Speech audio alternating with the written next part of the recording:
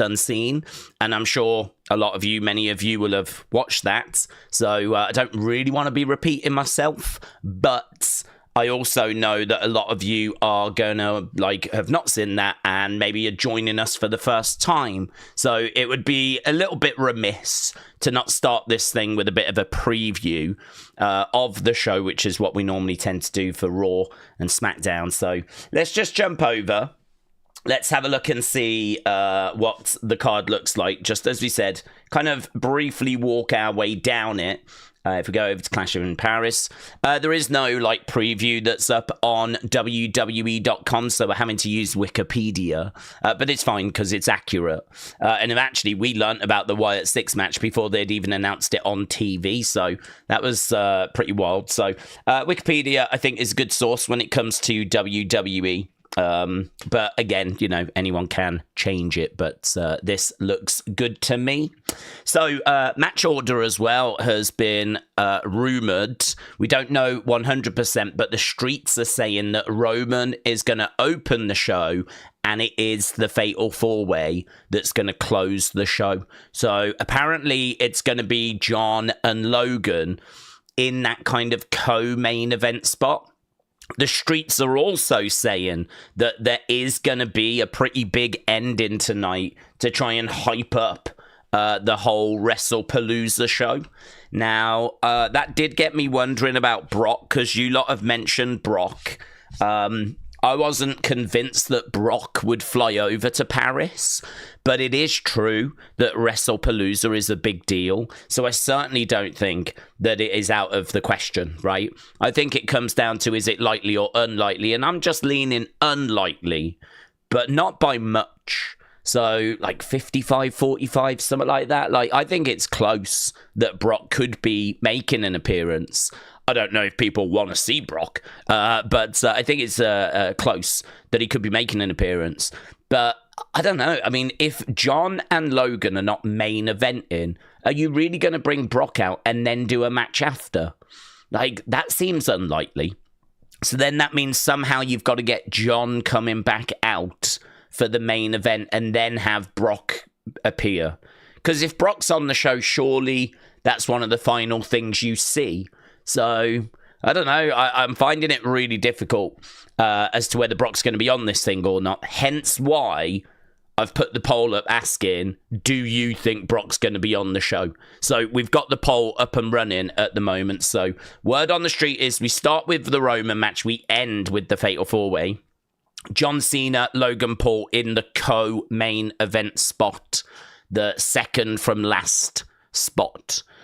So... I heard that earlier today. Right, let's go down. John Cena, Logan. I think there is a chance Logan wins. Maybe Brock makes his presence felt. Odds makers are saying John. I'm going to go John as well. I couldn't bring myself to pick Logan anyway. But there is a chance for Logan there. Seth. I mean, the only thing that's got me double guessing Seth winning is that if that is the main event, and they are looking to end with some sort of big statement, get some buzz going as we head into Wrestle Palooza, does that increase the chances of Seth losing his belt? I think it probably does. I think it probably does increase the chances that Seth loses the belt. But by how much? What kind of percentage? I don't think Seth loses his belt. I feel pretty good that Seth retains. But what's this big ending they've got planned? What's the big ending if it's going to be that Seth retains and that's the main event? I'm still saying Seth retains, though. Sheamus against Rusev. I think everyone's going Rusev. Maybe we get Lana. Roman against Bronson Reed. I think there's a chance for Bronson Reed. Exactly like up here with John Cena, Logan. John's the favourite, but Logan's got to have a chance because he's going absolutely cooked in the build, right? 2 weeks in a row, he has been destroyed, right? On the promos, destroyed. So does he now get beaten in the match as well?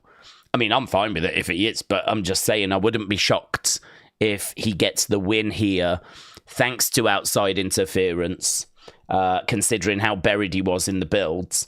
Roman against Bronson. I mean, Roman's the favourite, but are we going to just keep beating Braun and Bronson? Is that what we're going to keep doing? Just keep beating them and they take losses? I mean, it's not doing anything for them. It's not a brilliant look for the Vision.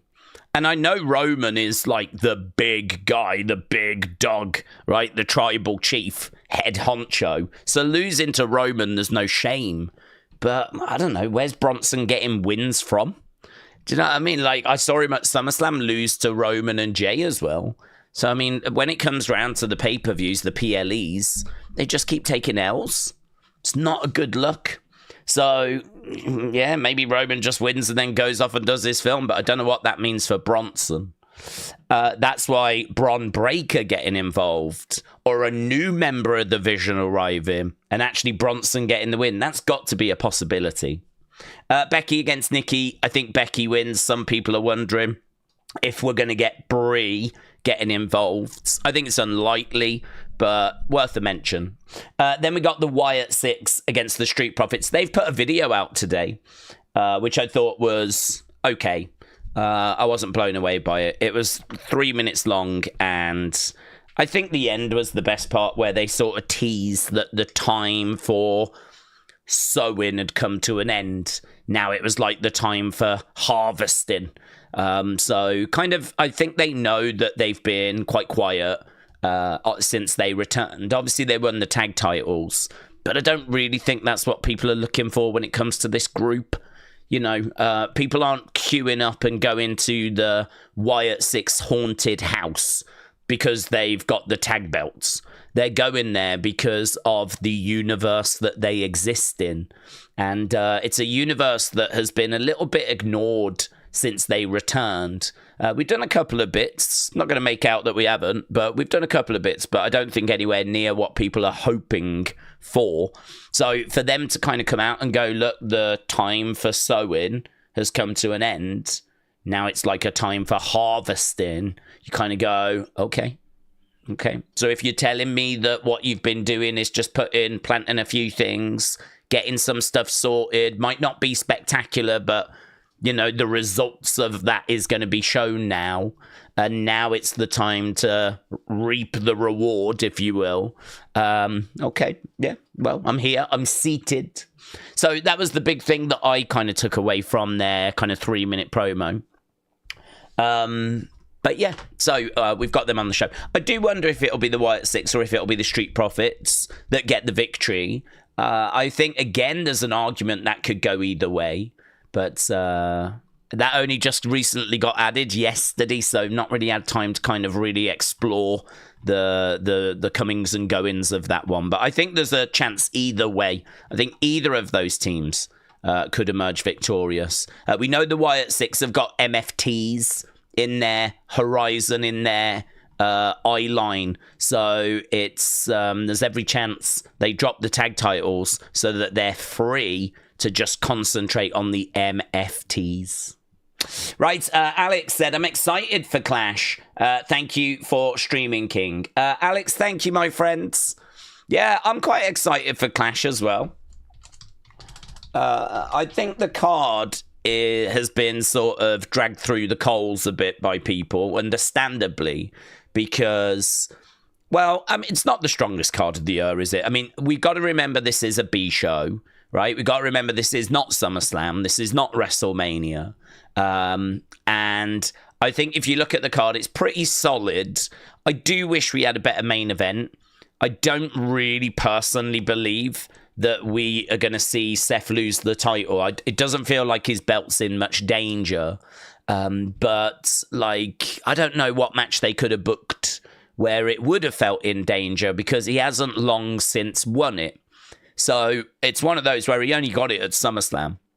So, you know, he's only had it for a very short time. So it's very difficult to kind of convince me that he's now about to lose it. So I don't know what match they could have done, really, to have convinced me that he was going to lose that championship. Maybe this show would have benefited from having Cody defend on it. And then you could have done Cody versus someone, you know, will Brock interfere? Maybe Cody Drew should have been on this card.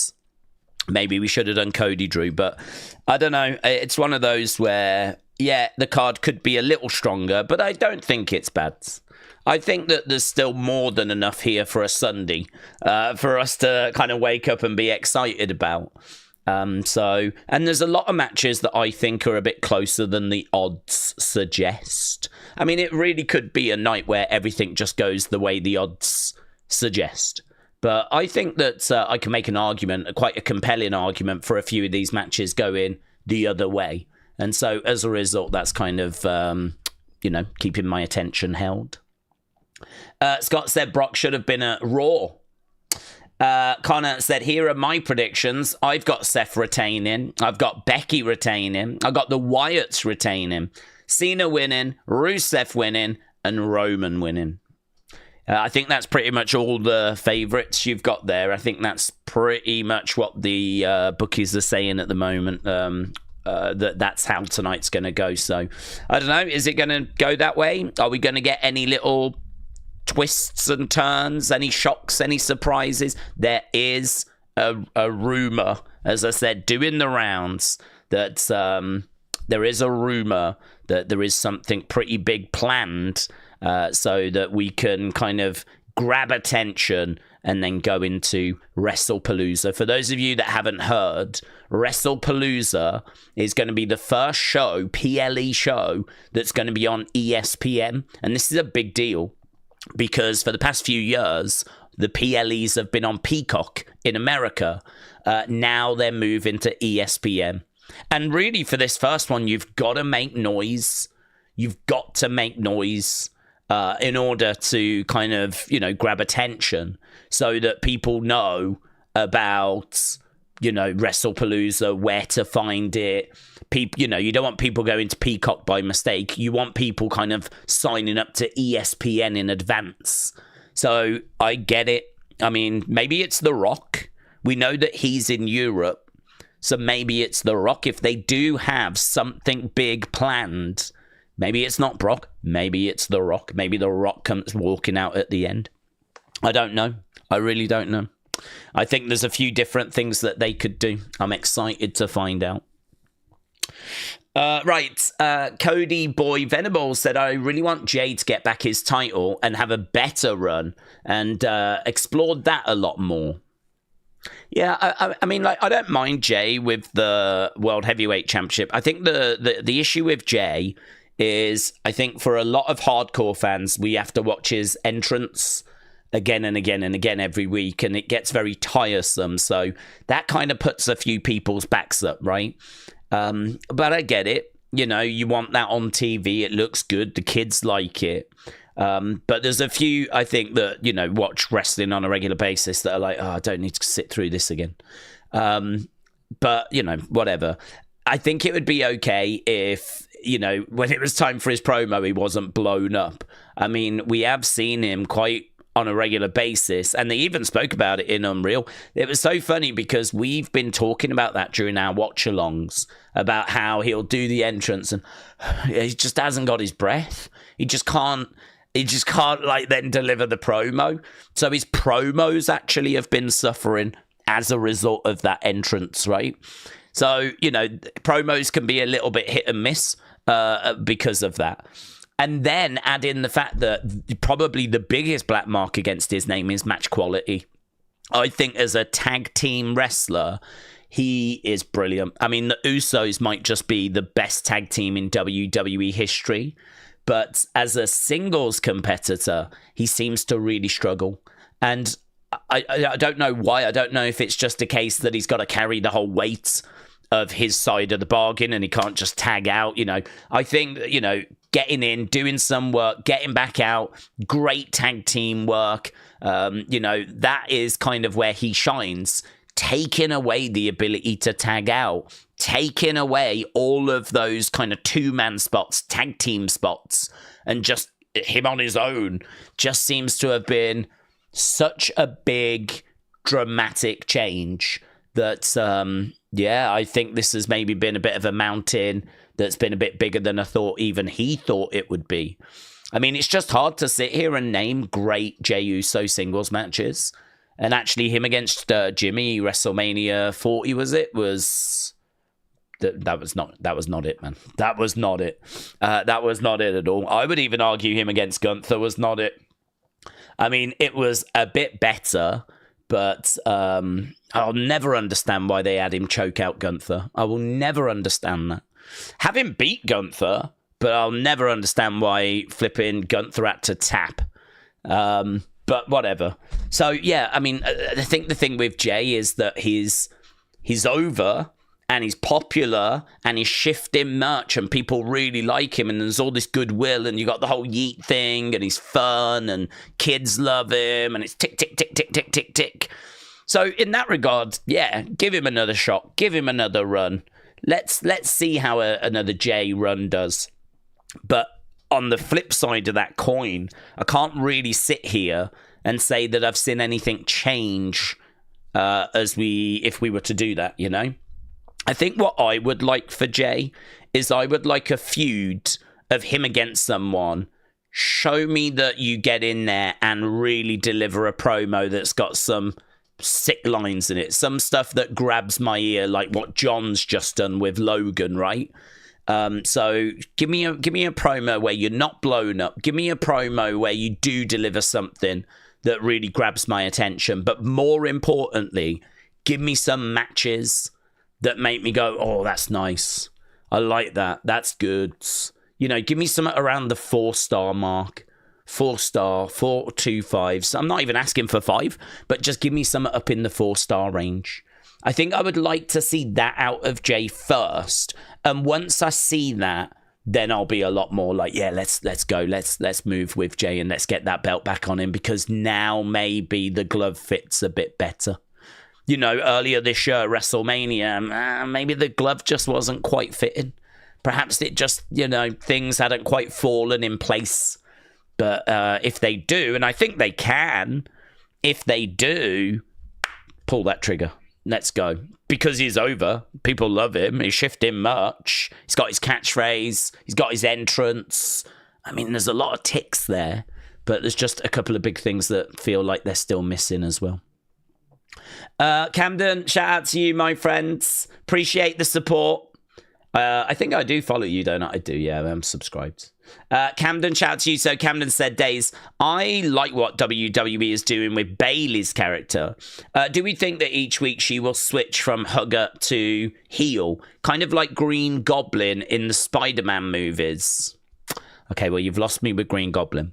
But in regards to Bayley, I don't know how this is going to spit out and what it's going to result in. Either the two arguing voices are going to merge into one and she is going to either go with one of them or she's going to go with like a slightly new combination of them. So it could be that at the moment we're seeing vignettes of her struggling to decide which way she's going to go, right? And then at the end of the vignettes, bang, one voice can be heard.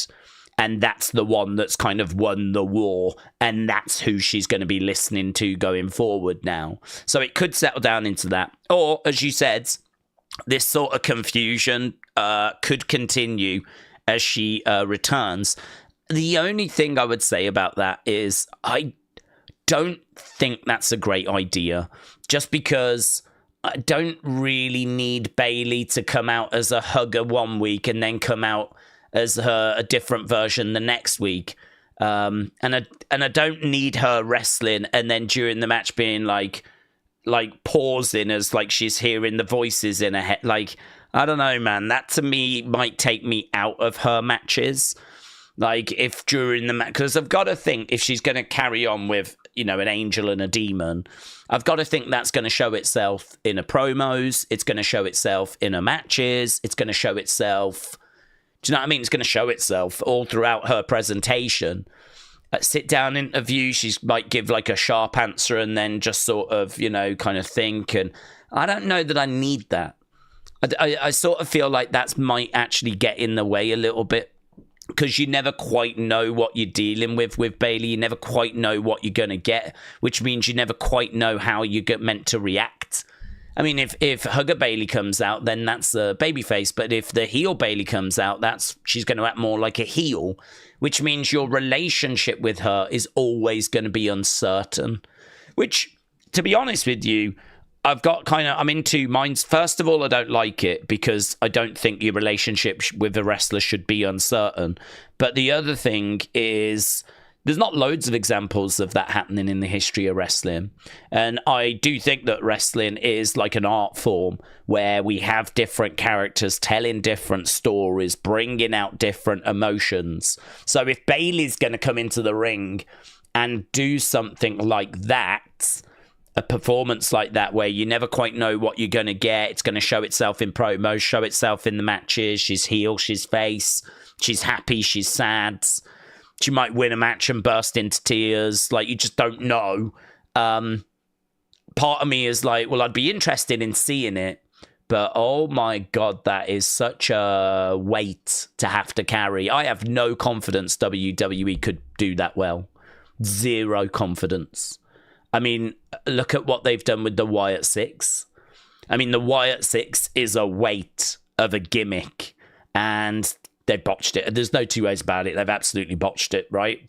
It's not dead. It's not over. It's not unsalvageable. But if you think about what was sort of teased and promised in Nightbird compared to what we had after the massacre, even the most diehard of Wyatt Six fans will tell you that it hasn't quite clicked yet, right?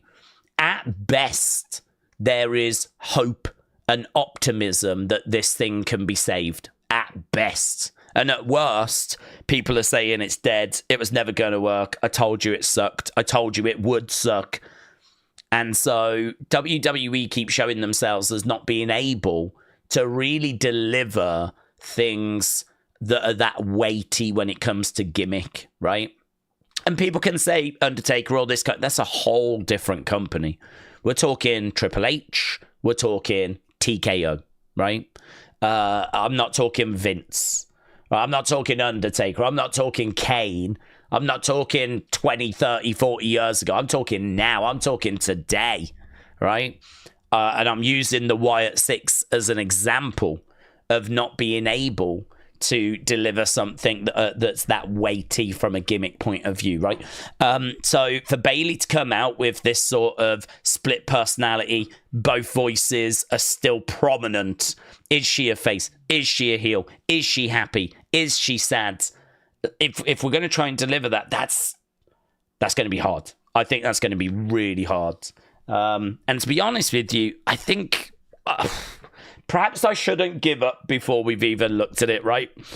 But I think it probably would be cleaner and I would have more confidence if one voice won and that was the voice that she kind of followed, rather than trying to follow the two separate voices, you know? I kind of like the idea of a dark hugger, to be honest. I think if it was to land anywhere, I would like the hugger character to come back, but it all be grey and black and the makeup having run and the wacky inflatable men come up and they're black and they're not smiling and they're frowning, and what's actually happened is that the voices have kind of combined, but they've combined in a strange way where, you know, character wise the hugger won, but mentality wise the devil won. So you've got the hugger, but it's an evil hugger. It's a dark hugger. I'd be interested in exploring that personally. And I would give Bayley wins. Bayley was doing well down in NXT and when she first came up. So when she was doing the hugger stuff, like she was doing well. Certainly the NXT hugger. You know, she had a really long run as NXT Women's Champion. I think it'd be really good to give her wins, give her momentum, go back to the hugger character, but only this time make it dark. Make it dark. So, Camden, good conversation, but I like it. Okay, I'm going to cut your name off, but let me go over. I'm going to subscribe. Dagrim1. The grim one. The grim one. There we go. We made it. And I subscribed. The grim one, shout out to you, but Solo losing his belt was a bit weird to me. Do we think he's losing it because WWE reacted to what happened in Rikishi's promotion, Psycho Stew? No. 1000% no. Absolutely unconnected. Doesn't make any sense as to why we would do that. Doesn't make any sense. I think that is a theory that I've seen online, and I think it's a real reach. I think that people are looking at two incidents that have happened fairly close together and connecting them where there is no connection. I don't see it being connected. How does Solo not being United States champion connect to what happened with Psycho Stew? It doesn't make any sense to me. So Solo is his own man. I mean, it really doesn't matter who his dad is, but to be honest with you, we don't really make a big deal as to who his dad is. I don't think WWE are doing anything wrong or losing any viewers or creating any bad PR by having Solo in the company. I mean, by that logic, it would have to be something like Solo as champ looks bad considering what his dad's promotion was just caught up. It would have to be something along those lines, which just does not compute to me. That doesn't connect to me. I mean, having him on TV at all is bad then, isn't it? I mean, if they're that worried that having Solo as champion is going to bring them bad PR, then surely having him on TV would be bad PR. So to me, it's just two separate incidents that have happened quite close together that people online are drawing a connection with that I personally don't think there's any connection to. I think that it's just as likely that Solo is about to move into a feud with the Wyatts because the MFTs are rumoured to be starting a feud with the Wyatts. That could be a lengthy feud, and it might be that they've looked at that and gone, we don't want Solo as United States champion because Solo is going to be in this feud. And so the plan is, let's get the belt off him soon. And this might have been thought about for a little while. Let's get the belt off him soon so that he doesn't carry that belt as we head into this feud with the Wyatt Six, right? The other thing as well is we're trying to build Sami up for next year. Sami is trying to win the Rumble. He wants to win the world title. He is one of the favorites for the Rumble. And so I think that Sami is just lacking a bit of momentum right now. That feud with Karrion was horrific. It's one of the worst feuds I have ever seen, right? Seriously, one of the worst feuds I've ever seen, which might shock a lot of people for me to say that. But I don't think there was a single redeeming quality that came out of that feud. I don't think a single positive came out of that feud. Maybe the only thing you can say is it got Karrion onto TV.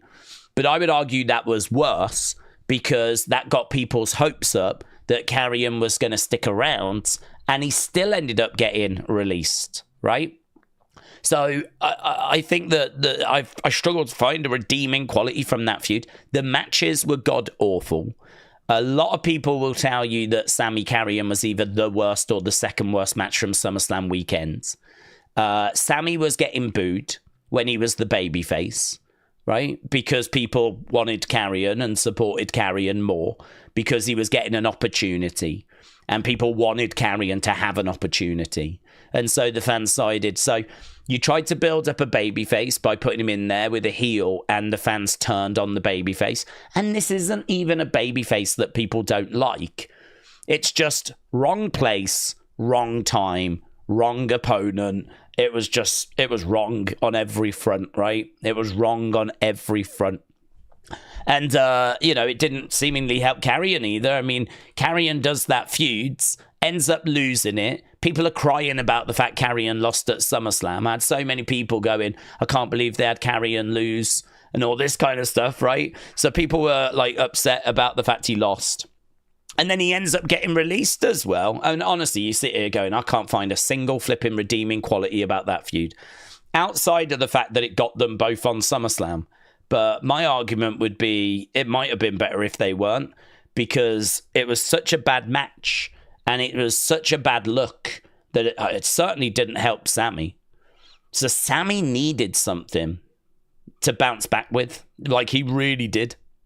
And so I think that Triple H has looked at it and gone, let's give him a run with the mid-card title. Let's give him a run with because he's over on SmackDown. So he's moved over to SmackDown. He announced he is now a SmackDown superstar. Well, he's clearly not going to be getting the WWE Championship anytime soon. If he's going to win any title, it's going to be the World Heavyweight Championship. And his plan is to still try and get that next year. But he had set his sights on this mid-card title. So I think you can make an argument that it is to do with the Wyatt's feud that's coming up. I think you can make an argument that it's to try and reignite Sami's momentum and his push.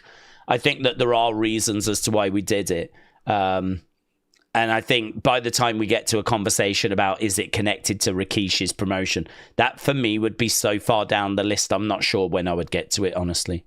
I think there's lots of other reasons I would go through first. So, yeah, I have seen that theory online.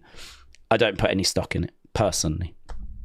But maybe you do. Perhaps some of you out there think that it is a big conspiracy and that it is a case that the promotion that happened, has now had a knock-on effect with Solo. I mean, personally, I don't think so. But, it is what it is. But right, Marvin Coco 8404, appreciate the support, buds.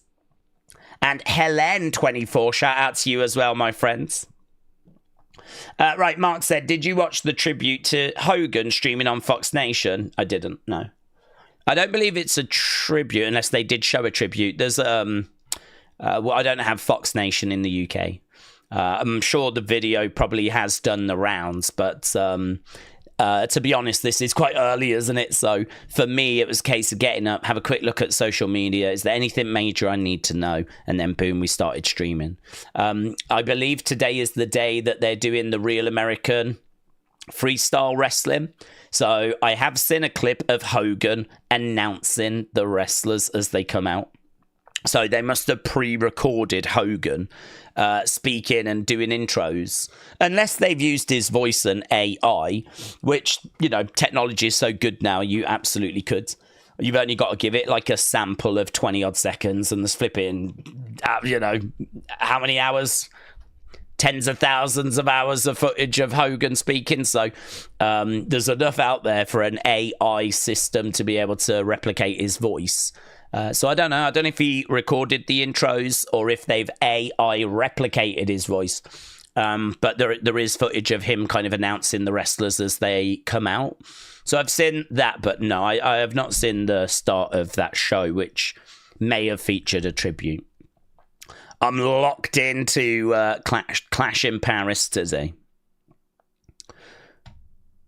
Boom. Yeah, this doing the rounds. So this PG era latest photo of Brock from Paris, and then already community note. This photo was not taken in Paris. It's from Boston Pizza, where the photo is taken. That's a Boston Pizza outlet. They've got places in the US, Canada, and Mexico, but not Paris. The OP is misleading viewers. So there we go. Lies. Listen, there's a chance. There's a chance. Word on the street is that something big is going to go down. I don't know how people would react to seeing Brock, to be honest with you. I don't know how people would feel. I do think we live in a world where celebrity and the power of celebrity is probably as powerful as it's ever been. So if he comes out, I think people will pop. I think people will boo because they have sort of presented him heel as a way of hiding those that would just boo him even if he was a face. The WWE aren't going to worry about Brock being booed. It's the chance they're going to worry about, and it's the signs they're going to worry about. And we've already had one the other day relating to Brock and the allegations, right? So the boos won't worry him, but it's chance and signs that will. So don't know. I mean, clearly, if you bring Brock out as a surprise, you're not going to have to worry about the sign situation. Don't think anyone's going to take any Brock signs today. Chance, you know, if he's not out there long, they probably won't get chance to figure it out or get one started. Just like SummerSlam, you know. SummerSlam, he comes out, people are cheering and are shocked and can't believe it. There's obviously no Brock signs. There's obviously no chance. There's no opportunity to think of such things. And a lot of people hold that up as an example that he is welcome back and all that sort of stuff. And it's like, well, I think you're jumping the gun a little bit there. People didn't even know he was going to be there. So let's have a look, see how they react on a show that he's actually advertised for. So I don't know. I don't know how people would react if he is going to be the surprise today. We'll have to wait and see. So far in our poll, you lot have been voting, and I appreciate you for that. We're nearly at 500 votes already, and you lot have got 70%. 70% of you think, yes, we are going to see Brock Lesnar at some point today. So you think Brock is on the way. And he could be. He really, really could be. I just don't know quite how he fits into the show if John Logan aren't going on last. AB said, howdy days and chats. Queuing up Netflix for Clash in Paris. I like these Sunday streams, honestly. I know that people prefer them being on a Saturday, because of school and whatever the next day. But actually, because this is earlier in the day, it is good, I think. I suppose the disappointment for TKO is this would have been a perfect weekend for a UFC pay-per-view. You could have done a big UFC pay-per-view last night and then Clash in Paris today. But actually, I don't think there was any UFC yesterday. So from a scheduling point of view, TKO are really dropping the ball. Because whenever there is like a big UFC pay-per-view, they've been putting like WWE pay-per-views, PLEs up against them, right?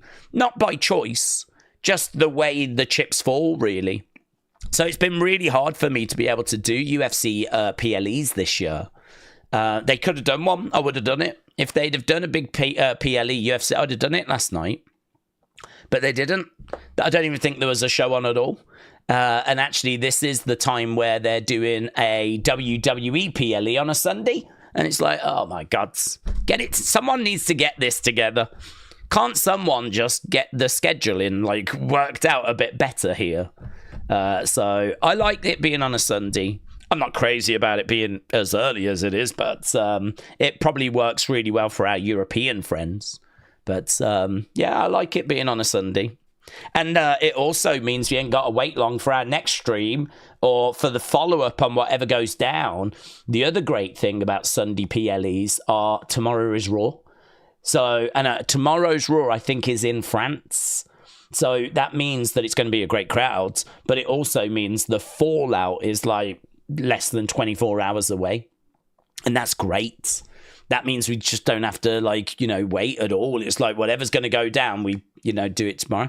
So, I mean, this is why if Brock's around tonight, is he going to be on Raw tomorrow? Don't know. If The Rock's around tonight, does he appear on Raw tomorrow? Because I'm pretty sure, let me just double check it, but I'm pretty sure Raw is in Paris. Let me go to tickets. I'm on the... We'll look together. Yes, there. Paris, France, Monday Night Raw. So, Clash in Paris today. In Paris, obviously. And then tomorrow, Raw, Paris. In the same venue. Same venue. SmackDown is going to be in Chicago on Friday. And then we've got some live events for NXT. And then we've got Raw in... Is that Wisconsin? Oh, yeah, I forgot about that. We've got Worlds Collide coming up, haven't we? I completely forgot about Worlds Collide. That's going to be on Friday, September 12th. So they're doing that SmackDown, and they're advertising Brock at the moment on the graphic, right? So we're doing that SmackDown. And then straight after, it's Worlds Collide.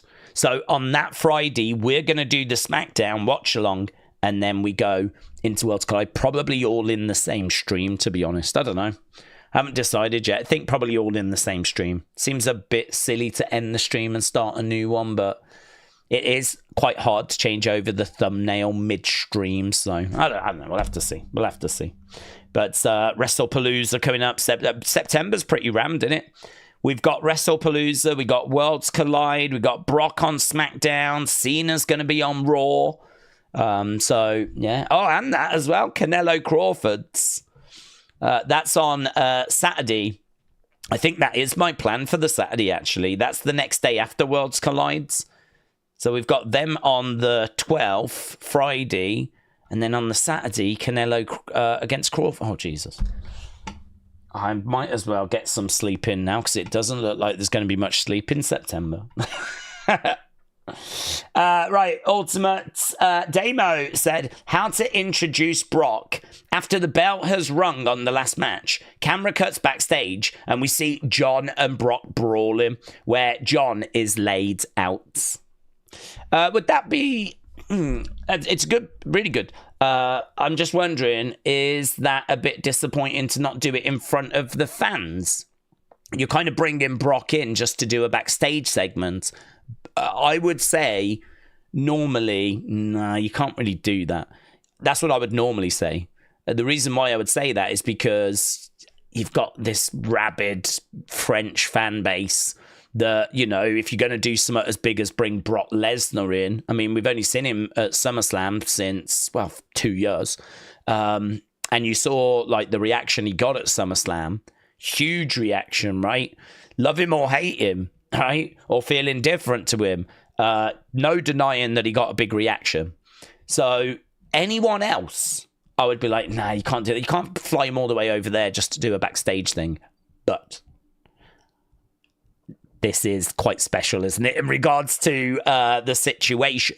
So actually, does it make more sense to just have him backstage beating up John Cena and attacking John, and actually ending the show that way, not having him in front of the fans so that the fans don't get chance to chant anything, or, you know what I mean? Like, it is such a weird situation that maybe this makes more sense. So, yeah, Ultimate Damo, I hear you. I think you could be onto something there. I think you could be onto something. Normally, it wouldn't feel right to do that, but with Brock and the current landscape, maybe that is the way forwards. Right, DJSJ said Nikki and Brie could switch in the match and do twin magic. They could. At the moment, Becky is favourite in that match to retain the Intercontinental. I do think there's an argument she might be needed further up the card. Certainly now Naomi is injured. I'm not saying that Becky wins the title, but she could. And then it could be that we have Stephanie and Io trying to get it off Becky. I mean, those would be great matches. And, you know, if Stephanie's going to get it, then, you know, winning it from Becky, you know, you could do a little thing. You could have Rhea trying to get it, not succeeding. You could have Io trying to get it, not succeeding. Perhaps Stephanie does get it a little bit closer to Christmas. And because it's not that long. I mean, we're already at September, right? So, you know, just kind of go through a few months of different people trying to get it off Becky. Stephanie ends up getting it a little closer to Christmas. And, you know, maybe that could be a way forward. So even if you don't want to do that, let's say you put it on the belt on Stephanie now, right?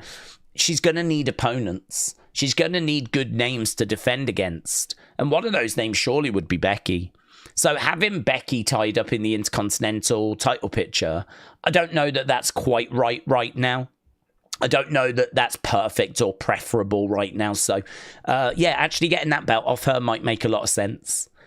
Might make sense. And then we could go in a different direction with the mid-card belt, put it on Nikki, have Nikki defend against a few talents that maybe wouldn't normally get opportunity under Becky. Because Nikki's a babyface, she can just give out opportunity. I don't think Nikki's run would be very long, but it could get us through, you know, maybe she gets through, I don't know, Wrestle Palooza, probably a bit longer than that. I was thinking like a month, 2 months at max. And then she could like drop it. So I don't think it's impossible that Nikki wins the belt here. I don't think it's impossible because of what's happening elsewhere in the women's division. Becky is the favourite. Becky's going to be my pick. But this is one where it's like, I don't think it's impossible. I don't think it's like she's got no chance or anything like that. And maybe twin magic does show itself. So DJ, yeah, I hear you. I think there is a possibility of that. Vikings Wolf said, what do we think about Stephanie no longer being on the cards, even though she won the right to be? I think she is okay with it. Obviously, she won the right to be on the card, but I don't think she cares about that. I think what she cares about is getting her title opportunity. That's the most important thing. You know, it doesn't really matter like if you get it at Clash in Paris or not, because to be honest, Clash in Paris is not the biggest of shows. It's a fun show with the brilliant French crowds, but, you know, Wrestle Palooza is going to be a massive show. That's the first one on ESPN. So if it's not happening here and maybe happening there instead, I would argue that's an upgrade, right? I would argue that that's an even bigger show than this. I don't know. That's where it's happening. I mean, Adam Pearce said he needs to figure some stuff out. He's like, give me a week. I think we hopefully get an answer on this tomorrow as to who her opponent is going to be, where it's going to be, and then, you know, maybe we can judge from there. But he said that he had found someone, but he just needed a week to get it sorted. So a lot of people are like, who has he found? And I don't know if it's any kind of special name. I mean, to me, EO would make a lot of sense because EO was meant to have a title opportunity on Raw the other week, and she didn't get it because that was the week that Naomi kind of was absent, found out she was pregnant, and EO was going to get a title match. So EO against Stephanie makes all the sense in the world to me. But we'll have to see what he's decided and where it's going to be. So I don't worry about her not being on this card. I think it's a bit of a shame, but it's a very understandable situation. It's not, I don't feel like she's being wronged. I feel like Naomi's pregnant. Everyone's really pleased for Naomi. And, you know, the end result is that they've now got to find a new opponent, and not only find a new opponent, but I think it's all right to take a little bit of time to try and figure out what the best way forward is. Like, you could have there's no reason why they couldn't have kept Stephanie on the card, found another opponent, and made it the title match, right? There's not really a reason. I mean, Stephanie was going to be on the show anyway. There was going to be a match anyway. You just swap in Naomi for someone else and, you know, making it a championship match. So there's not really a reason why they couldn't do that, other than have they tried to work on something special?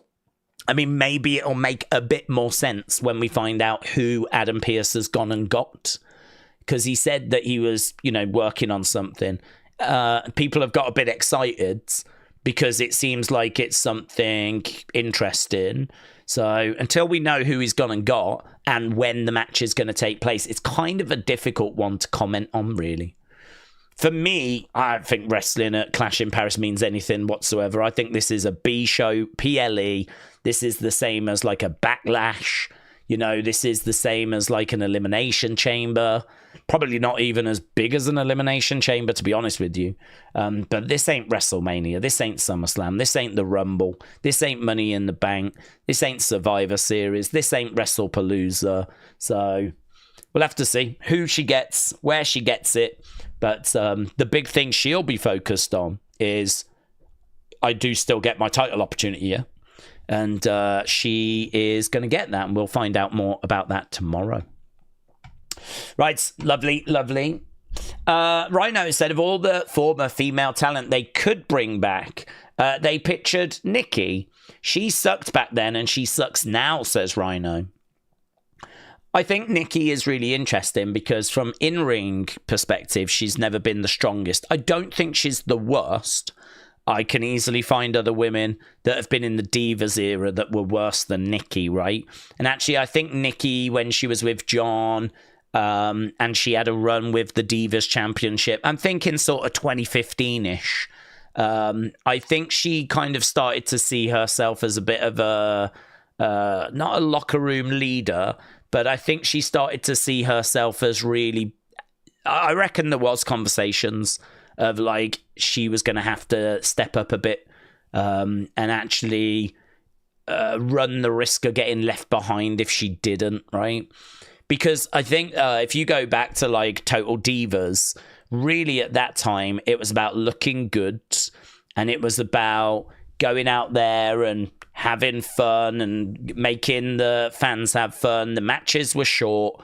It was not really about the work. And a lot of people look down on that era, understandably so. And then I think you kind of move into this period where you've got AJ Lee. And AJ Lee was a lot more about kind of Divas stuff going on. But really, 2015 is when we get the Women's Revolution, Divas Evolution. Like 2015 is a very pivotal year when it comes to women's wrestling in WWE. And Nikki is still around. In fact, one of the 3 teams that were created was Team Bellas. That was the Bellas with Alicia Fox. So I think at this point, Nikki kind of looked around, saw that Becky had come up, saw Charlotte had come up, saw Sasha had come up, could see Bayley was on her way coming up, and Naomi was right there as well. Paige was around. And I think at that point, like, it was quite clear that she was going to have to evolve. I think she'd already started that process. And actually, there's a few bits that come out of Nikki that are not bad. I would say have a look at like Beast in the East, which is Paige against Tamina against Nikki. It's not a bad match. I'm not holding it up as a classic, but I'm just saying it's a mistake to think that Nikki was only ever in like stupid Divas matches when, you know, she was doing some okay work towards the end of her kind of time. So for her to come back now, I'm quite interested, actually, to see. I think you get someone that's going to, you know, actually do some stuff in the ring tonight. I think you're not going to get someone that's obviously going to put in like a Divas performance, like walking around and just flicking her hair, whatever. I think you're going to get someone that's going to lock up, you know, and do some moves, drop kick, enziguris, back elbows and things like this. So I actually think she's going to bring something. I don't expect this to be an amazing match, but I don't go into the match like really worried about it, like I might do if it was someone else from the Divas era that I don't think ever adapted or evolved, right? So I think she's okay. I think she's okay. But more important than the work is what she means to young girls and, well, slightly older girls now, right? I think she was very, very influential, actually. I think that it's hard for us guys to sort of understand the impact that Total Divas had. But actually, having done this channel for a while, there's been quite a few people that have said to me that they got into wrestling through Total Divas. Not guys, it's normally girls, to be honest, that say that it kind of opened up this world to them. It's not a world they were ever interested in, but they watched Total Divas or they watched Total Bellas, and actually it was like a bit of a eye-opening experience of, you know, they're good-looking women that are powerful, that are getting in the ring, and it was just so different to anything else that was being presented. You know, compare that to Real Housewives, you know. There's not really anything else that's kind of like that. So I think Total Divas, I don't know. I'd love to know viewing figures, and I'd love to know from a viewing figure point of view how successful it was in comparison to other shows at the time. I can't make an argument it was a massively successful show, but it did run for a number of seasons, and it must have been good to the point where they did the Total Bellas spin-off. So, I mean, there must have been something in the ratings. It didn't just die after a season. I mean, it ran for a good number of seasons, and there was the spin-off as well. So I think I think her impact, her influence is really underappreciated. I think she actually was a bit more, her and Brie, a bit more influential than history sort of remembers. And I think the reason for that is because a lot of us that watch wrestling are guys. We did not watch Total Divas. If we did, it wasn't for us. And so it's kind of hard to give that any sort of credit. I don't think Total Divas is sort of looked back on with much fondness by the majority of wrestling fans. But there is a degree, it might only be a small degree, but there is a degree of people that found wrestling that way. And I think for that, you have to go, well, respect, fair play. So, yeah, I don't really have any bad feelings towards Nikki, to be honest. But I do understand the narrative around her being just a diva, a waste of space. I think she did sort of portray that quite a lot, actually, more in the early years. But I think if you look more at her later work, as I said, around 2015, I think it's much improved. But James, shout out to you, said, imagine if Seth retains with Bron's help, lights go out, and then the Righteous are in front of them and they brawl. The Righteous could stand tall, lights go out again, and then Karrion Cross and Scarlett return. I mean, there is a rumor of, maybe Karrion is the surprise. There is a YouTuber, I forget their name, I genuinely forget their name, right? They're not a big channel, it's only a small channel, and they've looks like they've been making videos for a couple of years, and they did this video that I got tagged in, which I watched. I think they're doing a good thing from a YouTube perspective, but maybe a bit of a bad thing from a image perceptive, right? This YouTuber created a video which was like, Karrion is definitely coming back at Clash in Paris, right? And it was like, this is a work, this is why. And they were so no grey, 100% he is coming back. And of course, that's great from a YouTuber perspective because it's impactful, it's a message. How do you not click on that video, right? How do you ignore that video? Okay, it's not clickbait, but it is a hell of a statement if he doesn't, right? It's a gamble because I watched the video and they certainly did not know 100% that he was coming back, but they had some theories, and their theories were actually quite interesting as to why he's going to come back at Clash in Paris. One of them had to do with Shakespeare, believe it or not. One of them had to do with Shakespeare. There is a Shakespeare play which this person was saying actually connects really well to the current story that's being told. And he was saying that this character that returns in this play could be played by the role of Karrion, right?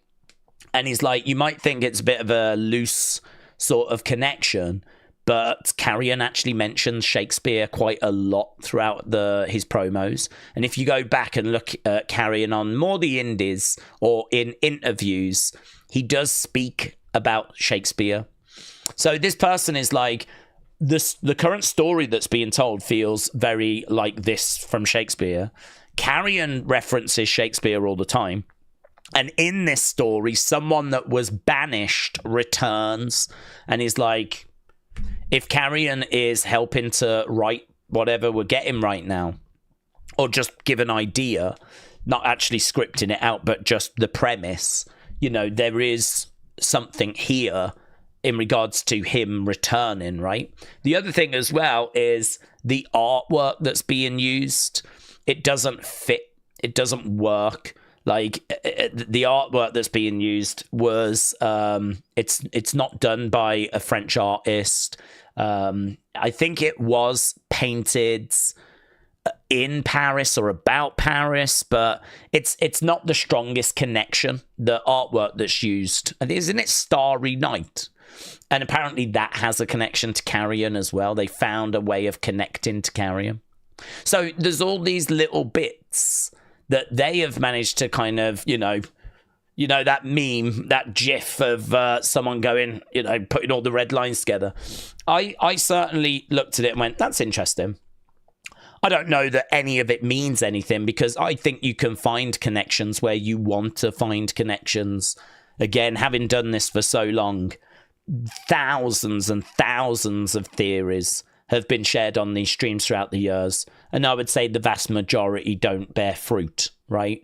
Because really, you can find connections anywhere you want to find connections. Sometimes they come through. Like, you know, it was mentioned about could Brock return at SummerSlam? And sometimes they don't. So it's one of those where we'll have to see if he's correct or not. He swung big when he came to his thumbnail and his title. So if it doesn't, you know, I don't know. I can't remember what channel that was anyway. But if it does, I will try and find that video, and I will give credit where it deserves to be, because he will have absolutely called it. He will have absolutely called it. But if it doesn't, don't worry about it. He was wrong. And, you know, it's one of those. So Karrion coming back tonight, I think there is a very small chance. I mean, I think that there's something weird going on with Karrion. I've said this from the start, and I still feel that way. Nothing has changed. I think something weird's going on. I don't know what that is, but there is clearly a big piece of information that we don't know. There's clearly something that we've not been told.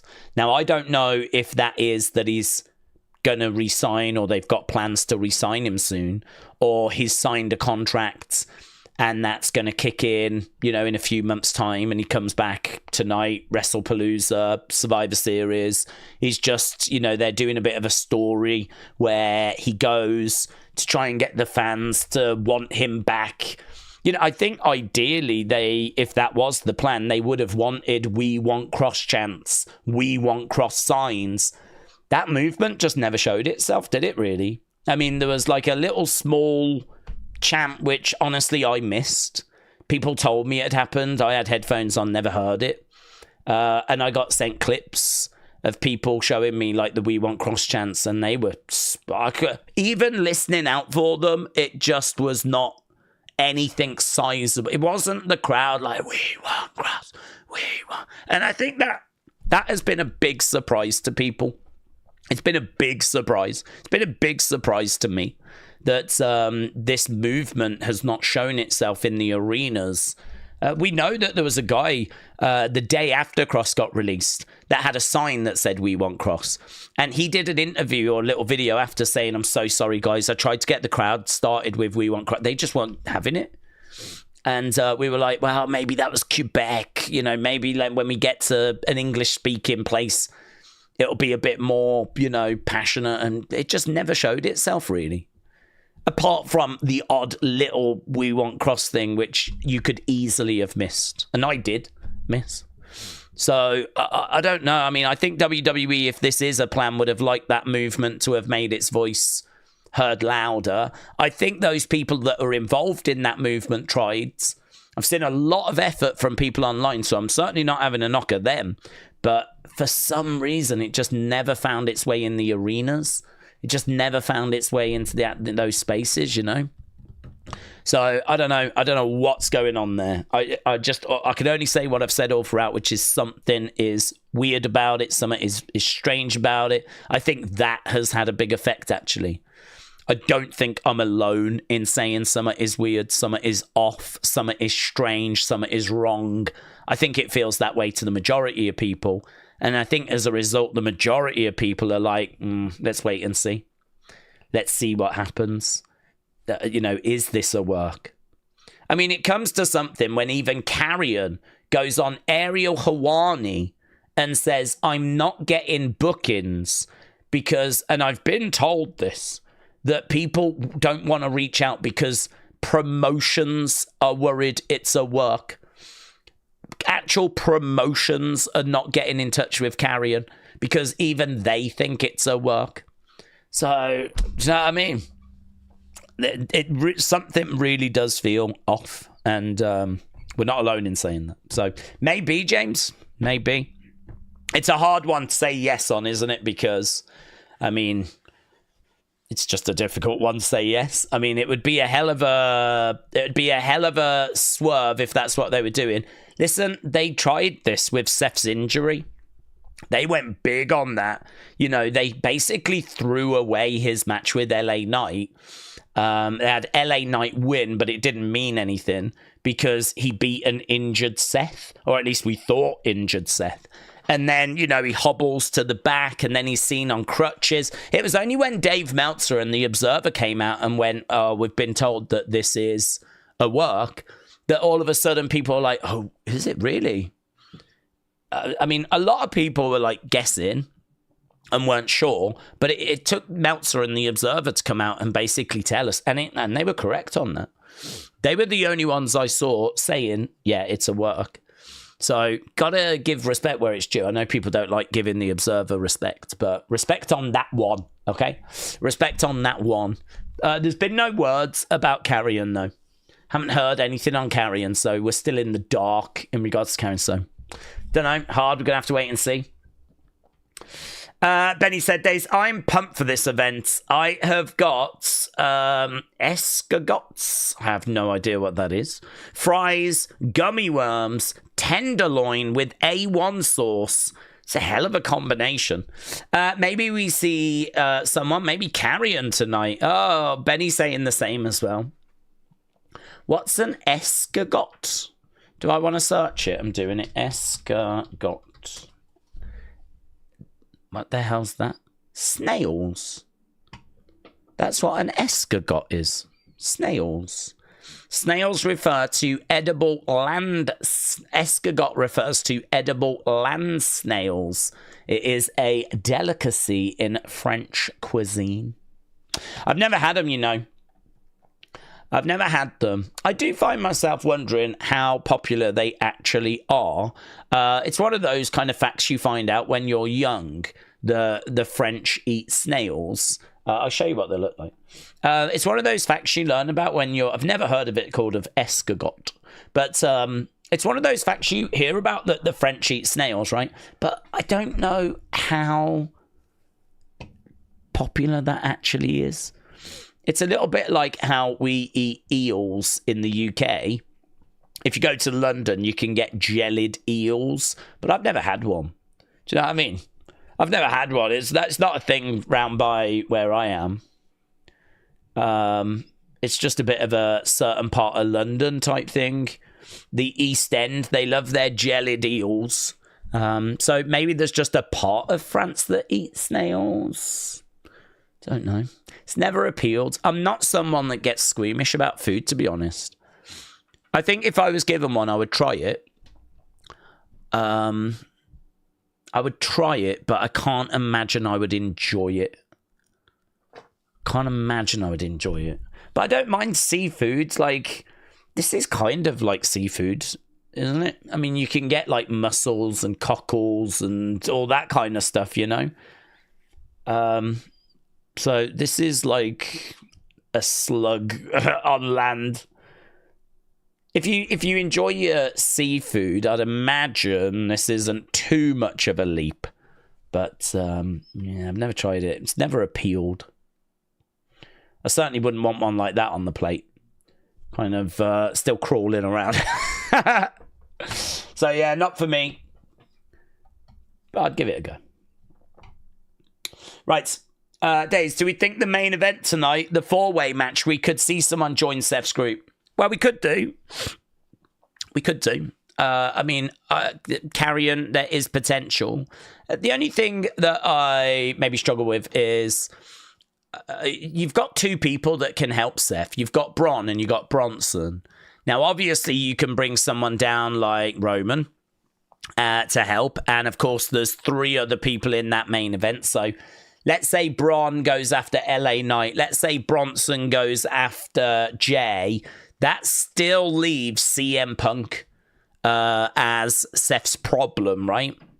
So you could make the argument in that moment you do need a third person to kind of show themselves. If that person turns out to be Karrion, that would be awesome, wouldn't it? I think everyone would say that was awesome. It could turn out to be someone else, though, of course. could turn out to be a theory. I mean, no one knows about his injury. They've said he's injured, but we never saw him get injured. So I have no idea as to where he's gone. So what if it turns out that he's not injured? What if it turns out they've just kept him in hiding, ready to come in? And he does have a history with Seth as well. He was one of Seth's disciples going back to about 5 years ago. So when he was the Messiah. So there is a history there. So I don't know. Karrion, maybe. Theory, maybe. Call up Ethan Page, maybe. But it's just hard to know, isn't it? I think if we knew and things felt like there was going to be a fourth person, we would spend a lot longer on that topic. But I mean, it could just easily be Brock that arrives, just murks people. And it could be that Brock comes down, interrupts, takes some people out. Seth gets the win. Brock gets in the ring, starts calling out John. John comes out, end up getting a brawl. Or maybe like what was mentioned earlier, perhaps like match ends, then we go backstage and it's Brock brawling backstage. Maybe The Rock comes out. I don't know. I mean, all I know is the rumor mill is saying something big's going to go down later tonight. And that's going to help set up WrestlePalooza. So is it going to be a fourth person? Is it going to be Brock? Is it going to be Rock? I'm going to have to wait and see. But yeah, it could be Karrion. It could be a case that we get Theory. It could be a number of people, couldn't it? Could be Ilya Dragunov, who is on the verge of returning, apparently. Kai Plays said, Nikki isn't bad at wrestling. She just is hard on herself and that brings her down, said Kai Plays. Okay. Mayor Pete said, there's now a tall guy sitting in front of me. His head is blocking the ring. I've posted pictures and X for unseen. Mayor Pete, have fun. Mayor Pete, like a few actually in the community, is over at in Paris. We can have a look actually. There's undeniably Martin with a nice image. There is Sanan.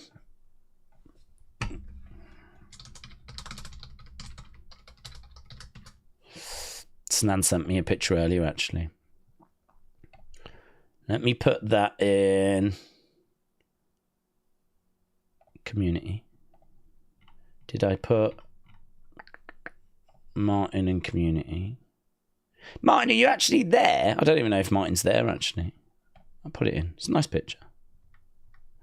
And Matt Pete said, here at Clash on the Floor, we'll add to this thread and let you know what I paid. It's nice, that. Is that the person with the big head you said is blocking your view? It's crazy, actually. We've got so many people that are there that join our community on a regular basis. That's so cool. All of you have an incredible time. It's nice, isn't it, from the outside? They've got some all right places, haven't they, friends? They got some all right places. Community. Oh, there's some more. This was a picture we never saw. Oh, man, it looks so good, doesn't it? It looks so good. I'm so pleased they've done that. And, you know, I don't think it's that much money, honestly. I mean, I'm guessing this screen is the screen that's already part of the venue. So really, what have they had to do? They've had to provide this lower curve screen, right? Which, fine, that ain't going to be much.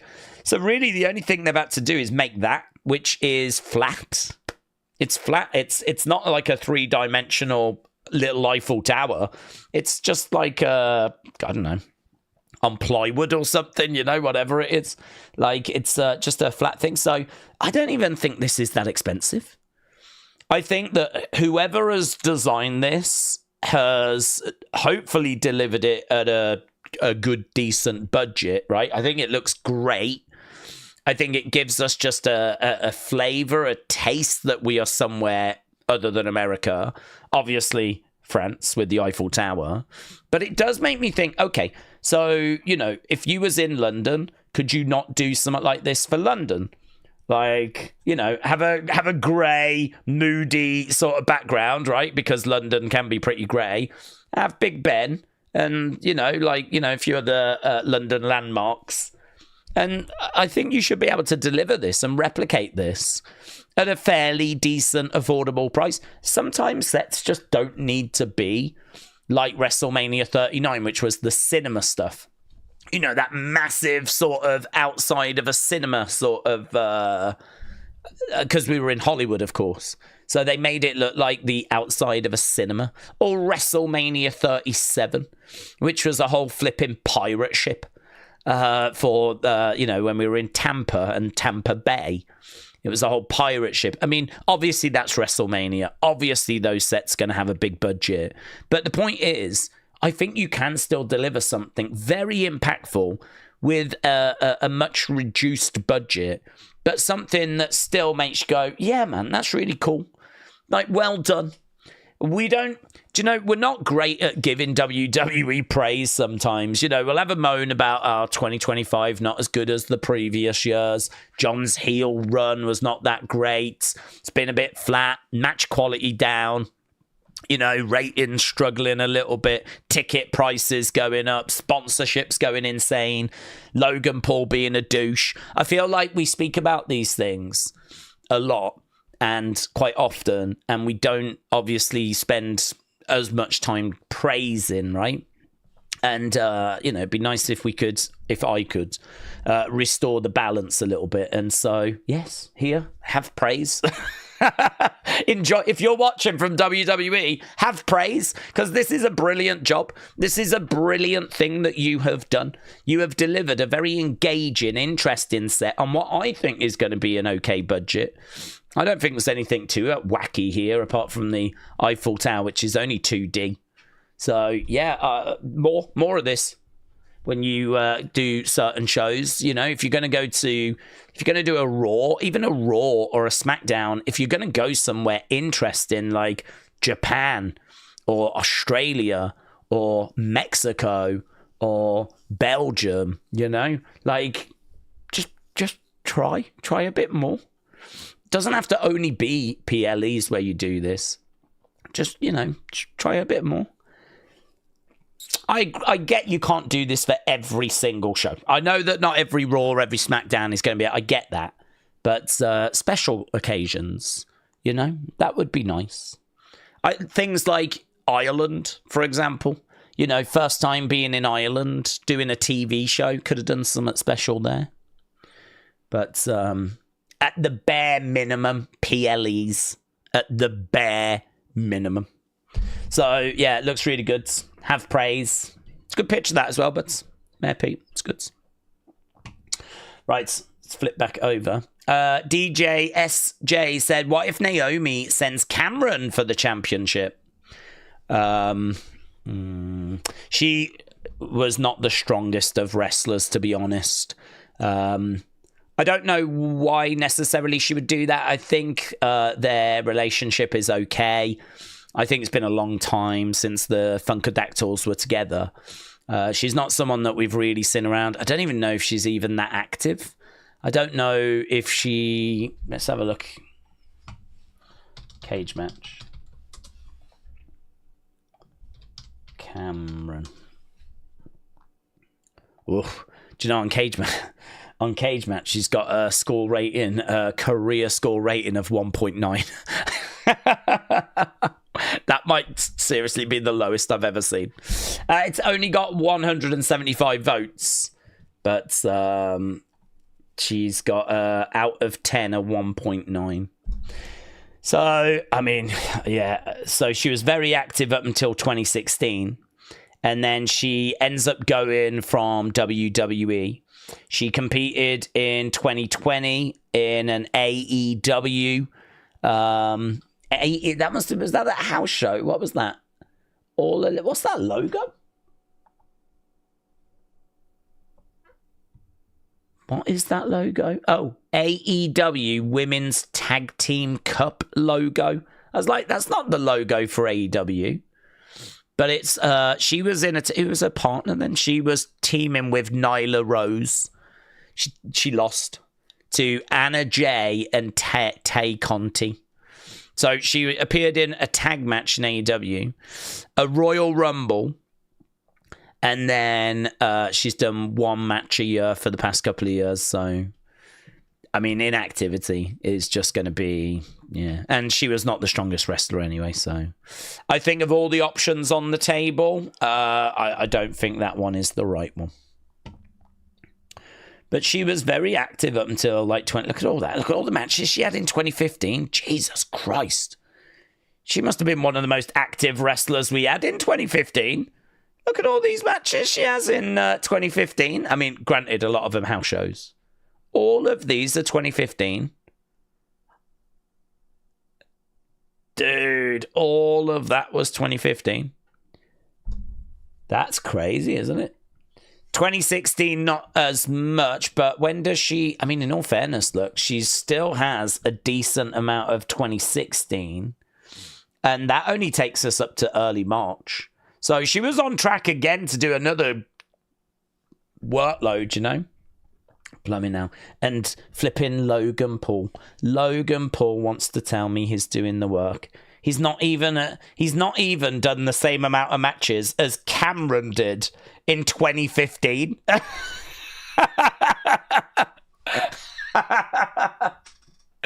Dude's not even at 2015 Cameron levels. Jesus Christ. Sit down. Sit down. Don't know what you're on about, you idiot. Jesus Christ. So glad John Cena was able to turn around and say about, you've had 23 matches. You're saying you're giving yourself to this. You've had 23 matches. I've been doing this for 23 years.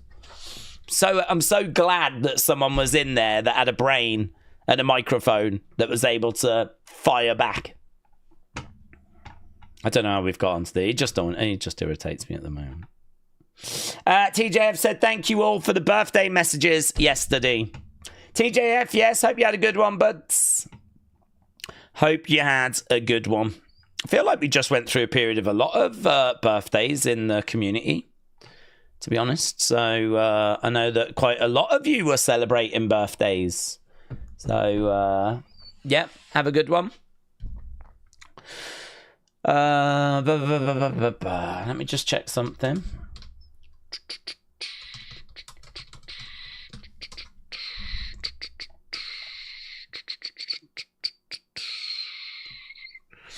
Is that what has happened?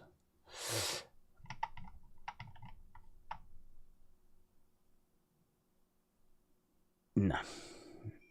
Okay.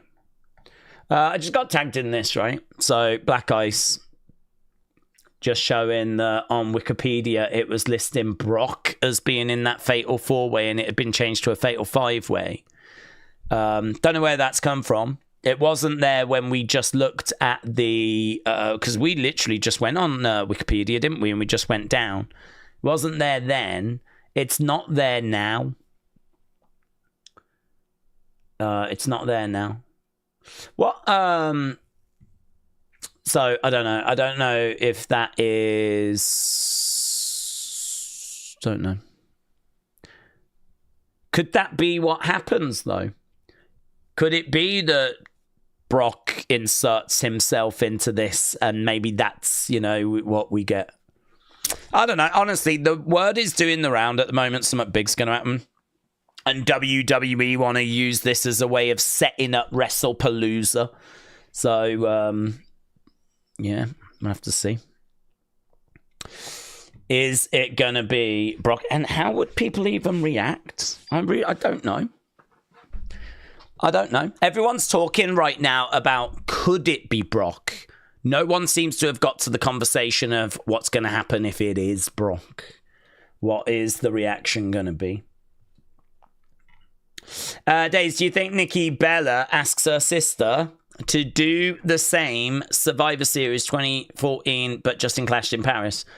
I mean, we could see Twin Magic we could see outside interference, but I am not sure that we're going to get that. I think the thing is, when you go down every match and you look at, if you go down every match and you look at what they could do. So, for example, we could get Brock in the John Cena match. We could get a fourth person getting involved in the Seth match. We could get Brie getting involved in the Becky match. We could get Braun getting involved in Raw.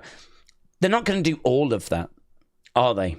They're not going to do everything. So it's a case of looking at the big picture, looking at what could happen in each match, and then going, right, one or two of those might happen. Which one is it going to be? And then maybe mentally putting them in some sort of order. So I think Lana stands a chance of getting involved.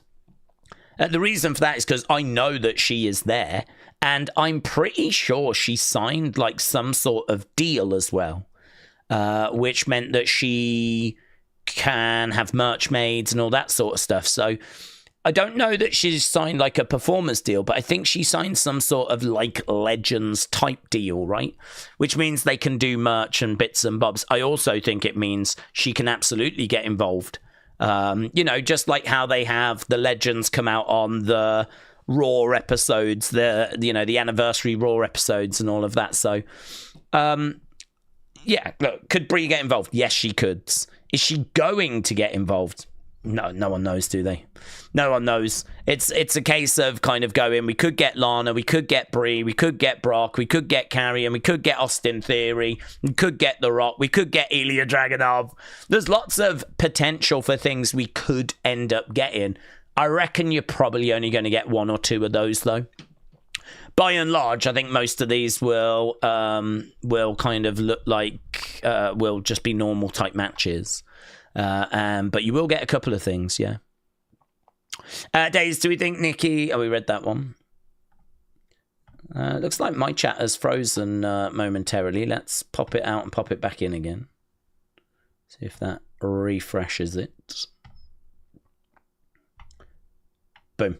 Adam said, the only way Logan is going over is if Brock interferes. I can't see them having Cena lose going into that Brock match. I think the match ends with Cena winning and showing Logan respect, says Adam. I hear that. The Eiffel Tower is a great place to go base jumping, says AB. The Rock needs to show up and fix this show, said Glockness.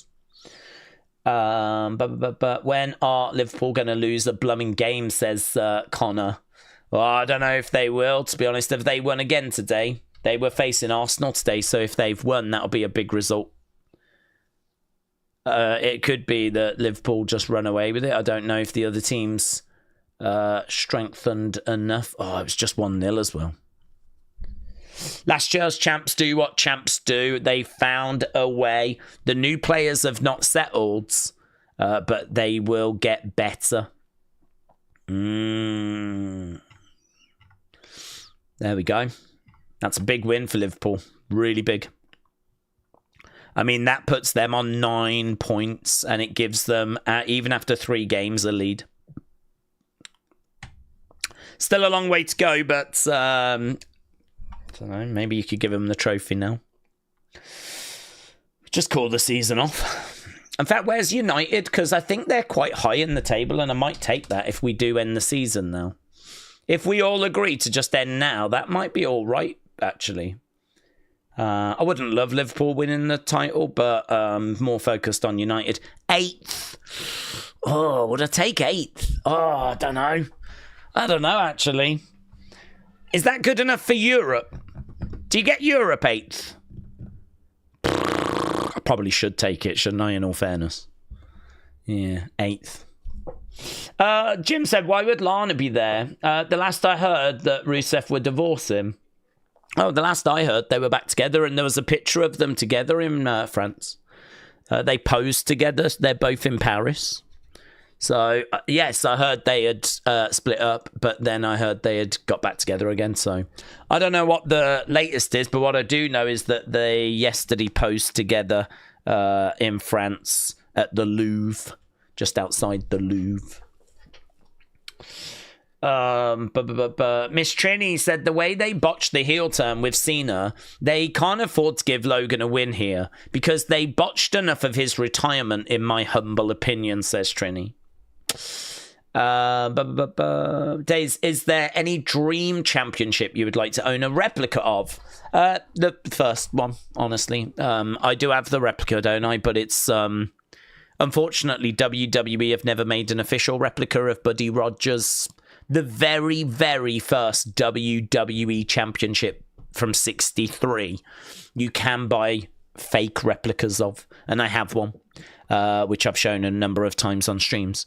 But yeah, last time I showed it, I got it. I mean, I hadn't looked at it in a little while, and last time I showed it, it was wet, and I was like, "Where's this water come from?" And it turned out that it was the glue had somehow sort of seeped through. So there's like a leather backing, and the glue had sort of seeped through. It's not a proper, official, nicely made replica. It's nice. It's good. They've done a good job. Replica. It's just like a cheap one that someone has done, but they've, you know, it looks the part. It's not one of those replicas that's like cringe. Like it's heavy. It's got a thick metal main plate. I mean, it's got some weight to it as well. So I'm really pleased with it. I don't think it was a mistake or anything like that, but it's not a proper it's not gonna last long kind of a thing, you know.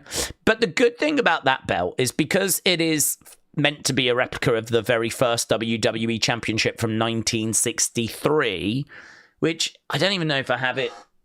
I don't even think I have it to do. Oh, actually, no, I might do. I might do.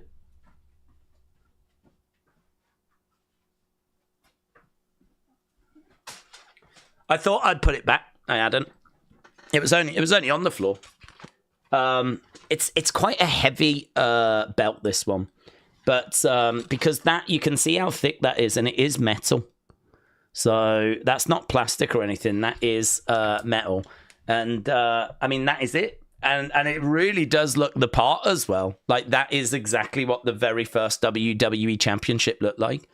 And it wasn't around very long because I've told the story. But the story is that WWE broke away from the NWA and they didn't have a top title. The top title was the NWA title.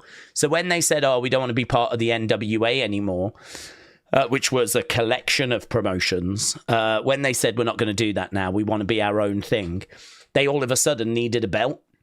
And Buddy Rogers said, well, I've got one at home, but it is a United States Championship. It's not a World Championship. And they're like, yeah, no, that'll do. We'll just put World Champion on the front, it's fine. Which is why the main plate is in the shape of America.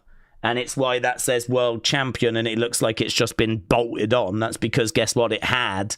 because underneath it said United States Champion or US Champion.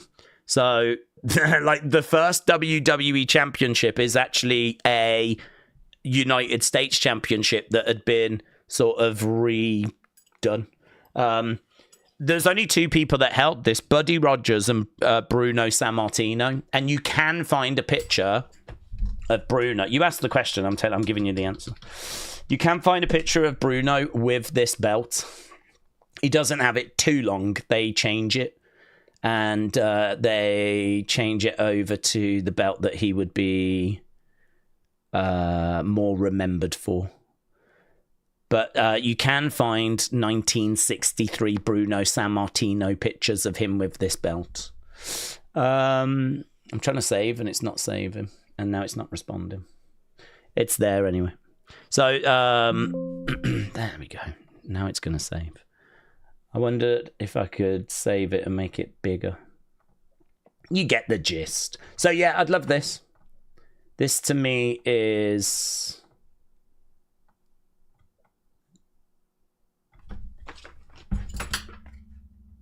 I mean, it's not bad, is it? It's really not bad. I was quite happy with it. But the thing is that it's all falling apart. Look, and it's all a bit wet on the back, and it's just not built to last. So, it is what it is. But I think to be able to own the very first WWE title, I can't be the only one that's kind of interested in that or finds that interesting. It's just people don't really get educated on this sort of stuff because WWE don't go this far back in their history. It's a real shame, honestly. I mean, WWE will talk a lot about WrestleMania and Hulkamania. And, we got a bit more of Bruno kind of when he went in the Hall of Fame, and they did like some sit-down interviews with him. But there's very little footage of the 60s and the 70s that there was even on the network, to be honest. Anything before WrestleMania 1 or the kind of early 80s, not loads of footage around. You can find bits on YouTube. You can find lots of bits, actually, but not compared to the amount of footage you can find of the 90s, obviously.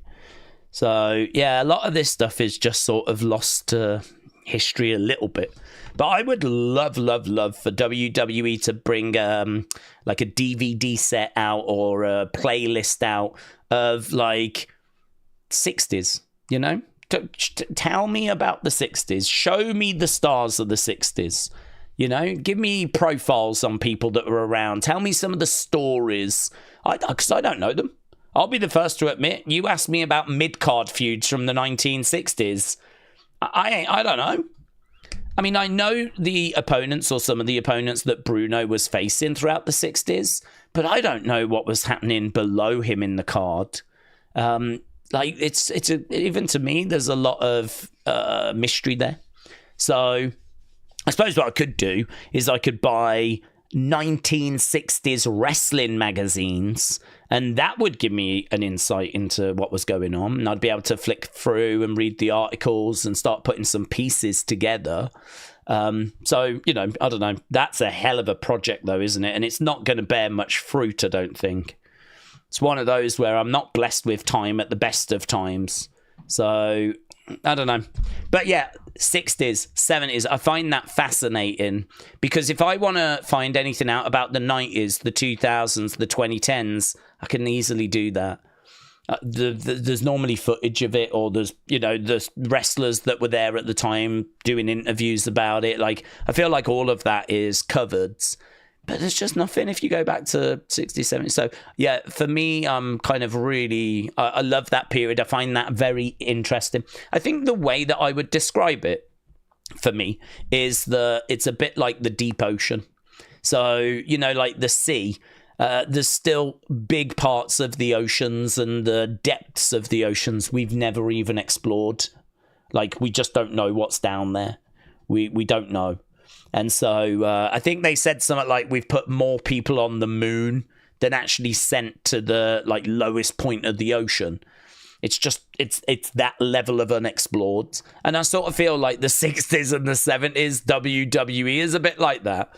It's kind of like this big, vast, complete unknown where I know what happened with the top title and I know some of the stars that were around and I can see the odd show from that kind of period, but that's it. It's just, even the network just did not have much on there whatsoever. I was ready to sit down and do a Bruno Sammartino marathon, but they just didn't have loads of his matches on there, honestly. So, yeah, I anything from that period, get a torch and have a little look around. I'd love to dig into that, so... I don't know if I'll ever get a chance to read all the wrestling magazines to do that, though. Right, Mad Dog says Jericho. Yeah, not tonight. I don't really understand the Jericho situation because the streets are saying that his contract's up at the end of the year. And then Tony was talking the other day like we'd be happy to have him back and all this sort of stuff. And people are like, well, he's under contract. What you on about? So I don't know what's happening with Jericho. I'm not expecting him, of course. But Jericho, maybe at the start of 2016, unless there's been a way out of his contract, unless somehow he's been able to get out of his deal early, perhaps he's worked all the dates this year he had to work. Perhaps he's committed to X amount of dates rather than time. and as a result, is done. And that might explain why Tony Khan said the other day, we'd be happy to have him back. He's been such a big part of AEW. So I wonder if there's something weird like that that's happened. I don't know. It was very, very strange. Very, very strange. Obviously not expecting him tonight, as I said. But yeah, people are wondering if we're going to see him early next year. Sleazeboy said, prediction, Judgment Day is going to get a mascot, maybe a rabbit. Liv will return, and Dom is going to ditch Roxanne. Roxanne will retaliate like Glenn Close in the movie Fatal Attraction. Sleazeboy, shout out to you. What, by boiling the rabbit? Well, that is very in-depth booking, and I applaud that. Rather than just going, this might happen, that might happen, you've gone the whole hog. You've given us quite the imagery there. So, Sleazeboy, thank you, my friends. Yeah, I don't know what's going to happen with Judgment Day, Roxanne, Liv, all of that. Lots of moving parts. Does feel like Roxanne and Finn against Liv and Dom. Definitely feels like a mixed tag match I can see happening in the future. Because it feels like Finn is enjoying some of the misfortune that Dom is going through, and it seems like Dom was laughing at JD and some of the chants the other day about how he's got a big head. I don't think Dom has kind of madly fallen for Roxanne. I think he might be showing signs of being a little interested, but I think Liv will come back and I think she'll come back and it won't have got to the point where he's like cheating on her. So, I don't know, I can't quite get a read as to where that's going. They've clearly got some sort of plan. But when Liv comes back, I mean, that's another one, isn't it? Liv is someone that's out at the moment that we're expecting back. But I don't think we're expecting her until much later into this year, early 2026. Probably more early 2026, I think. Probably Rumble. Right, Chris said, just want to let you know, I am out of hospital after 4 weeks. Very good, Chris. Welcome back to the real world. I bet you're very relieved to be back. So, yeah, welcome back, buds. Welcome back. Roxanne Perez is my favourite, I think, now, besides Charlotte, says David. BG said, I still think Jericho will show at the Rumble. Marvin said, Daze, who's your favourite wrestler of 2025? Probably Io, believe it or not. I think Io has been putting on the best matches. I think that she has really grown since stepping out of Damage Control. And I think that this has been a real breakout year for her. I think that Io, I think that match at WrestleMania really kind of changed people's perception of Io. I think Io is someone that people liked, and she was getting lots of support, and you know, in the builds she was kind of being like ignored by Rhea, and I think that was kind of by design. So, you know, you had Bianca and Rhea sort of like, go away, Io, we're focused on each other here, you're just kind of in the way. And I sort of feel a little bit like that could have been a metaphor for the wider WWE universe, where people liked Io. She was around and she was a player, but this is the year she breaks out. This is the year that she shines. This is the year where she finally fulfills all of that potential. And I think the build to WrestleMania was quite interesting, where they're constantly, you know, hand in the face, shoving her out the way. And then, of course, you know, in that match, all three of the women shine, you know, all three of them look absolutely fantastic. And it is Io that emerges. And then, of course, we get to Evolution, and then we just go to a different level again. I mean, that is in the conversation for best women's match in the history of WWE. I don't know if for me it actually is. I think it's up there. I'm really torn on the cash-in, because I think you've got these two women that throw everything at each other, and I think if it had just a normal finish, I think then I would have felt a bit more like, yes, that is the best women's match. It has the Naomi cash-in, which I just don't know. In my mind, I'm like, it's brilliant because you've got these two women that just cannot get the win over each other. They are just equal. And it's like, someone would have won eventually, but they were fighting for so long on the outside of the ring, all around the flipping arena and everything, and they just couldn't get the win. And so Naomi comes down and just ends it. If one of you ain't winning this, I'm winning this. And I kind of go, that's kind of brilliant, really. That's kind of brilliant. Where we've protected Io, we've protected Rhea, they've put on an absolute classic, and then the heel with Money in the Bank steals the win. You kind of go, that's great. But the only downside is that it does sort of leave this feeling of unfulfillment. Like, I spent all that time watching these two women, and the person that ends up winning is someone that wasn't even in the match at the start. And you kind of, do you know what I mean? Like, that, there is an air of unfulfillment attached to it as well. Like, I don't know. I'm really divided on it. I'm really divided. It's an amazing match. We're just talking about, is it the greatest women's match of all time in WWE? That's the conversation, right? Because I think it is in the conversation. So, yeah, I think Io, what they did at WrestleMania, what they did at Evolution, even the match at SummerSlam was fine. I mean, it wasn't the same level, but it was fine. It was not a bad match. You could probably say bad by their standard, but their standard is so high. She's had an amazing year. And, you know, the whole amount, I don't even know when this came in, to be honest. It might have been the end of last year, but, you know, this took on a bit of a life of its own. So, yeah, I mean, she's really just... Dave Meltzer. And I know people don't like him, but Dave Meltzer says that he thinks Io is the best in-ring worker WWE has right now. And I would agree. I would agree. If you look at match quality and consistency of match quality, even if she's just fighting on Raw, it's normally a really good match, if not great. So, you know, she's someone that if Io's on the card, you can genuinely look at that match and go, okay, yeah, now I'm interested. At least that's going to be good.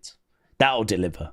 And so, you know, even if nothing else, just that will make you go, yeah, no, that'll be good. That'll be good. So yeah, I've got to say Io. Obviously, I'm a Sami stan, but I think the Karrion feud was awful. As I said, I think it's one of the worst feuds I've seen. There are worse feuds in the sense of nonsense, things you don't care about anyway. But I'm talking about people love Karrion, wanted him to have opportunity. I love Sami. I'm a Sami stan. So two wrestlers that you actually really care about engaging in a feud, and it not only not working, but I would say actively having a negative impact. I think it hurt Sami more than helped Sami. I think Sami was better before he got in that feud, and I think that feud actually hurt his aura a bit, and I think that is obviously detrimental. So to me, like, yeah, that's a black mark against Sami as well. Not just Karrion, but against Sami. The fact that Sami wasn't able, the chemistry wasn't right, they weren't able to deliver better. I'd love to know why. I'd love to know why. If I get a chance to, you know, ever speak to Sami, it wouldn't be my first question, but I'd hopefully try and get to the topic eventually. Your feud with Karrion in 2025, how do you think that went? How do you think that went? And then if he went, well, you know, it could have been better. Yeah, you're right. It could have been better. Why could it have been better? What happened there? What happened there? What was that about? What was that about? Why was the match quality so poor? And it's not just me saying it. You lot rated the matches as well. And like every time you were rating them, they were coming out low. If you look over at Cage Match, all the matches are low. So it's not me and it's not our community. Like, it's just wrestling fans all kind of were not impressed. I don't know why. So I love Sami, but that is a black mark for this year against him. John Cena's heel run was a bit flat. I think the Street Profits have had a great year I think a really great year for the Street Profits, actually. I don't think they're getting the credit they deserve, but they've done really well this year. It seems like they might be on the verge of splitting up. Wyatt 6 are talking about how their bond is not as strong as they think, which is really stupid, and I don't like it, because Street Profits have been together for years. They've been through more hard times than good, and they've always stuck together. So why we're now trying to make out that they're not really friends and all this kind of stuff is like, what the hell are you on about? These guys have been together so long. I mean, like, they deserve more success than they've had, and they've had some really tough times. I think, didn't they say they went 4 years without they're a tag team that went 4 years without winning tag belts, and that's their only focus. That's the only thing they have to do, is try and win tag belts, and they went 4 years without them, and the tag divisions aren't even that big. So to try and then tell us that their bond is not that great is like, okay. I mean, maybe it's not great right now, and it teases a turn, and it leads to a split. I mean, of course, it can be leading to something, but it's just a hard sell right now when I've watched them so much, and their bond has been, you know, arguably too strong. Their bond has arguably been too strong. There's lots of people that have said Montez should have broke out as a single star years ago, but he didn't, because his friendship with Dawkins and everything, you can make the argument their bond is too strong. So to try and tell me their bond is non-existent or a sham, you kind of go, what? What are you on about? Math don't math. Math don't math. I can only think they're going to split them. I can only think that they're teasing the bond is not strong now, and that they split up. But to be honest with you, if that happens, a lot of people are going to turn around and go, should have done this a few years ago, to be honest. Montez was quite hot a few years ago as a single star, and probably stayed together a bit too long, really. So if they do split, a lot of people are going to go, oh my God, what a betrayal. I think a lot of people are going to go, yeah, probably should have done this a while ago. I'm really down, and I said this years ago. I did a draft TikTok years ago, and I got some shiz because I said they should put Dawkins with B-Fab, and we should then do like heel Dawkins and heel B-Fab against Bianca and Montez, right? I said this years ago, before B-Fab even joined the Street Profits. And then she joined the Street Profits, and now they're teasing a split. And now it ain't that hard to look and go Dawkins, B-Fab, carry on, Montez leaves, and we could do mixed tag and all this sort of stuff. I'm like, yes, I'm down for that. That could be interesting. I think Dawkins is a better wrestler than he gets credit for. I think he brings a bit of power, whereas Montez brings the flashy kind of aerial stuff. Dawkins can heal it up, slow it down. Montez can speed it up, be a baby face. I do think B-Fab's going to struggle a bit against Bianca. That does feel like a mismatch. I don't think B-Fab is anywhere remotely close to Bianca's level. But I think as a heel, with the ability to cheat and take shortcuts, that could be the great equalizer. And I do think you could get something out of that feuds. And I don't mind those two as a package, B-Fab and Dawkins. So I don't know. I don't know what the plans are going to be.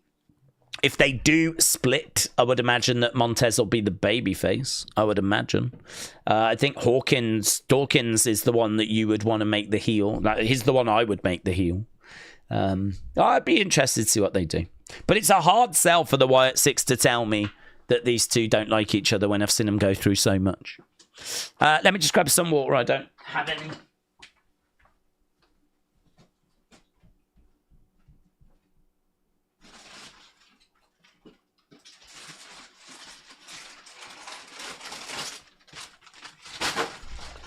Waterless. I was waterless. Right, Chris said, I got colitis. I don't even know what that is, but no, I'll have a look. Colitis. It's inflammation. Oh, IBD. colitis? It's when your bowel becomes swollen. I got colitis due to food poisoning.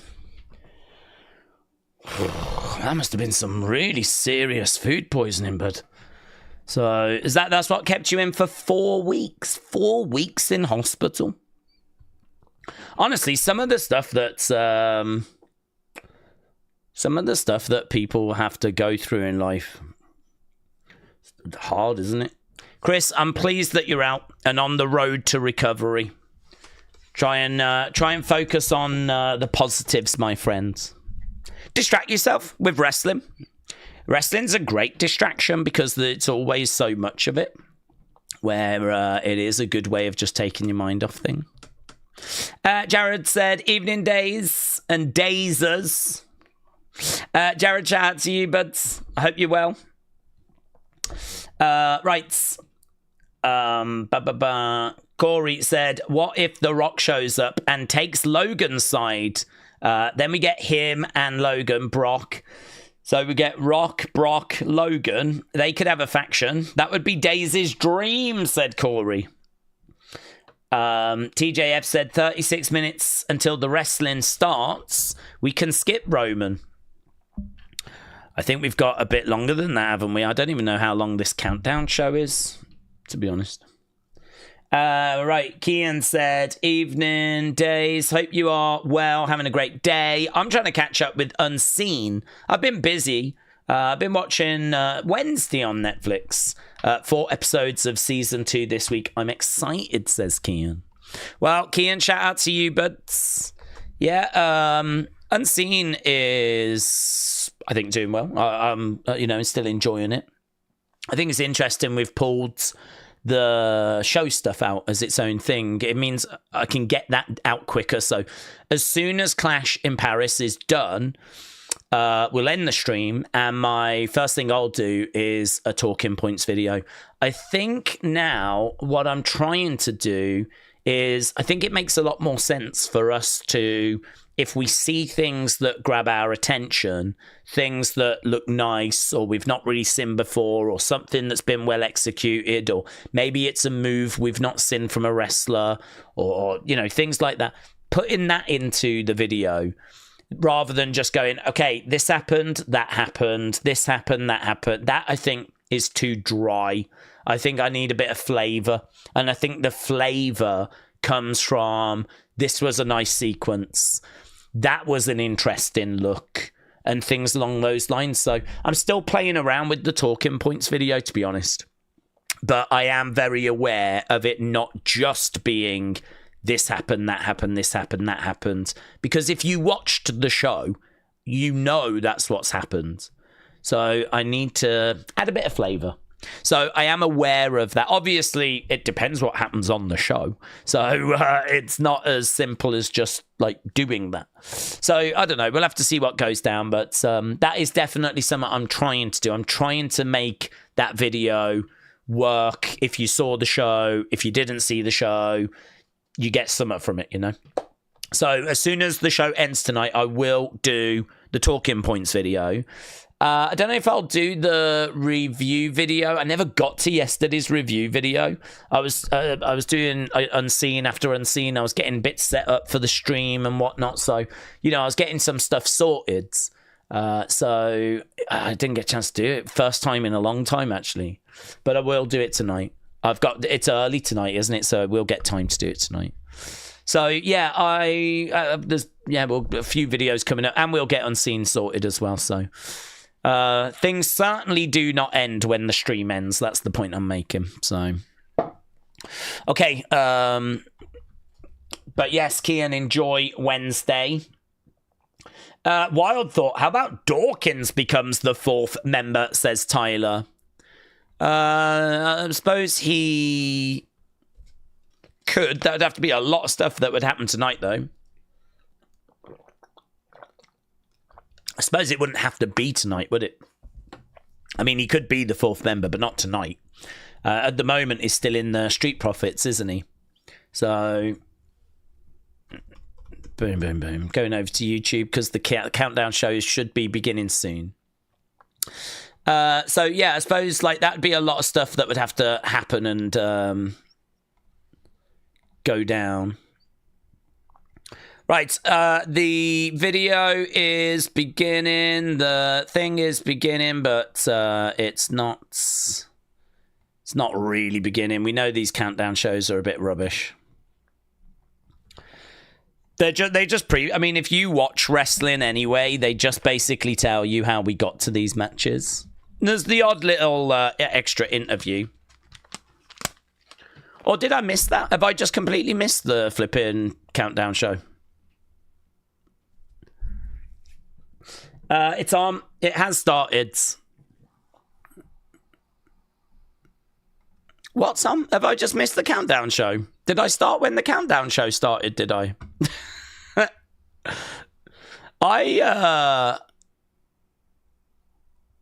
am I going? Netflix.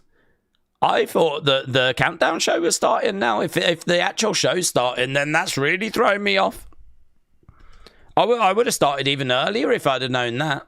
I didn't pay any attention to the countdown show. The countdown's over. I thought the countdown was just beginning. I didn't even have it on it. I have no idea what's been said. Dude, I thought countdown was beginning. I can't... Oh, my God. I can't keep up with all these times and everything. Oh, well, what the hell happened? I swear I looked online to see when the countdown show was starting. I swear it said it was starting at 7, so I went, okay, 2 hours before that, we'll start at 5.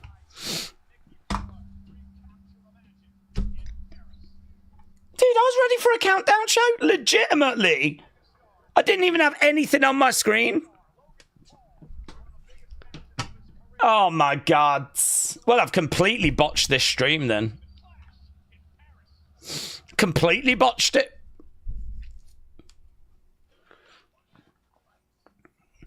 Right. We always start before the countdown show. Ah. You didn't miss much, said Shockwave. Oh, wow, we never do. I mean, we even started the flipping coverage by going, I'm not expecting much. There's never anything much from the countdown shows. So I wasn't expecting much, but... well, there we go. I certainly was not mentally ready to go over to the show. Guys, there was a flag! There was a flag! What the hell's this? What the hell's this? The crowd just made the French flag. This visual was insane. What? I never saw this. No, Guy, I did. I did see it, actually, and I cried. I don't know if you saw. I was in tears. I was beside myself. Well, what else did I flipping miss? Apparently Shotzi came back.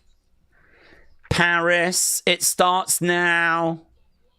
How long was the countdown show? Was it 2 hours or an hour? We don't have any money left, chance breakout. They did that the other day. They did that at SmackDown. Big E getting some love in Paris, apparently. Great. Looks like we're... What? I'm sorry, what? We want Big E chance. Look at Big E. Me? They want me? It's pretty fun. I'm putting it in. It's pretty fun. What else did we miss? LA Knight accuses Jey of taking inspiration from him. Okay. Wyatt 6 thing, saw that earlier.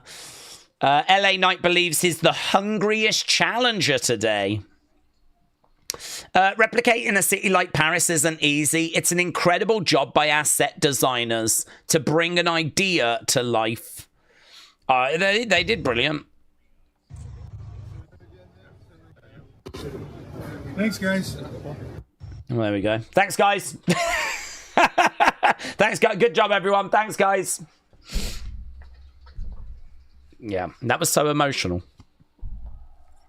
Big Bronson reads, guys, I'm having to catch up on what I missed out on because I completely botched everything. on for? Was it on for both hours? Did we start when they started? Wow, amazing scenes. Look at that big flag on the side. It is brilliant. It does look great. And they're already singing, you know. And I tell you what, we're expecting Roman out first. So these voices are only going to get louder. Oh, mate, they're off. They're off. They're already off. Yeah, France already in fine voice.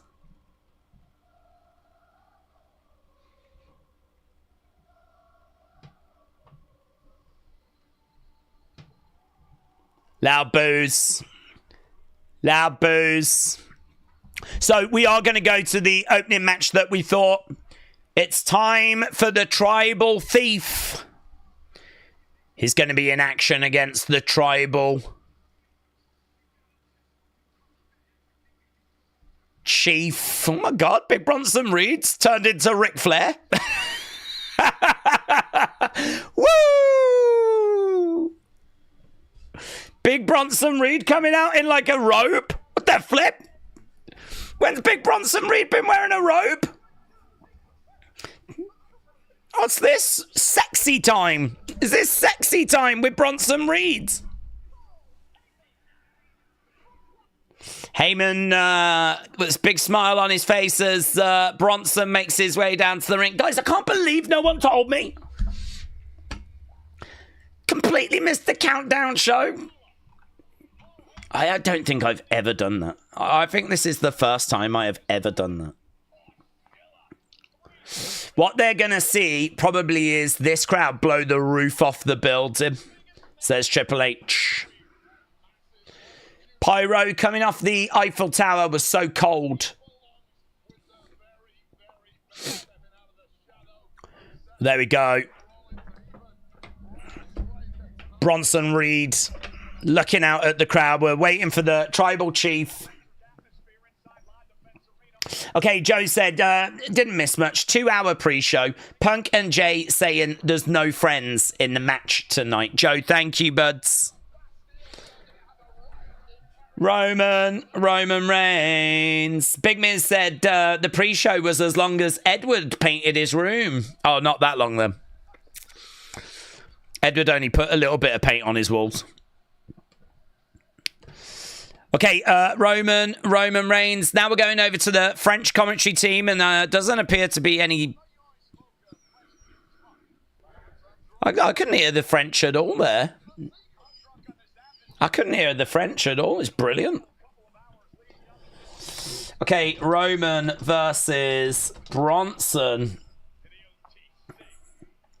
Okay, here we go. Roman, Bronson. We're waiting for the OTC. We're waiting for the OTC. OTC, OTC, OTC, OTC.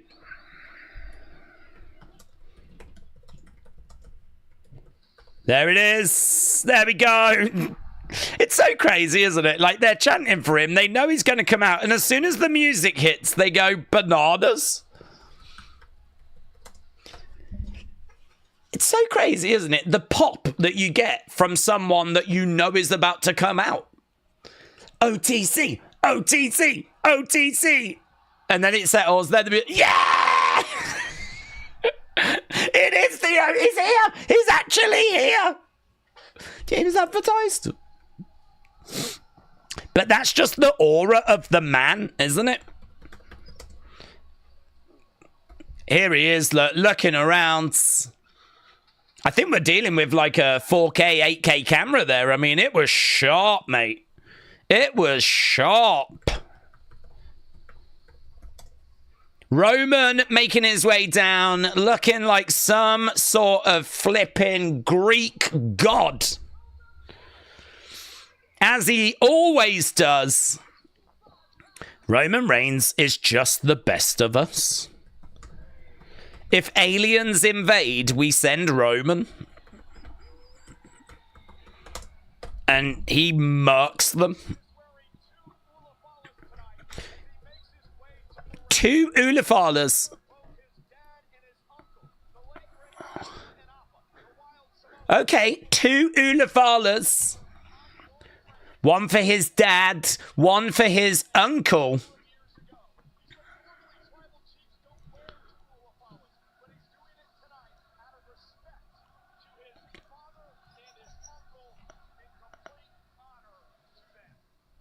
To his father and to his uncle. They don't normally wear 2, but he's wearing 2 out of respect. That's pretty cool, isn't it? That is actually pretty cool. Lots of people acknowledge him right now. Let's go. Let's go, kings and queens. Let's go. Roman making his way down. That's what she said. Shout out to you. He does have the Shulafala. All game. Shout out to you, buds. Let's end this poll, shall we? We'll start another poll. Who wins? Guys, this is the best countdown show I've ever seen. I had no idea that Roman was going to be on the countdown show. Roman against Bronson. Match number 1.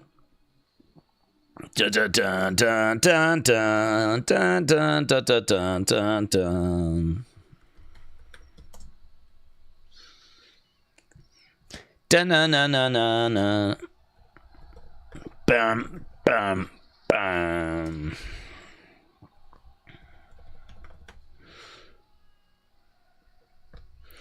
Okay, they've burst out into Roman Reigns, Roman Reigns, Roman Reigns.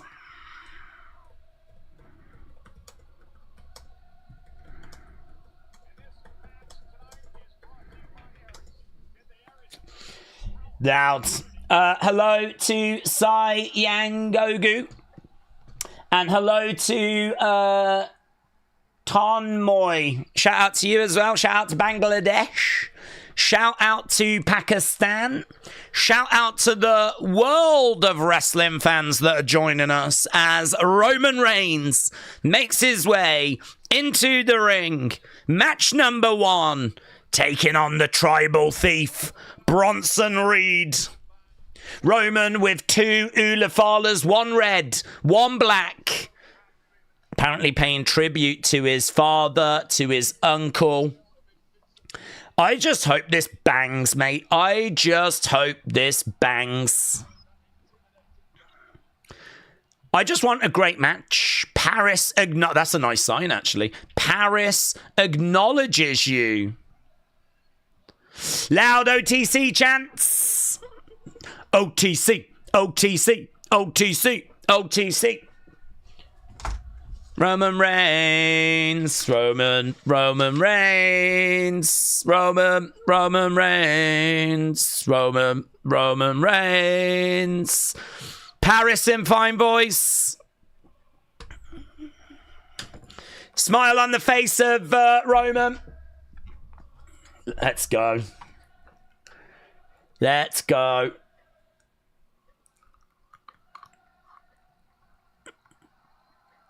Okay. Bronson on the one side, Roman on the other. We got Riyadh season logo in the middle of the ring, which is kind of interesting. That's what she said. Thank you, my friends. OTC chants. Roman looking out at the crowds.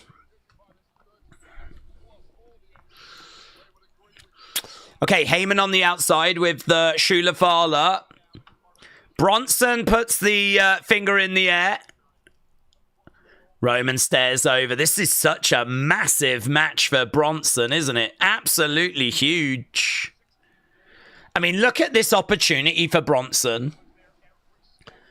You got Heyman on the outsides, who's with Bronson.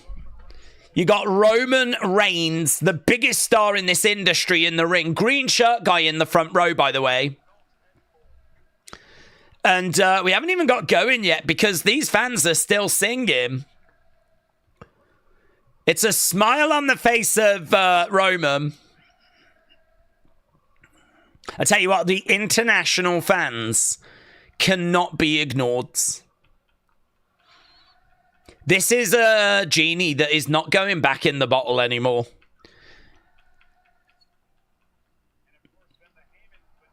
France showing that they are an essential market for the future of WWE. Okay, Joe said, amazing to see Roman back in the day when everyone was booing him as a face to where he is now. It's truly spectacular. Joe, thank you, buds. Yeah, I agree. A massive turnaround. Just shows, doesn't it? If you can have a great run, even as a heel, you can really win people rounds. Okay, they lock up middle of the ring. 16 minutes in, we finally get them locking up. And right now, we've got them... Who's the man, says Bronson, flexing the guns. Roman back in the corner, having a little look. Again, slow, very slow start. That's okay. Everyone enjoyed this last Peacock PLE before we're forced to pay $30 for ESPN PLE, said Jay. It's true. It really does suck for you guys in America. Okay, FU Bronson chants. FU Bronson chants. There was even a couple of people in the front row sticking up fingers. We honestly embrace bad language, I feel, a lot more than even our American counterparts. We've learnt that, haven't we, on the tour? We're not worried about bringing bad language into our chants. You lot are a lot more PG in America with your chanting.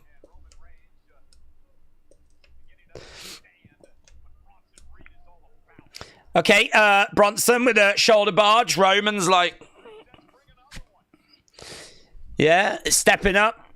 Roman against the ropes. Another shoulder barge there by Bronson. Bronson's got a lovely size to him, hasn't he? I mean, he's not carrying much weight, actually. He's lost a lot of weight, Bronson. But he's still kept his presence. Okay, let's do this. Bronson gets the... mate. Bronson's like, yeah, let's do this. He goes against the ropes, comes off the rope. Big shot coming in there by Roman. Another big blow there by Roman. Roman in control. Bronson going face first. Into that top turnbuckle, and Heyman on the outside looking a bit worried. Roman putting the finger up. Shot coming down there by Roman. Throwing in a few blows. Bronson reads.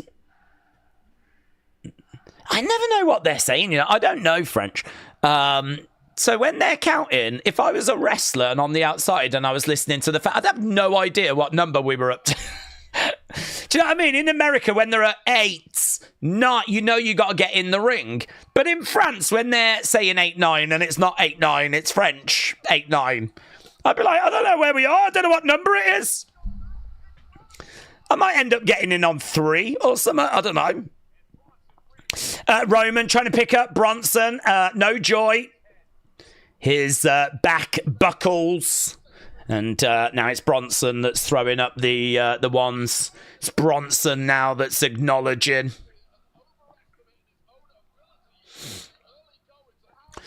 Shoulder barge by Bronson. Down goes Roman. It's very slow pace at the moment. The ESPN app is badass, said Corey.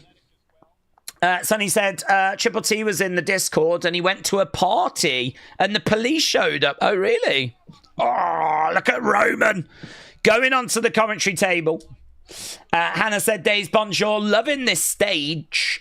It shows pizzazz. We need more of that. I agree. We do need more of that.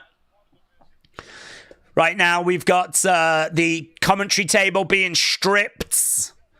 Bronson with Roman. Big shot coming in there by Roman. Bronson goes back. Roman grabbing Bronson, hurling him into the ring posts. Roman again with Bronson, smashing him into the ring post. And again, they're clearly going to give this match time. Right now is well in control, Roman. Smashing Bronson repeatedly. Stripping this commentary table right now. Roman having a few words there with the crowds. Commentary table getting stripped. Big clothesline there by Bronson. Bronson climbing up those ring steps. And boos are raining down for Bronson. Bronson grabbing a hold of Roman right by the Prime Hydration Station. And back in the ring, we got Papa John's sponsoring. The ring actually looks a little cleaner than I've seen. It's got a Riyadh logo in the middle and then 4 Papa John's, but there's nothing in the corners. Roman going against the ropes, picked up by Bronson. Slam down, big slam. It's going to take way more than that. It's going to take way more than that to put Roman Reigns away. Okay, crowd again chanting in fine voice. No idea what they're saying. Already we've had a few bits on the outsides. Headbutt coming in there by Bronson. There was a sign that said Paris acknowledges you, said Jeremy. I saw. Right now we've got shot coming down there by Bronson. Getting grabbed by the Prime Hydration Station sounds painful, said Rhino. You got him right in the Prime Hydration Station. Okay, so right now Bronson is the one that's in control in the ring.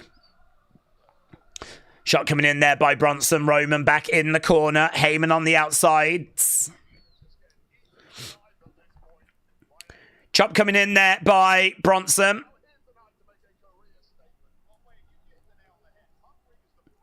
Again, in the corner goes Roman. Roman down.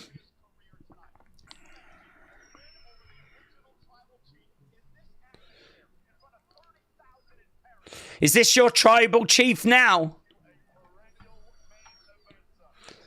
So Bronson standing on top of Roman. Looking at the camera like, as he stands on Roman, sticks his tongue out. Bronson enjoying himself. And he's got Roman twisting of the head.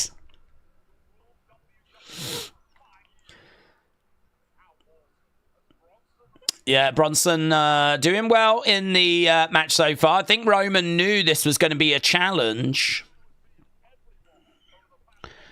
Twisting on the neck at the moment here, Bronson.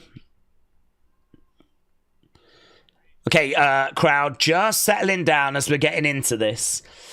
How come you guys are watching Clash in Paris? I don't have it on Netflix. No, you have to watch it on Peacock in America. I'm guessing that's where you are. It's Netflix internationally, Peacock in America.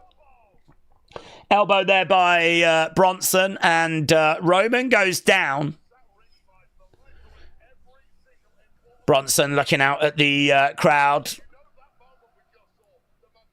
Can't make out what they're saying, but they were chanting something. Green shirt guy with a smile on his face. Over 30,000 in attendance here. Shot coming into the back there by Bronson. Chin lock being applied. Knee in the back, pulling back on the chin. And smile on the face of Paul Heyman, who's really enjoying what he's seeing right now. Obviously, Heyman was with Roman. He turned his back on Roman, joined up with Seth Rollins. And right now he's enjoying seeing that that was a wise decision so far. Is it going to be a wise decision by the end of this match? Right now we've got... yeah, it looks like a choke being applied. It's a rear naked that's in. Roman is down. Kind of looked like Roman was going to tap for a moment there, you know. There was a brief moment where he sort of did that. I think he was just trying to find a way of maybe getting the arm. Right now, he's being choked. But he's trying to, that's a big old arm, isn't it, to have around your neck there. The big old arm of Bronson Reed. Roman trying to get back up. Reese, shout out to you, my friends. Welcome, welcome. Austin, hello, I hope you're doing well. Connor says, come on, Roman, as Bronson delivers a Samoan drop. 1, 2. Roman gets his shoulder up. Roman gets his shoulder up. So, look at that. So, yeah, going for the cover. Boos are raining out as Bronson shows off that Shula Fala. All Games said, do we do American football streams? We don't, unfortunately, no. I have occasionally done the Super Bowl. But American football's not something that it's never been a sport that I've got into. It's never had massive coverage in the UK. It has grown in recent years, though. I think since you guys have been coming over for like 10 years or so, doing shows at Wembley and whatnot, that has grown interest in the UK. Now, we're fully focused on WWE, but we do occasional little boxing. Little UFC from time to time. But, yeah, All Game, shout out to you, buds. I was thinking of changing my handle to something wrestling related. I don't know, that's what she said. It's pretty fun. Oh, he's teasing, stealing the shoes again. He's going for Roman shoes. I mean, right there, he's pulling at Roman's shoes. He wants his shoes. This is how he gets his energy. This is how he gets his energy, by stealing shoes. But it's not to be. Roman's shoes survive. Bronson goes in the corner as Roman moves out the way. So Roman has been down in this match for past 5 minutes, if not longer. He's starting to come back a bit now, though. Clothesline there by Roman. And again, Bronson eats it. Duck underneath there by Roman. Shot coming in by Roman. And again, Bronson back against the ropes. Roman charging in with a clothesline. Bronson caught on the ropes. Roman goes back. Big clothesline. Bronson to the outsides. Okay, now we're moving. Now we're cooking. Now we're cooking. Yeah. Okay, we did the foundation work. Roman's down. You know, you've got to slow it down so you can speed it up. Roman's got to suffer so he can come back. And so we've... Oh, mate. You see Bronson there? Drive by Roman, and Bronson... into the ring steps as well. It's all the OTC. It's all Roman Reigns. And it does look like a war zone at ringside. We do have commentary tabletops everywhere. Fans back in fine voice.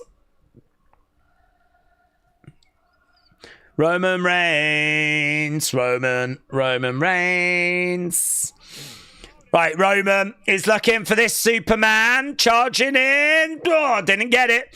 Uranagi connects there by Bronson. Sent on by Bronson. Goes for the cover. Shoulder up. Shoulder up. That felt a little closer. But, yeah, Roman going for that Superman. Couldn't connect. Couldn't connect. Richard, shout out to you, my friends. Carl said, Daze is a Bucks Fizz fan. You gotta slow down, then you gotta speed it up. Yes. If you wanna see some more. We're gonna do that in a minute. We're gonna whip the suit off Paul Heyman. He's just gonna be standing there in his pants with the Shula Fala around his neck. It's gonna be the single sexiest moment in WWE history. Elbows coming in by Roman. Doesn't seem like this match will have interference, which is good. says Brony. 1, 2. Bronson kicks out. Only just. Went for the... Oh, wow, that was a great spot. 1, 2. So I think, what was it called? A jagged edge. It's basically an AA, right? But Roman goes for the Superman. But as he's coming down, Bronson grabs him into an AA, which I think Wade Barrett said was called a jagged edge when Bronson does it. You know, like how the same move has different names depending on who's doing it. That was a jagged edge, though. But the way you got into that with the Superman was so good. Thumbs up. And they're turned down by Bronson. It's the beginning of the end. He's trying to pick up Roman right now. Duck underneath by Roman. Kick coming in there by Bronson. Roman going through the ropes to the outsides. I really love that. I love that Superman into that. He just ran into a Superman. Bronson was going to do a suicide dive. Roman. And another one in the ring. Roman Reigns. 2. 2 count. 2 count. That was a fun little sequence. Superman on the outside gets in. Second Superman. Down he goes. Only gets a 2, though. I tell you what, a couple of Superman punches in a row will put anyone away. So Bronson surviving, though.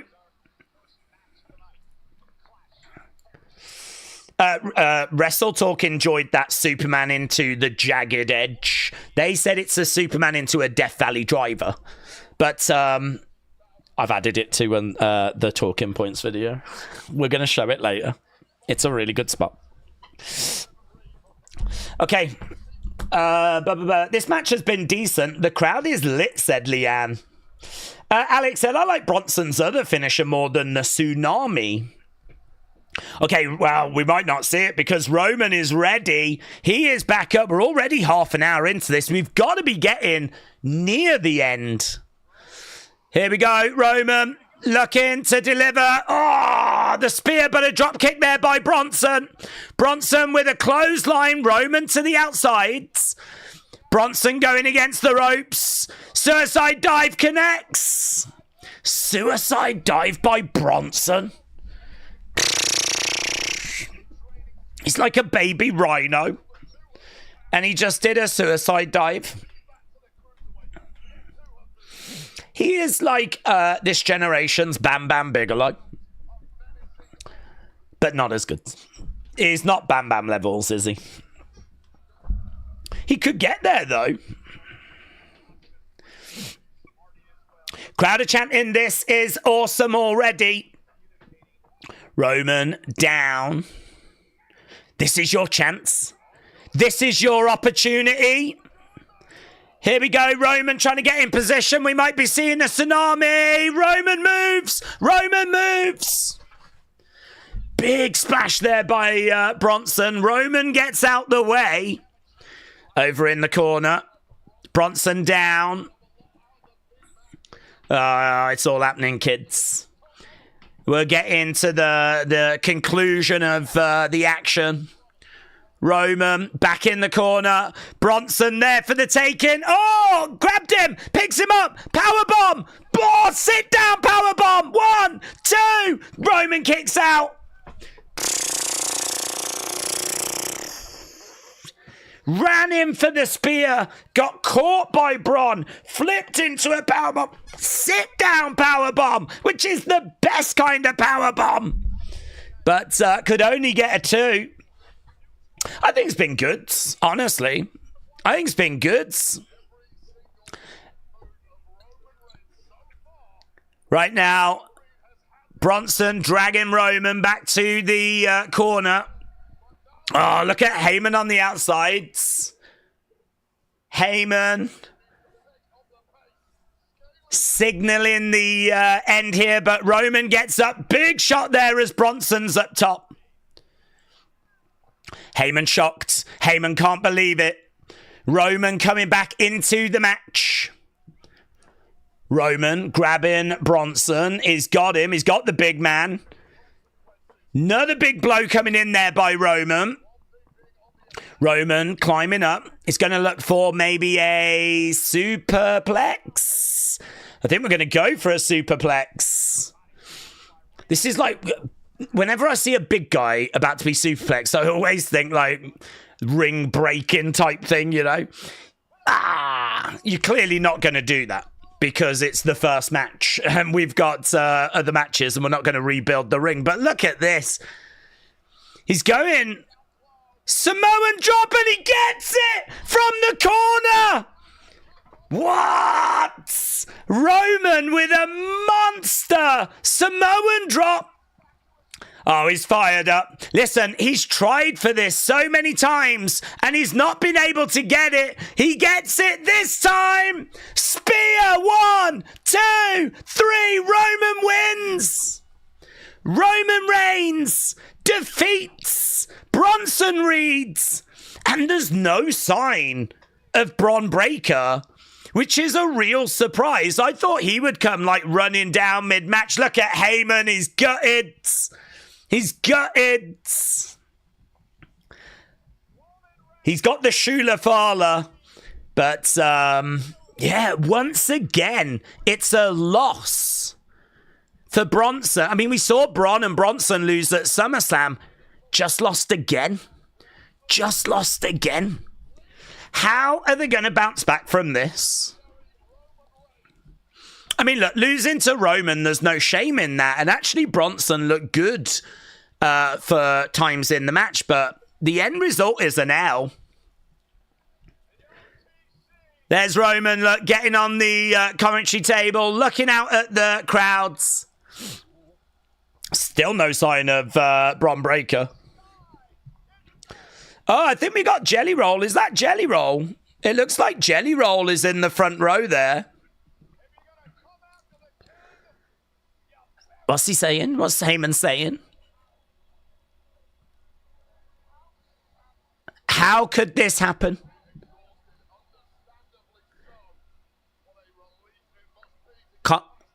He's talking.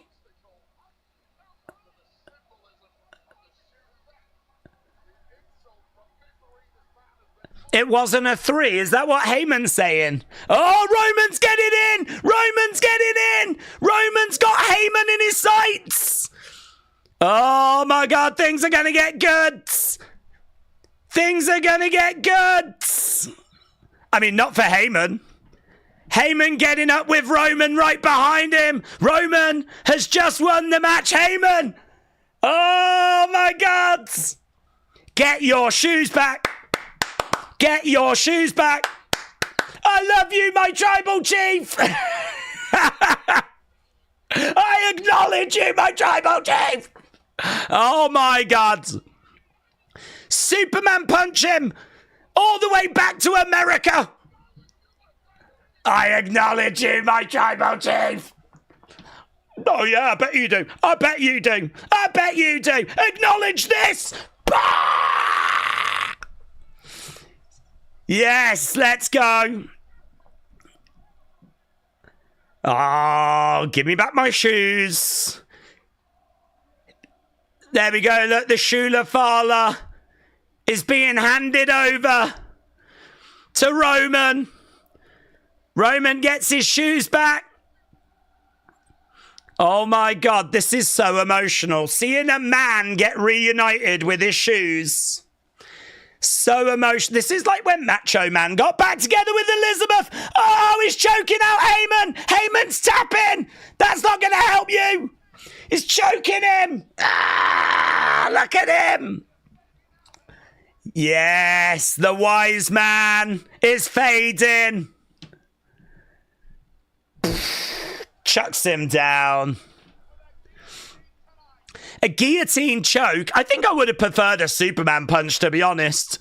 But it doesn't matter. The headlines are Roman Reigns has got his shoes back. Yeah. Everything is right with the world. Everything is right with the world. Guys, they said something big was going to go down on this show. We've just seen it. Roman's got his shoes back. Guys, I'm crying. I'm absolutely in tears right now. They're cutting the laces. That guy just cut the lace. If I was Roman, I'd be flipping livid. I'd be absolutely livid. That guy just cut the flipping laces.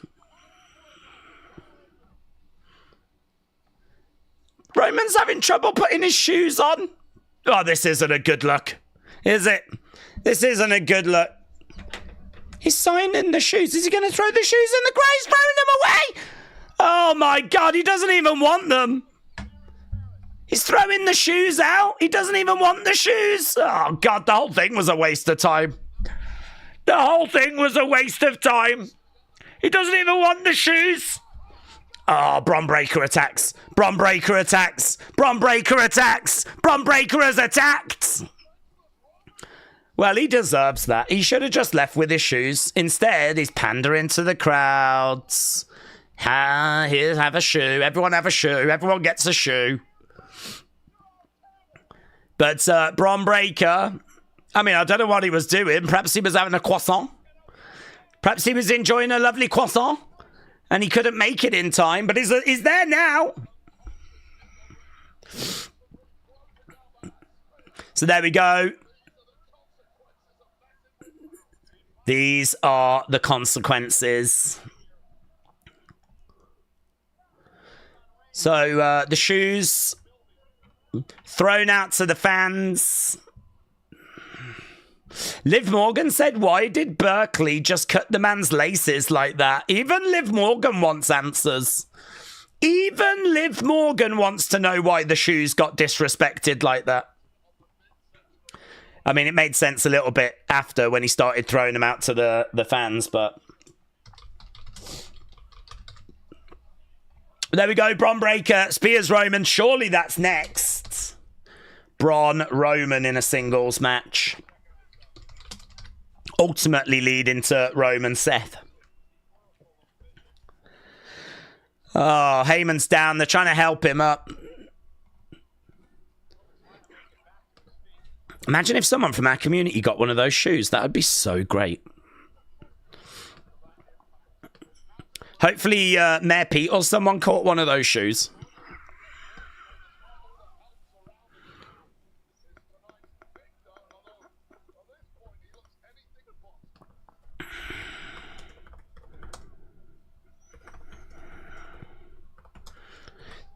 Someone just shouted something, and Bronson just said, shut up. I did not hear what was shouted, though. Roman's being helped up to his feet and being helped to the back. Bobby Walker, shout out to you, bud. Hope you're doing well. Bron's hurts. Roman, Bron, Wrestle Palooza said LS dub. Jelly Roll behind commentary. Roman being helped to the back. Yeah, people are asking, when are we going to get the... when are we going to get the singles match? People saying good opener as well. Apparently Post Malone is also sat in the front row. I've not seen Post Malone, but the streets are saying that Post Malone is sat there. That's what the streets are. I'm only telling you what the streets are saying. Oh, Bron Breakker's going back. Bron Breakker. Spear away, Bron Breakker. Roman down. Bron Breakker with another one. Another one. Yeah. DJ Khaled. DJ Breakker. So Roman's the winner. He got his shoes back. Then he threw them in the crowds.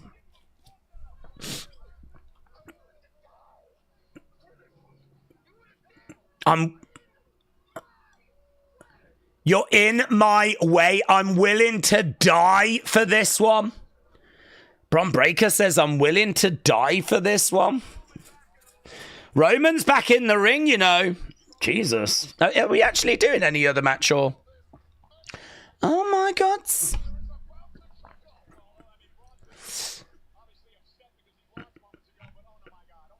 right now. Bronson up top. Tsunami connects. Tsunami by Bronson. Ah! Oh, yeah. You're all right now, aren't you, eh? Oh, you can act like the big man now that your friend's out there. Literally a moment ago, you just lost the match, you boomer. Where was this energy then, eh? Jason Jordan's in there telling Bron Breakker, get out the ring. One of them from Bronson. I'm the man now, says Bronson. I'm the man now. Sure you are, mate. Sure, you keep telling yourself that if that's what's going to help you sleep at night. This is a bit boring now. It's the same ending to every Roman segment, said Will. Daze, last year we had a feud over a bracelet. Now it's shoes. What do we think they're going to fight over next, said Dad Stuff. Action figures. That's the one I'm waiting for. That's where we're going to shine. Because that was a big part of this channel. So I've seen friendship bracelets. I don't know anything about them. I've seen shoes. I don't know much about them. Next will probably be La Boo Boos, right? Or whatever they're called. La Boo Boos, La Boo Boos, La Bomba, whatever. So we'll probably do that next because it's on trend. But eventually we will get to Mattel figures. And I'm looking forward to that day. Jared said, this is a great kickoff show. Guys, I have never seen a better countdown show in my life. This is just so good. I'm so glad I didn't miss the countdown show. Because this is so good. It's so good, I'm actually crying. Oh my God! Bronson's coming back! Oh my God! Oh my God! Is he coming back again? They're coming back again! Oh my God, he's on a stretcher! Roman's on a stretcher! Tsunami! Roman was on a stretcher! This is like the third time or the fourth time. The rest of the show is going to have to be cancelled because we're running out of time. Oh, finally! Finally! Gee, you wouldn't think Roman had one of the biggest families in the world, but he does. And they all are wrestlers, and not a single one of them came to help until now. Dude had to be on a stretcher, strapped to a stretcher, before one of his family members got out there. Blimey hell. Psycho Stu got more help than this. Jey Uso going over, throwing in shots. Ah, but he eats a spear. Oh, I'll tell you what, Bron Breakker is in no mood today to mess around. He is in no mood to mess around. He must have had a bad croissant. They probably got his little tiny coffee order wrong as well. Perhaps he tried to go to the Eiffel Tower and it was shut. But he is just in a bad mood, mate. He is in a bad mood. He's going again. He's going again. Jay's down. Roman's down. Oh, my God. Get more security. Just fill the ring. There's got to be a way. Look, he's running around. This is turning into Benny Hill. He's just running around. Another one. Another one! They're writing him off, aren't they, actually? If you think about it, Roman's going away to film Street Fighter, so I think they're doing this as a way of writing him off. So, oh God, that's got to be it, surely. Surely. Surely. Surely.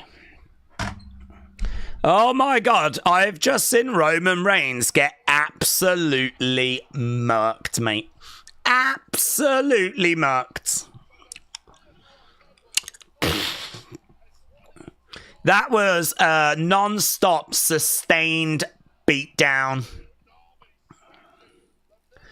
They've killed Roman Reigns. There's people crying. Look. And legally, you're not allowed to put that unless you're actually crying. That's a great image, though, isn't it? That is a great image. Roman Reigns being splashed on by Big Bronson Reed. It's still not enough for these monsters. Bro is never coming back to Paris. She's cute. Isn't she? Fair play. You know, for a doctor. Splash. What? Michael Cole said Roman Reigns will walk out with Jey in the main event for the World Heavyweight Championship. Don't believe everything you hear. These unreliable announcers report. Yeah, well, it's true. He has been absolutely destroyed. Look at this. Look at this. Look at this. Spear! Murked, mate. Absolutely murked. Roman Reigns. Do it again, Bronson. Do it again. They're going to have to take him to the hospital, says Michael. This is bad. Michael has already diagnosed Roman. Right.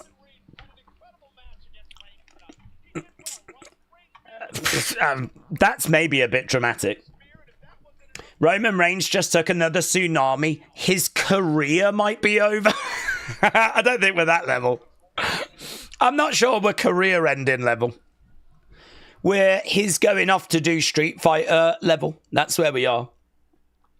He's going off to film a film level. That's where we are. The fact we're still seeing it makes me think there will be one more attack, said Decay. No, I think they're just really trying to sell the injury. So there we go. Roman Reigns is led away. Destroyed.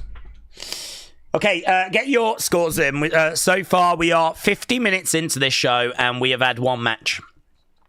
So I've got to think these next matches are going to move at quite the pace, to be honest. I don't think, you know, I wouldn't be shocked if there was some pretty quick little outings here. Roman will come back and screw over Seth, said Hawks fan. The crowd sings as Roman's being carried away. You've got to love wrestling, says Wrestle Rents. Roman is a part-timer. Of course, he's not going to be around as much. This isn't anything new, says JL8328. Will said 52 minutes for one match. That tag match is going to get about 5 minutes. And most of that will be the entrance for the Wyatt Six. Okay, we've just got a little video package right now, but I don't know what this video package is about. Oh, it's Terence Crawford's. That's what it's about. They're promoting Canelo Crawford right now. Okay, guys, get your scores in. What have you thought about that match? We're not so much scoring the beatdown after. It's more the match. What did you think about that? Hello, Joel. Hope you're doing well, my friends. Shout out to everyone that's joining us. I cannot believe that I got the time wrong on this show. I really cannot. But one of the last things I did before I went to bed was I looked to see when the countdown was starting. And I must have just, I don't know, set the stream to start at the same time, but mentally thought I had started it earlier than that. I don't know. We never start when the countdown starts. Botched it. I botched it, mate. There's no two ways about it. I botched it.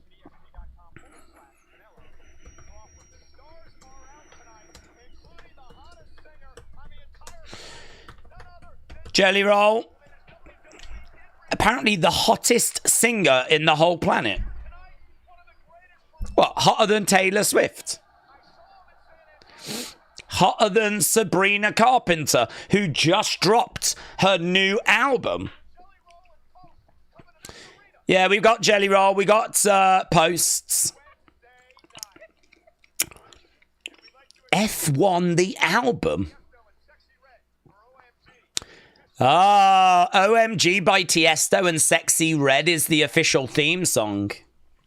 I thought this was good.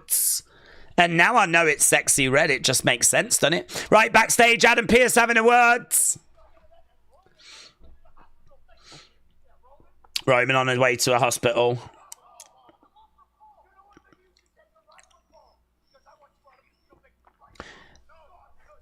Oh, this is really interesting. They're kicking out Braun and Bronson.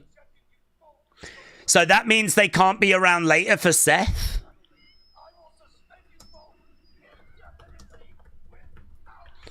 They will be suspended. That surely means the chances of Seth getting a new member have just drastically increased. Surely.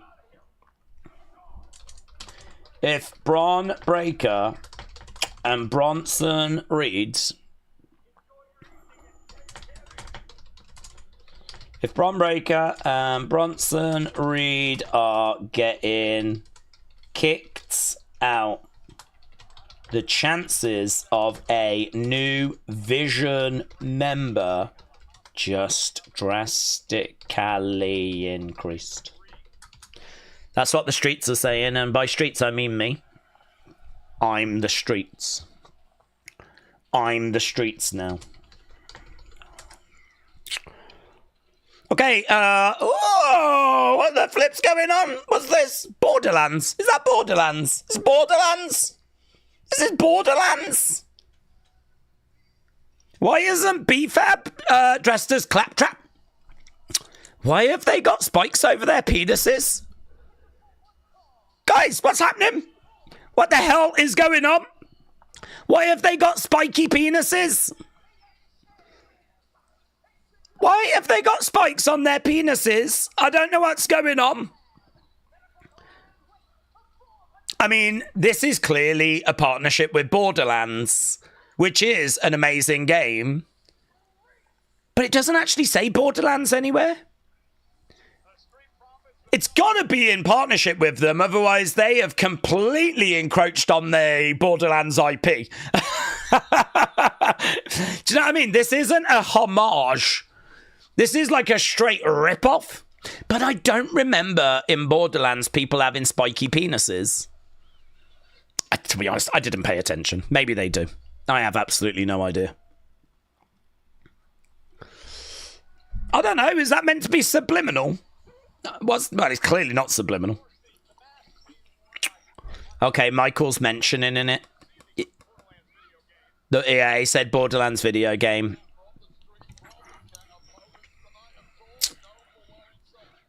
No.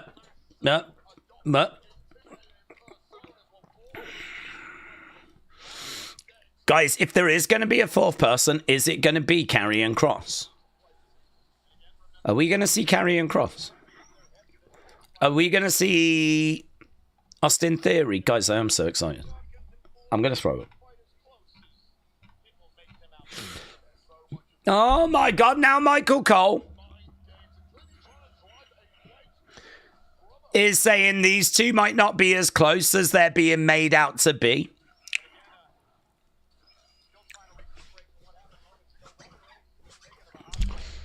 Roman Reigns being taken to the hospital. Daze, those cups are where the kinky cross cutting route. Oh, they were Karrion's, were they? That does make sense, actually. That does actually make a lot of sense. Okay, so match number 2 then. Let's not get confused. Here we go. Wyatt 6. I think this has been a fun show, honestly. I mean, if it doesn't feel... I've just completely messed that up, haven't I? I've got no idea what's gone on there. I've botched that. It's in lowercase. Here we go. Look, I don't want to miss the Wyatt 6 entrance. I don't think anything's going to happen, but I don't want to miss it.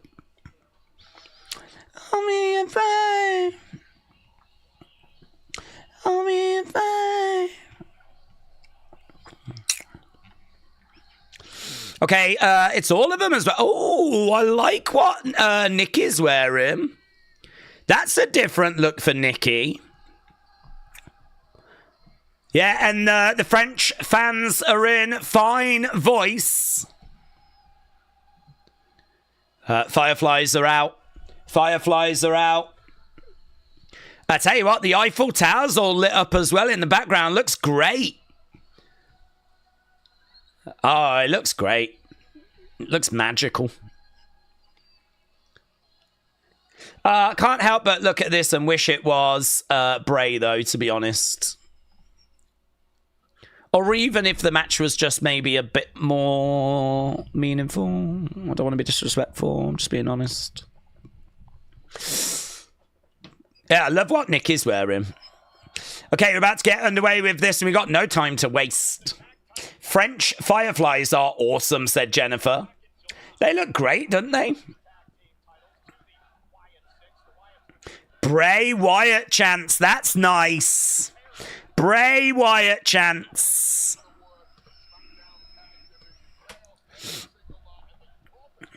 Okay, so right now we have got a graphic for the tag titles. They took the spikes off, said Dave. Yeah, that sucks. That does suck. They've actually kept quite a few elements of the costume on, though. Oh, now they are teasing a bit of dissension. Dawkins saying to Montez, I'll go first. We haven't seen no signs of this. This feels so forced.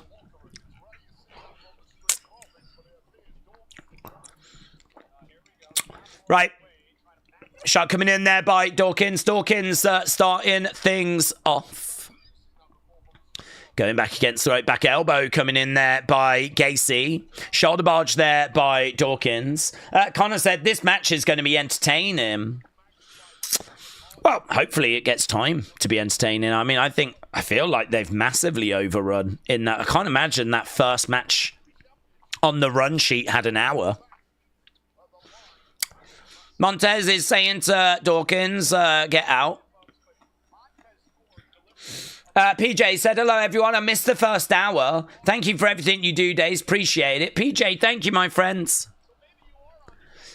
It was a good hour, honestly. Fun. Enjoyed it. And I think it might have set something pretty big up for later in the show.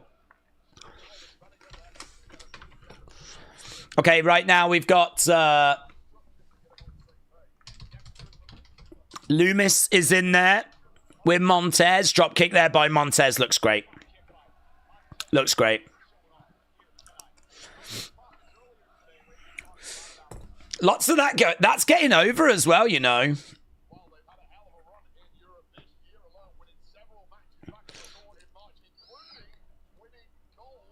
Oh, lovely work there by Montez. Flipping over. Look good. I want to try and find a nice image of what Nikki was wearing, because I thought what Nikki was wearing looked good. To the outside. Against the ropes goes Gacy. He gets planted down.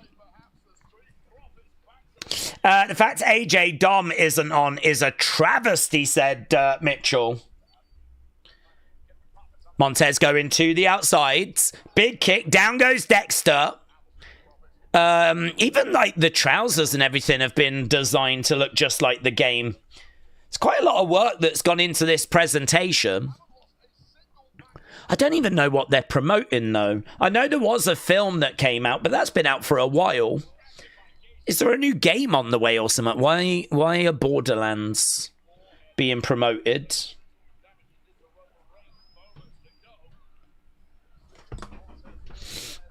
I actually don't hate this because I like Borderlands, but if I didn't even know what the game was, then I might be upset about it. I don't care. I'm in good spirits. It was a fun open. I really like the attack. Okay, Gacy is in there with Montez right now. Do a poll. You lot got it right about who won in the Roman match. Who wins? Who wins in this one? Is it going to be the Wyatts? Or is it going to be the Profits? Agam said, when is the next member stream? Next member stream is Tuesday. We do 3 member streams every week. So next member stream is Tuesday. Members at the moment are voting for who they want to go up for Hall of Fame. So there will be a Community Hall of Fame poll coming up soon. So a few things going on with the members side at the moment. But Tuesday, my friend. Right now, Gacy in there with Montez. Gacy attacking him from behind. And look at that. Lovely little headlock being applied. Choke being applied by Gacy. Wyatt 6 in control. You can see Nikki in the background loving what she's seeing at the moment. Right now, we've got Montez coming up to his feet. Gacy with a kick to the midsection. Grabbing Montez. Montez going into the corner. Tag being made. In comes Dexter. Gacy gets thrown into Montez. Montez is up and slammed down there by Dexter. Leg drop there. I feel like this is such a bad spot for this match to be in because it was such an amazing open with... It was a great match, but the angle we saw after was so big. It's kind of like you're still sort of recovering from that. This match could have benefited by just being just that little bit later in the card, really. Against the ropes goes Gacy, clothesline. I keep sleeping through the member stream because I work overnight, said Jennifer. I think a lot of people sleep through those member streams, to be honest, but... You're not alone. AB said Pierce needs to drink a 5th of Fireball. He's going to need a drink after this, isn't he? He's going to need a drink after the open to this show. Wyatt 6 doing a really good job here of tagging quick, not allowing Montez to get settled. Montez going to the outsides. We're waiting to find out. We're waiting to find out what's going to go down. There was rumors of something pretty big later in this show.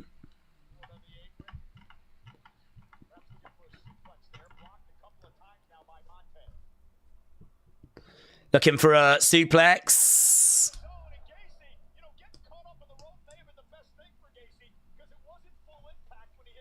Okay, Gacy is down.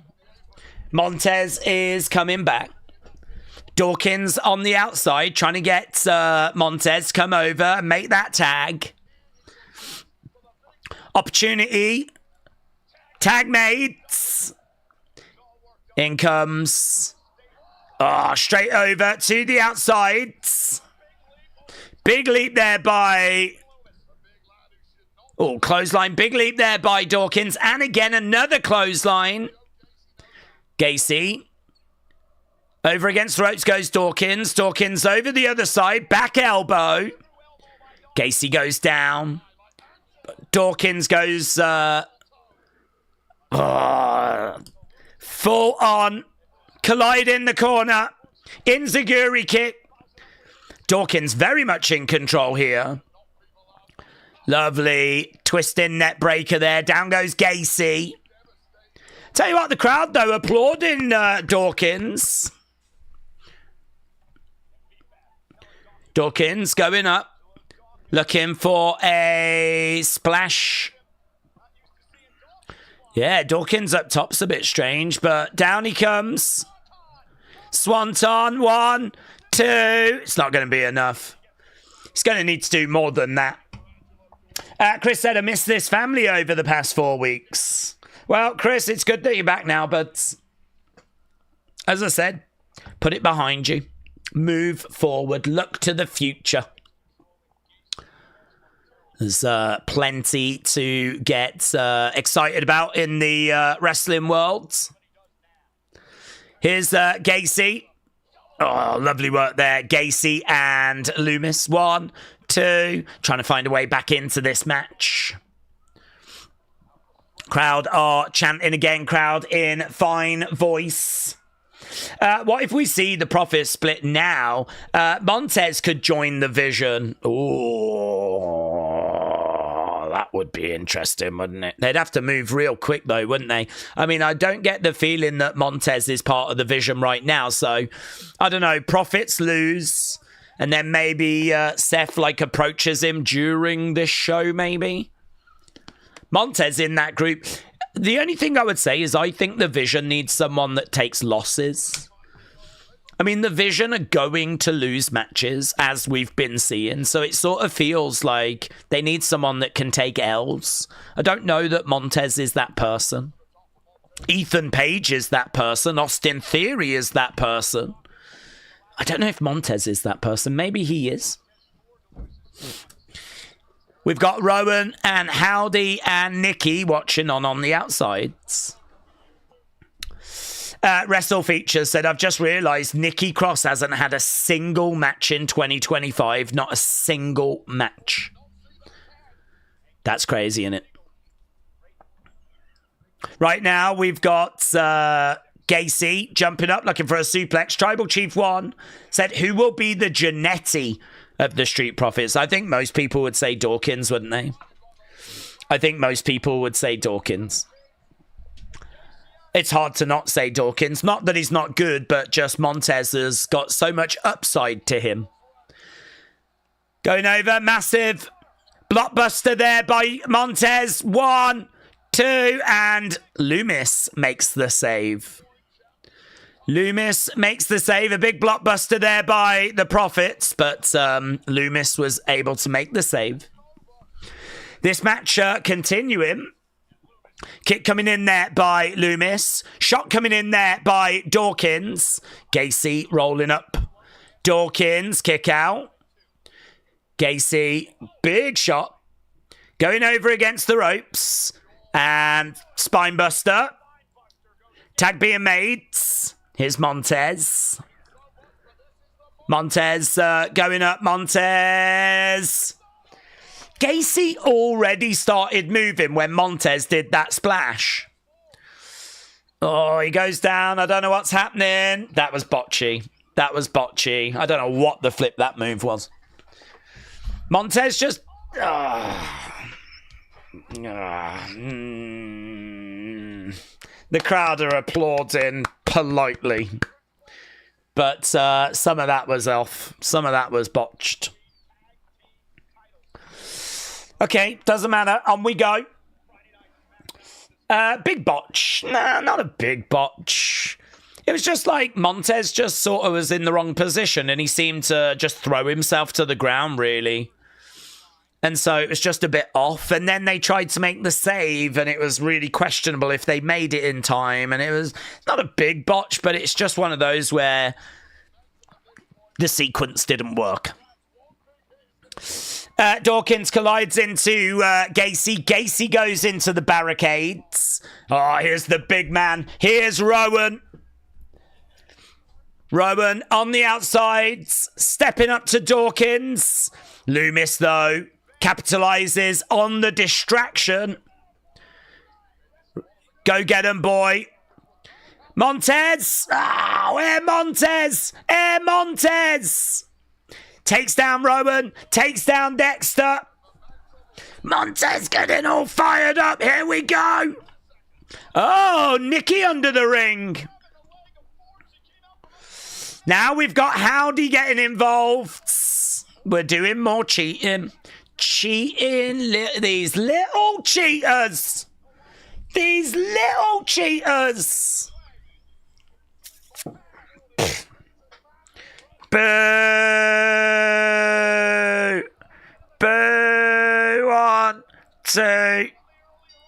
And there we go. The Wyatt 6 win. Thanks to being dirty cheaters. Boo! Boo!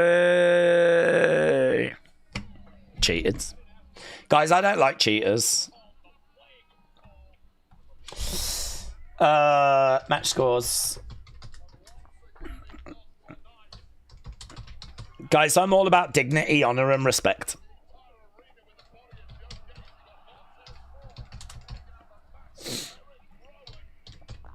Okay, wonder what's going to happen with the profits now, I wonder. What's going to happen with the profits? Venom said, I love that their thing before was that they didn't cheat and they were good, but now they cheat. Now they do. Now they are cheaters.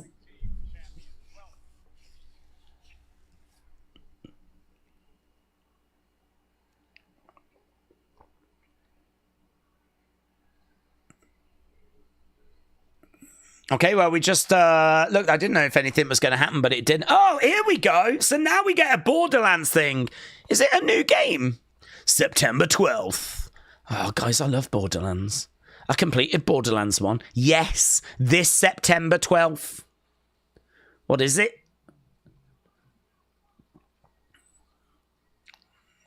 Break Free. Borderlands 4. Oh my god, guys, I've not played 2 or 3. But I need Borderlands 4. Oh my god. It's a good game. Borderlands 1 I really enjoyed. I do not complete games, but that game, it grabbed me. It grabbed me and it held me and it made me play it.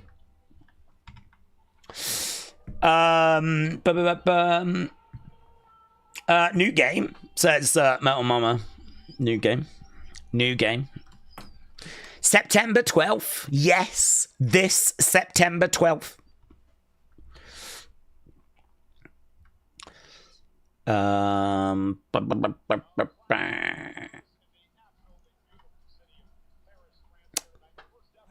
There's no clips of the little botch.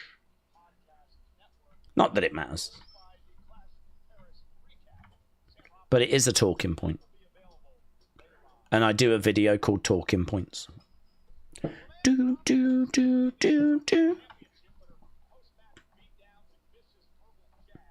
Okay, Becky, Nikki coming up next. Right. I finished Borderlands 2. It was awesome, said Mohammed. Oh, really? Yeah, well, I loved 1, and I did make it through about 30% of 2, but I was working at the same time. I just couldn't find the time anymore. The problem with me is if I put a game down, I just find it so hard to go back to it. I don't know why, I just can't get back to them. Like, I did really well with Fallout 3, and then I stopped. It's so hard for me to have enough time to just finish a game.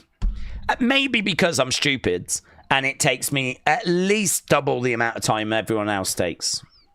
I get lost. I forget what I'm doing. I never quite know how the menus work. I never quite remember my missions. And I'm like, I just get sidetracked. It's just, do you know what I mean? I need Sonic, where I just go from one side of the screen to the other side of the screen. I know where I'm going. I know what I'm trying to do. With these big open worlds, I'm just like, oh my God, what's going on? It's too much for me. But I did find my way somehow to complete Borderlands 1. It is honestly a miracle that I got that game completed. Not enough people talk about that miracle. A lot of people talk about the Jesus miracles, but they don't talk about the miracle of me completing a game, which I did achieve with Borderlands 1. And I promise you, if I was to buy Borderlands 4, I would be lost within the first 5 minutes and the game would never be played again.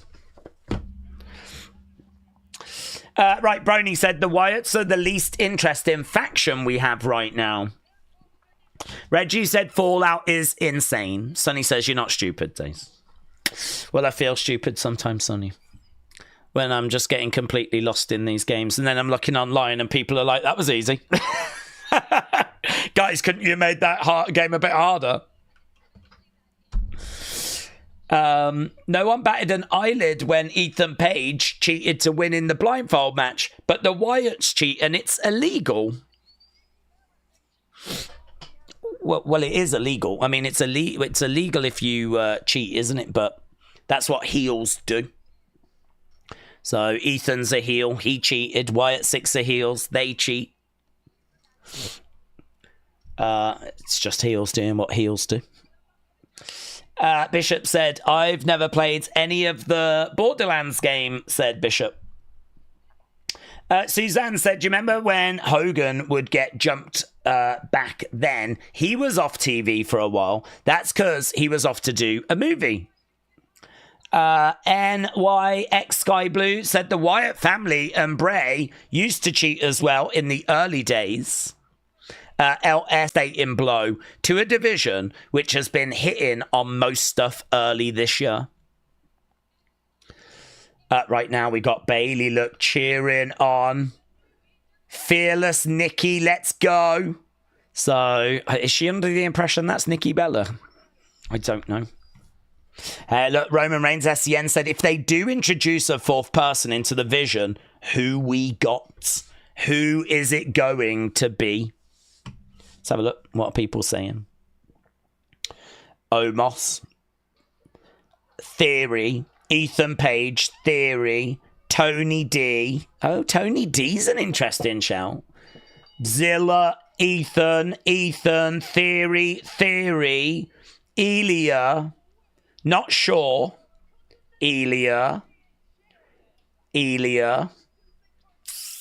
D-Faction doesn't need a fourth. Here's Nikki making her way down. LA Knight, Elia or Theory, Ricky Saints. Grande Americana. It's true, actually. It could be one of the Grande Americanos. I think we've got about 3. It could be one of them. Oh my God, look at that person in the crowd that was a Nikki fan. Nikki just gave her a hug. She just flipping burst into tears. Burst into tears.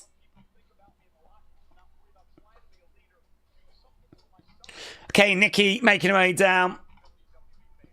Oh, I want a little thing of that, actually, where she hugs that girl and the girl bursts into tears. That was kind of nice.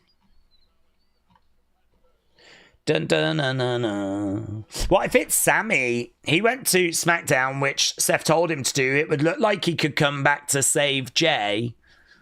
I think he's on SmackDown, but he's a champion on SmackDown as well.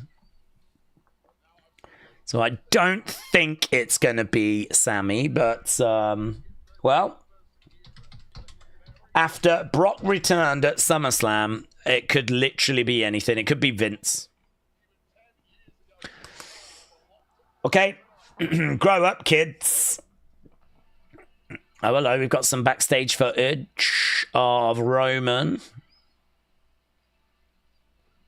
It's only 10 seconds. Here's the man.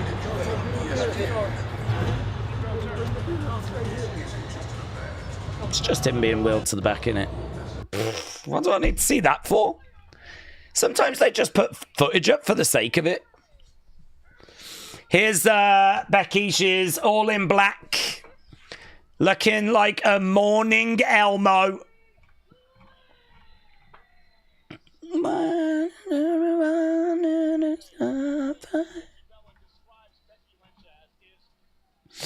I'd rather sit in my backyard than watch this mess. I'm rooting for the ref to win, said Rhino.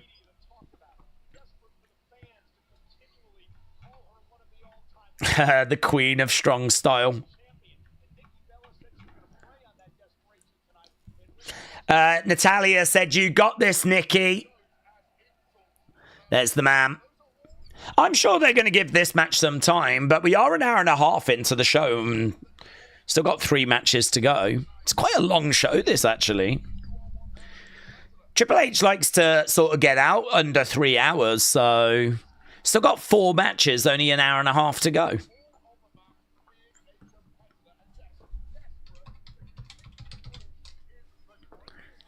Okay, Becky in white and black.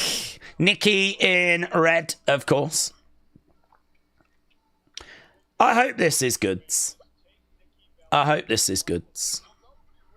I hope this delivers. Right now, the championship being held up. Not surprising that Triple H is booking Roman. It's clear he's doing everything in his power to tarnish his career and legacy so that people don't rank him higher than himself. Oh, I think he might have already lost that battle. I think he might have already lost. Right, we've got Nikki in there circling round. We're about to get underway. The two of them locking up. Forearm shots coming in there by Nikki. Knee to the midsection by Becky. Right now we've got Becky on the outsides.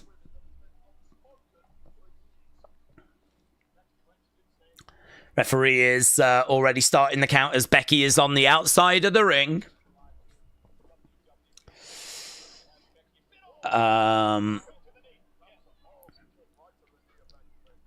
Okay, Becky on the outsides. Nikki going underneath that bottom rope. She was going for a baseball slide, but Becky moves out the way. Wow, into the ring steps.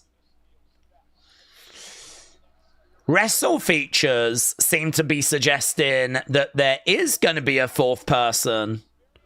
Well, I don't know if they've actually heard anything. Here, look, if they do introduce a fourth, who you got Wrestle features, who are, pretty big news account. They don't really break stories, though. They just report what's being said. I know who it is. No, you don't. No, you don't. Becky going up. Leg drop there by Becky. 1, 2. Kick out there by Nikki. Chet, hello my friend, hope you're doing well. Trini said some Roman fans are a tad delusional. You know they're recent fans, because anyone that lived through Big Dog era knows that this isn't Roman being buried. Suzanne said, I agree. I think Seth will retain, as much as I hate to say it. Brony said, Taker, they did way too much. The segment was too long. Anarchy said, Nikki Bella is a really good wrestler. We got a Becky Lynch chant. Becky Lynch. Becky Lynch. I don't even think it works that well. Becky Lynch. Becky Lynch. Why not? Something to do, innit? Something to do. Lyra Valkyria said, save us, Nikki Bella. Lots of support for Nikki here, but Nikki struggling a little bit. Becky in control. Slap coming in there by Big Time. This is my ring, says Becky. NYX Sky Blue said Roman has got to be written off. If Roman could be around as much as possible, WWE would be happy about it, but he isn't, which is understandable. He's at a different point in his career. 1, 2. Shoulder up there by Nikki. Becky sticking on her at the moment. Okay, right now, Becky in control. And we're kind of in the early stages of this one. Becky keeping Nikki grounded. Let's end the poll for what you thought of match number 2. You said good 93. Good 93. Again, we've got Nikki driving back into Becky. Boot coming in there by Becky. Clothesline by Becky going for the cover. 1, 2. And shoulder up there by Nikki. Right now, we've got Nikki back in the corner. Becky is looking to charge over. Nikki moves out the way. Becky collides into the corner. Nikki coming back. Becky moves. Kick coming in, but it's well scouted. Becky goes back to the middle. Nice forearm shot coming in there by Nikki. And again. Shots coming in. Another forearm shot coming in there. Becky, the greatest Wade Barrett. Dumber than Michael Cole. So Bailey is watching the action. Reacting to Wade Barrett calling Becky the greatest. Uppercut coming in. Kick to the midsection there by Becky. Against the ropes goes Becky. Clothesline. Becky goes down. And again. Drop kick there by Nikki. Becky goes to the outsides. Nikki is looking a bit lethargic, said Alex. Baseball slide connects this time by Nikki. Face first. Becky getting smashed into the commentary table. It looks stupid, that does. It's very clear that Becky is slapping the table with her hands. It's very clear that's not... What the hell am I watching?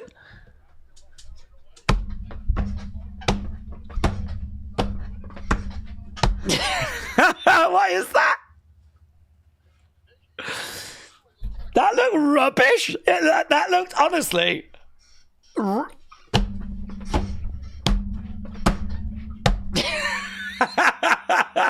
was that? What was that? What am I watching? What the hell was that? Nikki jumped off the corner, went for a kick. Becky was nowhere. She was nowhere near. Oh my God, what the flip? Jesus Christ. Oh my God. Shut it down. Shut it down. Turn the lights off. Wrap it up. Send it home. Oh, Jesus Christ. Shot coming in there by Nikki. I don't even know if this is Nikki or Becky's fault, honestly. I mean, what it is miscommunication. But, 1, 2, shoulder up there by Nikki. I don't know who we're blaming. They can all have the blame. Right now, kick out there by Nikki. Becky and Nikki are down. They need to try and get onto the same page here because they are not on the same page at the moment.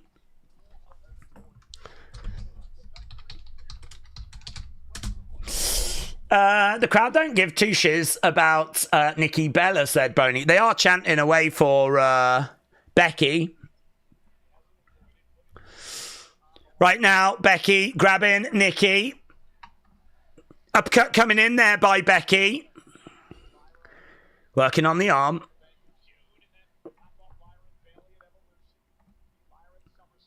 Got her up on the shoulders. No, Becky comes down. Becky grabbing Nikki. She's got her up. Nikki comes down. Too many slaps. Too many slaps. Too many forearms. Going for to the outsides. Knee coming in. I mean, they are right behind Becky in this one. Nikki trying to go up top. Becky comes over. Forearm shot coming in there by Nikki. Headbutts coming in. I'm waiting for them to really, like, turn this round. Superplex, that's nice. Okay, here we go. Come on. Superplex. We can build from that. Kick out into an armbar. That's nice. Superplex. Armbar. Nikki trying to defend it. Into the armbar. It's in. Armbar in. Okay, Nikki down. Armbar is in. Nikki trying to roll up Becky, but no joy. Again, round the back, looking for crossface. The fearless lock was almost in, but not quite. Right now, Becky stepping over, still on the arm. Roll through, trying to get back up. Trying to go in between. She's got electric chair. Drop her back, drop her back, drop her back. She does. Electric chair by Nikki. Becky goes down. And right now, Spinebuster. Okay, we've got the at least the train is back on the tracks. Right. I think when you're as popular as Becky and you work the crowd and you're used to your performing, it makes you look a bit stupid applauding for everything you do. Becky looks like a dumbass. This match is terrible, said Ian. Becky with the most obvious being hit on the table and then an out of position. Yes, we have had some really rough moments in this match, but we are also starting to find a way back in. Kick coming in there by Becky. Becky is looking to go up top. Nikki down. Looking for a splash. Nikki moves out the way. Becky looks to go over. Manhandle. Reversed. Grabs the legs. Over by the ropes. Looking for that. She's trying to get that lock in again. The Fearless lock is in. Yeah, the fans are booing. Really booing Nikki. She's really close to the ropes, though. She gets there. Big cheer as Becky gets to the ropes. Becky goes to the outsides. Nikki looking to go out the ring. This match is worse than the glitches in 2K25, said Shockwave Wrestling. Into the ring steps goes Nikki. Sloppy work in this match, said Maggie. People are not loving what we're getting in match number 3 so far. Understandably so. Okay, Becky on the outside. Nikki is down. I really felt like they were building some momentum, and then it just sort of fizzled out, to be honest with you. Manhandle slam, no joy. Becky getting smashed into the ring posts. Slam down onto the steps as well. In the ring goes Becky.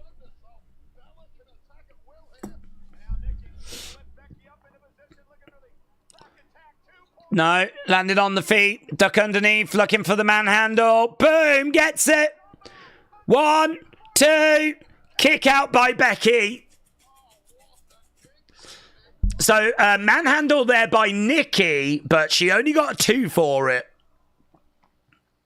So, manhandle by Nikki. If I tap out of the air, Nikki should have not come back, said Trollface. Disarmer now by Nikki. Yeah, trying to get back up to her feet. Nikki goes over against the ropes.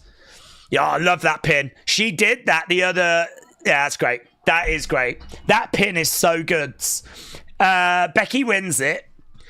With that amazing hook that she got. Well, what match did she do that in? What match did she do that in? It was a triple threat with Bayley and Lyra, wasn't it? Love that pin. Hooks the arm, rolls over, backslides. Yes. Evolution is where she did it. Wade Barrett said, we've seen that move before at Evolution. That's what we're calling that show now. Evolution. But yes, we've seen it before, and I do love that pin. And you know the other good news? The match is over. That's the other good news. Even if you are not a fan of this pin, which is a sick pin, the Lynch pin. Is that what they're calling it? The Lynch pin. Is that what it's called? The Lynch pin. God, that's a great name.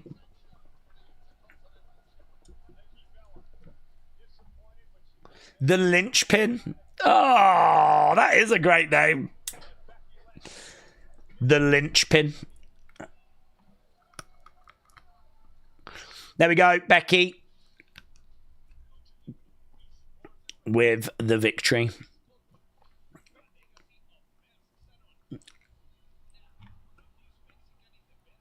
The rolling backside Becky Lynch did was fantastic.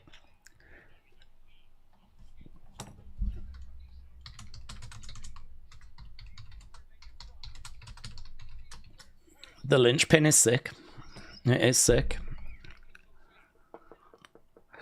Let's never talk of this match again. What match?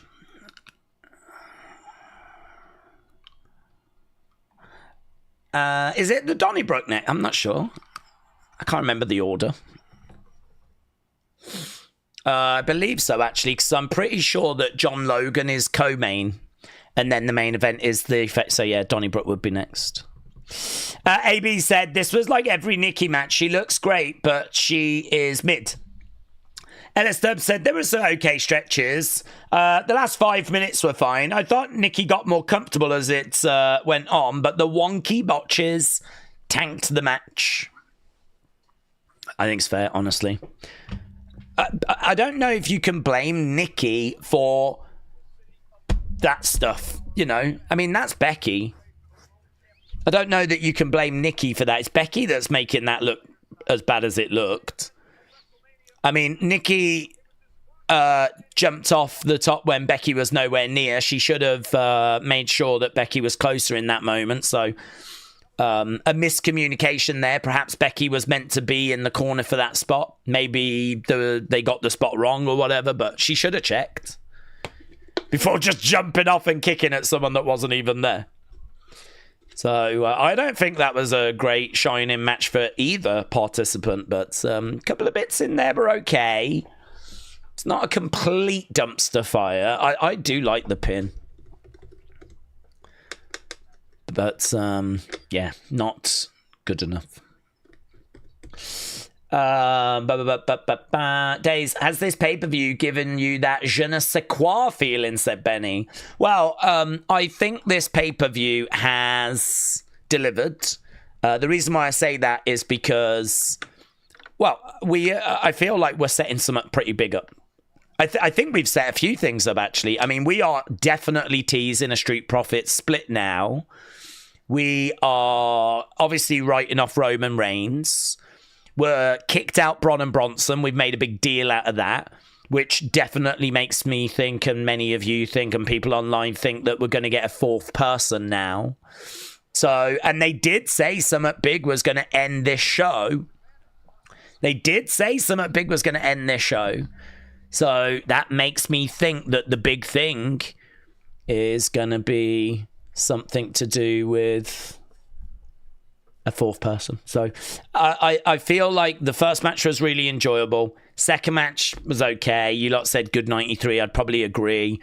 I don't know what you're going to have scored that last match. Probably not good 93. But whatever. I've got enough out of the show so far, yes. It's not blown my mind. I'm not sat here like, oh my God. But, you know, is this a show you needed to watch? I think yes. You need to know that Roman got written off. You need to know that the Street Profits are really teasing a split now when we just haven't really seen that out of them up until this point. Street Profits have been absolutely fine. But now that Howard is saying that there's a problem between them, all of a sudden now there is a problem between them. So you need to know all that. It's always fun seeing botches, and we've had a few of them as well.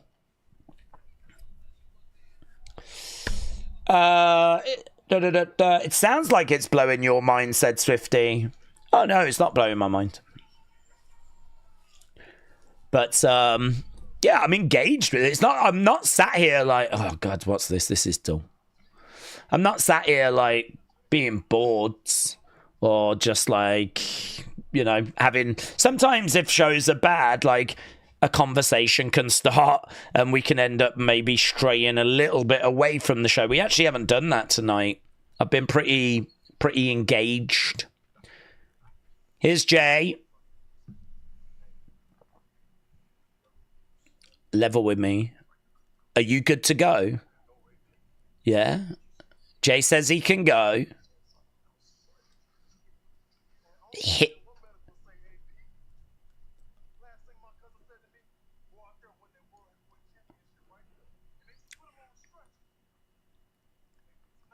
Tonight, I'm bringing home that World Heavyweight Championship. Okay, so Adam Pearce just checking in with Jey. Okay, Donnybrook time. Donnybrook time. Sheamus, Rusev, Donnybrook. This should be good, actually. I mean, I've not been taken with this feud. Just does not impress me. And actually, a lot of the match scores from their matches have not impressed you guys that much either. It's been okay. Good 95 type stuff, but not great. But yeah, I think that this really does have opportunity here. What with it being, you know, a Donnybrook street fight, weapons.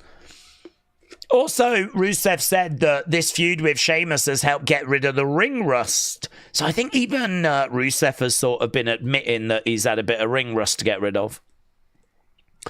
Maybe that's gone. Maybe the ring ruster's gone. It's a PLE. It's a Donnybrook. This is a red hot crowd, and it's following a pretty mid match. So the table is set for this to deliver, to be honest. Hopefully this is the last time they face each other, said Jeremy. Rusev and Sheamus will end up being in a tag team, said PLE White. Seth's definitely retaining later, said Ralph. Sheamus is actually 1-3 in Donnybrook matches, said Robbie. Goldberg beating The Fiend was the correct choice, said Brony.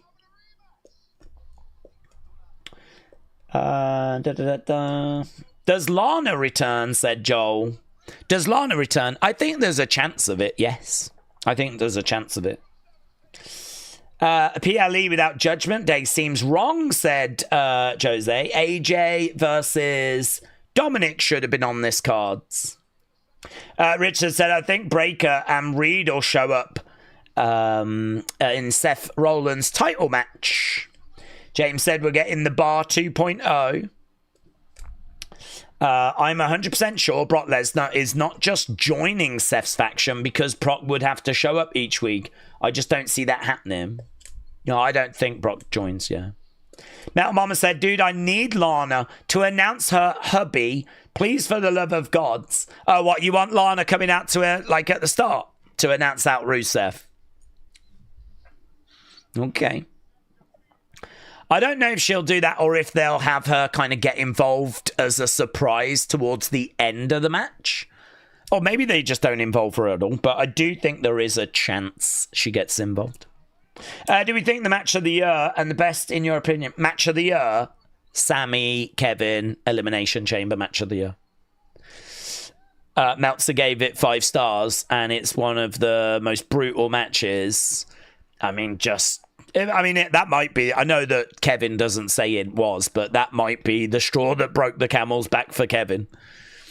He obviously misses out on WrestleMania, and it's hard to remember just how special that match was. I mean, all these months removed from it, and with everything that's happened with John and WrestleMania and all of that stuff, it was amazing. I also would listen to anyone that said EO, Rhea at Evolution. I would also listen to anyone that said TLC, SmackDown tag match. I would listen to John Cody, but that ain't match of the year for me. I don't even think that's making my top 3.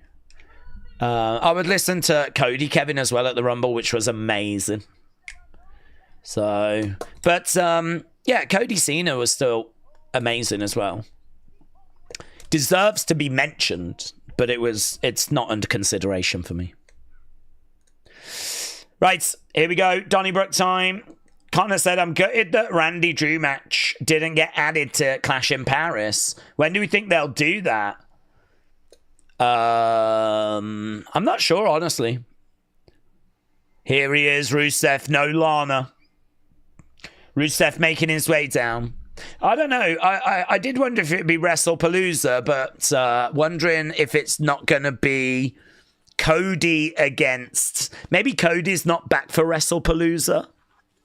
But Drew Cody is what I was thinking for WrestlePalooza. But if Cody's not back because of Street Fighter, maybe we do Randy, Drew there.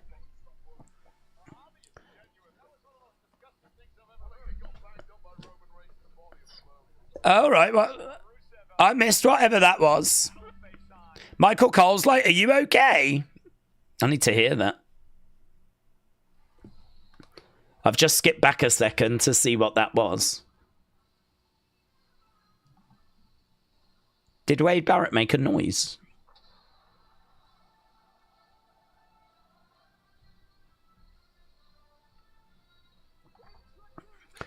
People are saying he was clearing his throat.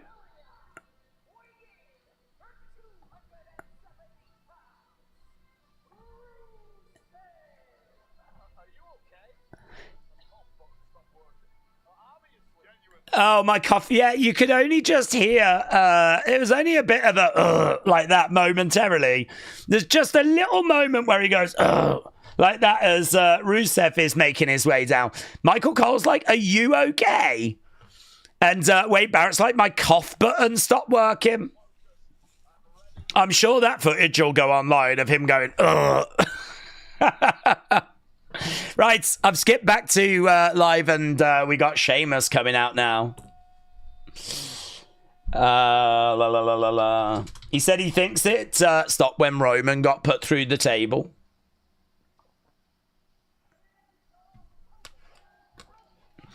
Okay, here's Sheamus.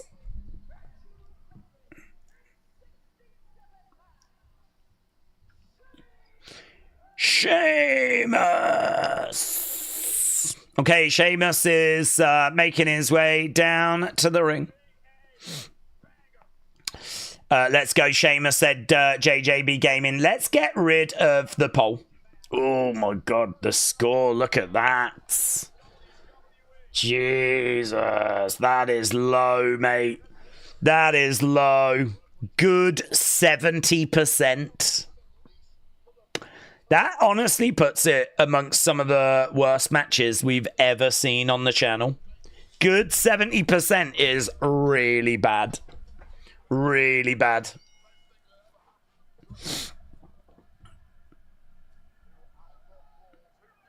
Okay, here we go. Sheamus, Rusev going at each other. I mean, this is just going to be hot at the start, and it's just going to keep going, isn't it? Yeah, we do have the footage of that. I'll put that in the Talking Points video. The great thing about that Talking Points video is if it gets hit with a copyright claim, doesn't really matter.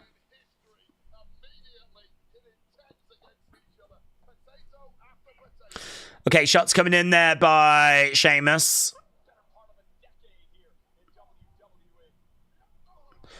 Forearm shots coming in. Ooh, is James around? I don't know if James is around, but Man United have agreed personal terms with the Villa goalkeeper. Right now, we've got Sheamus setting a table up. Sheamus has looked almost exactly the same for his entire career. It blows my mind, said Alex. Austin said Triple H is scared to bring in Eva Marie. She would do big numbers. Big number of botches. Guys, do you reckon that someone is going to get powerbombed or suplexed off those barrels through those tables? Oh, shot coming in there by Sheamus. This would be a firefight if it hadn't happened 5 times already. Is this the worst PLE of the year, said Brony? It doesn't feel like it's the worst, but I'm not sure what would be the worst.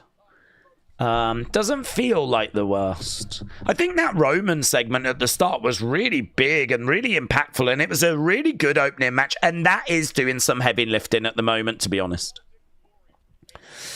I've only just noticed that there are tablets slightly lower now. Tablets. What do you mean, buds? Mr. Unfamiliar said, I want Fit Finley to come out. Miguel said, Donnarumma should go to Man City. Edison should go to Galatasaray. Yeah, well, I'm quite surprised Man United are in for Martinez. I thought they were getting some Belgium goalkeeper. Right now, Shillelagh coming in there, or a kendo stick. We are getting the weapons involved now. Let's go. If you are watching, guys, and you've not left a like, leave a like. It's greatly appreciated. We should really be aiming to get to 1,000 for these kind of streams, but I don't even ever mention it because I'm really rubbish at my job. Weapon coming in there. Kendo to the back. Here we go. 10 beats over the battering, but it's going to be Rusev that's going to deliver them. Here we go. Yes, they're raining down. He is doing Sheamus's own move to him. 10 beats of the battering. And there we go. We got Sheamus collapsing down. Slim Jim tables getting involved. Dr. Luchalala said, I'm glad I didn't spend thousands to see my OTC get beat up in front of my face. The turnbuckle pad has been removed. I have been begging for like stays, and these ungrateful cretins keep ignoring me. Nah, people keep hitting the like button in the chat, which I don't think it does anything. I'm not sure, but I do keep seeing lots of like hearts and things appearing, like wafting up in the chat. But it's the one on the below the video you have to do. I mean, do it, don't do it. I mean, I just appreciate people being here, to be honest. Buffon is the GOAT of soccer goalkeepers, says Joe. Joe, shout out to you, buds. Ah, kendo stick to the midsection. Bang, down goes Rusev. Down goes Rusev. Kendo stick to the Adam's apple. We got Irish flags around the ringside area. There's a bar as well. There's a cheeky picture of Sheamus. I don't know if you saw it. They did show it. Look at that. I think, is that Sheamus's grandpa? So we do have a bar out there. We do have Irish flags out there. We do have barrels out there. There are Bulgarian flags out there as well. But there we go. That's a fun line. They kicked you out the League of Nations. Wade Barrett said that was the best thing that ever happened to me. Kick coming in there by Rusev. Down goes Sheamus. One. Just a one count. Just a one count. That picture is incredible, said Alex. We want David De Gea, said Winfords. Right now we got Rusev with a chair. I just want any new goalkeeper. I don't even care who it is. I'll take anyone. Chair to the midsection. Across the back. And again there by Rusev. I like the stream so much. I've hit the like button twice. Said thank you, Glotness. Thank you. James said, I hope we do get Martinez. He's a great keeper, and we do need that Premier experience. Yeah, I can't believe we're being linked with him. I literally only just saw that news. I'm having a bad day today. I completely started the stream at the wrong time. Didn't see that news until now. Boot coming in there by Rusev. And again, another boot coming in. Steve said Becky and Nikki killed this show, and not in a good way. Yeah. Imagine backstage, you're like, guys, you killed it. You absolutely... And they're like, thank you. And you're like, yeah. I haven't got heart to tell you that it's a bad thing, but you did definitely kill it. Kick coming into the midsection. Rusev. Big knee there by Sheamus. 1, 2. Kick out. So far, this hasn't massively grabbed me yet. Triple H has commented about Becky. Becky showing why she's the champ and Nikki showing why she's a legend. Come on, dude. Come on, dude. Don't lie to us. Come on. You could have chosen to have just said nothing. You didn't have to lie. Oh, God. How are we meant to trust anything Triple H says ever?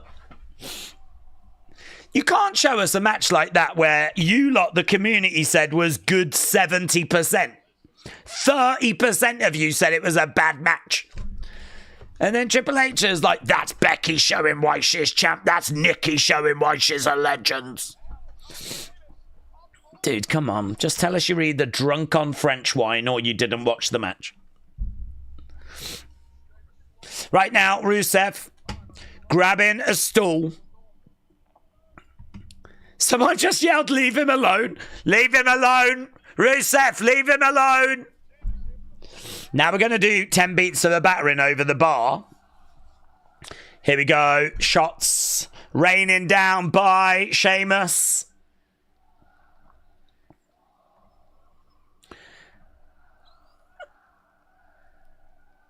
There we go. And the French fans chanting away in French. Okay, Rusev stumbling away. Going over. Looks like he's going over the barricade. He might be leaving. Let him go. Right now, we're going to do 10 beats of a battering again, but this time with a shillelagh. Shillelagh 10 beats of the battering. So, there we go. Blows raining down. What's the next match? John Cena is the next match. Brim said Triple H has had too many pills. 107 Carnage said you wanted Nikki and Becky. You got them. John Logan next. Triple H is a master of diplomatic tweets, said Jennifer. It was very diplomatic. Okay, the bar has been tipped over. Rusev is back in the ring. Here we go. Rusev on his feet, looking a little bit lost. Rusev on the shoulders. Charging him. Goes into the chair that's in the corner. Picks up Rusev. The Celtic Cross, which is basically the Razor's Edge. 1, 2. Kick out there by Rusev.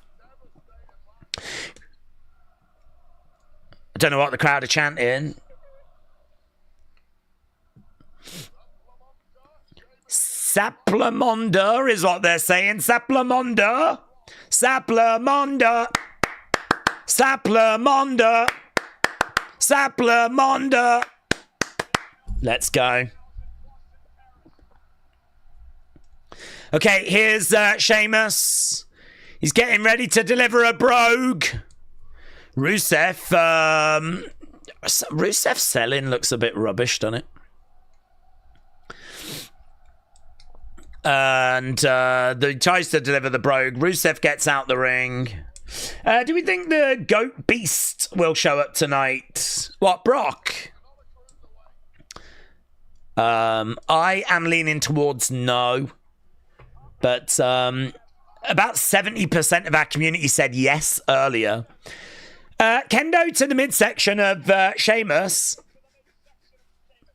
Rusev with Sheamus. Sheamus going into the ring steps. Okay, Sheamus into the ring steps. Rusev getting up to his feet. Sheamus on the outside, stumbling his way over, edge of the ring. Rusev grabbing these steps again. Again, ring steps being smashed into Sheamus. I heard Brock was likely not going to be there, said Steve. Okay, Rusev dragging that bar. I don't know what he's trying to do with it. What is he trying to do? We got the bar that's down. Now is he going to slam Sheamus on that bar? I tell you what, though. It seems like a heavy bar because he really struggled to move it. He's going to do a Uranagi. Uranagi. Oh! Uranagi through the bar! That looked really good, actually. That looked really good. And do you know what helped that spot? The fact that he kind of struggled to drag it. So he kind of really sold how heavy it was. It's probably not that heavy. It doesn't look heavy at all. But because he really struggled like to move it, he really made it seem like it was really heavy and thick. So to deliver that Uranagi was really good. I mean, now you can see it's actually quite thin plywood. So really don't think it was that heavy at all. But he did a bit of work beforehand, and credit where it's due. Respect. Oh, my God. Oh, my God. It's all happening. Daze, how are you tonight? I'm enjoying the show. Tag match sucked, but I predict that Tony D'Angelo is going to be the fourth man. Yeah, I think the first match was the best match. The two matches after were quite considerably below that. This match hasn't grabbed me until we just got to that bar spot. And now I'm like, okay, I see you. I see you. And now I'm getting into this now. So right now we got Rusev, Sheamus, Donnybrook in their way. Wrestle Rant said Sheamus is such a wonderful pro wrestler. Sheamus down on the outside. Right now, we've got broken up bars, weapons. We're going over to the timekeeper's area. I think this match has been good. I think we are now potentially moving towards great. Yeah, it just really depends what the back end of this is going to look like. Right now, Sheamus with Rusev. We're going on the barrels. We're going on the barrels. Oh. We've still got those Slim Jim tables set up, and we haven't done anything with those tables. But right now, Rusev has got an accolade. Accolade on top of the barrels. Big Time said, this might be a stretch, but is it a hot take to say we better get better in-ring quality for the weekly shows or PLEs? I don't know. I sort of feel like with WWE, they've always had pretty poor in-ring on a regular basis. I sort of feel like this is a conversation we might always have, to be honest, about wanting better in-ring. WWE focus on character, entrances, yeeting. And they've never really worried about in-ring as much. Maybe they do need better now that AEW is up and running and putting on some good stuff. White noise through the tables. I feel like we've seen this spot before. Wasn't there a Donnybrook between Butch and Sheamus? And I'm sure there was an exact same spot like that. Wade Barrett's voice oh.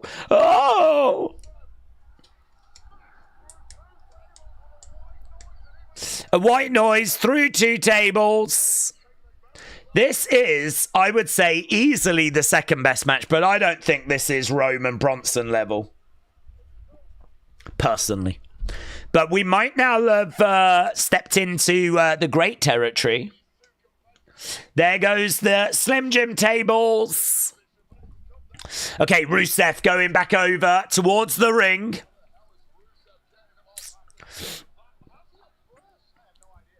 Rusev getting in. Sheamus still on the outsides.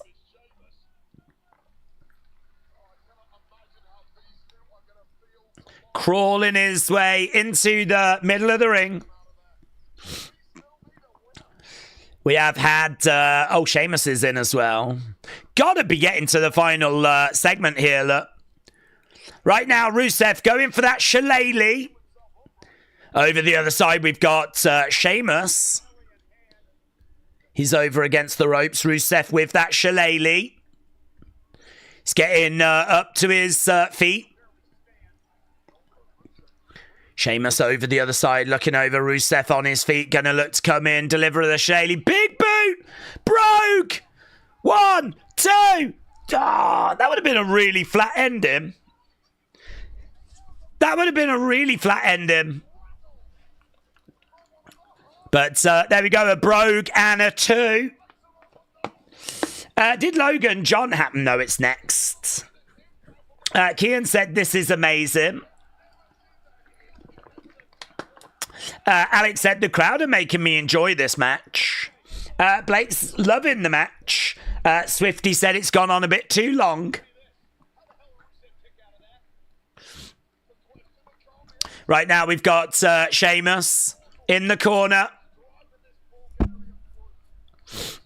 Yeah, crowd are getting back in fine voice again. In the morning, na na na na na na na na na na na na. The crowd are up. In the morning, na na na na na na na. I don't even know the words. I don't know the song and I don't know the words, but that ain't gonna stop me. In the morning, na na na na na na na na. Mate, if I was there and I'd have a few drinks, I'd just be doing that. Okay, Rusev shooting the half. 1, 2. Shoulder up. Tyler said this match is over-delivering. Eat them all, eat them all, eat them all and leave one for my best friend, for my best friend, for my best friend. Eat them all, eat them all. Look, they're off again. Yeah! Kick coming in. He's going for an accolade with a shillelagh in the mouth. Ah! Sheamus.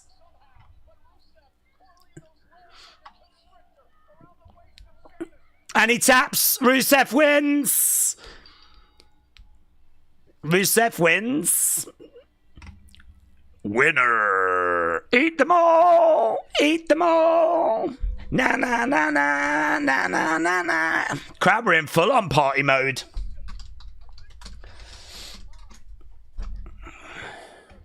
Brutal said Scott.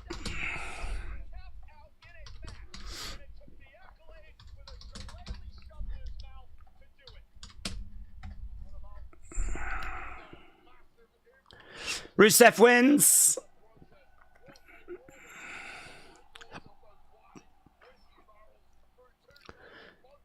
What did he say? Wine whiskey barrels. What the hell's a wine whiskey? Off those wine whiskey barrels. Eat 'em all, eat 'em all, eat 'em on and on and na na na na na na na na.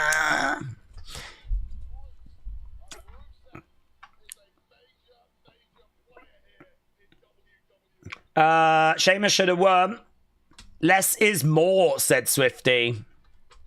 Leanne said 50% rights. I guess they had to give him a push, said N3. Yeah, Rusev gets to be. I think he was favourite coming into this. Wide whiskey, said Durom. Great match. Bad ending, said Taker. Should have ended in a pin. They'll do a rematch tomorrow, said Love the Bearded. The ending was shiz, but the match was great. Wrestle said best match of the night. Rusev needed the win more, said the Beach Kevin. That match he called What's the Point, says Joe. The match did get better. It was good, said Austin.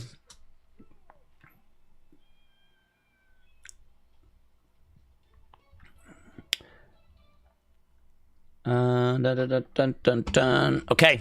Well, it's definitely picked this show back up. I think we can all agree on that. Whether you liked it or loved it, I think we can agree that we can come together and agree that this has picked the show back up. And just in time as well, because next up we have got John Cena against Logan Paul. There's only 2 matches I would have paid to have seen so far, said Swifty. I was expecting Lana. Oh, yeah, no Lana. Oh, okay.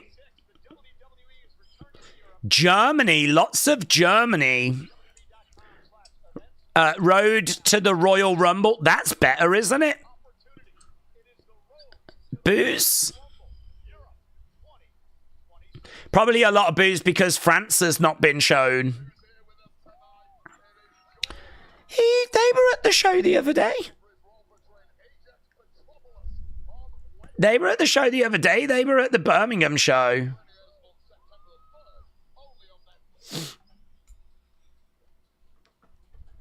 This is a tune.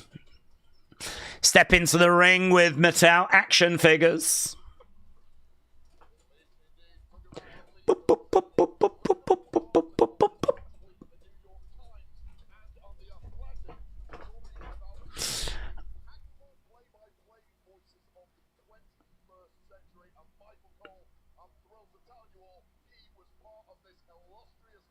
Michael Cole was listed as one of the most impactful sports TV voices of the 21st century.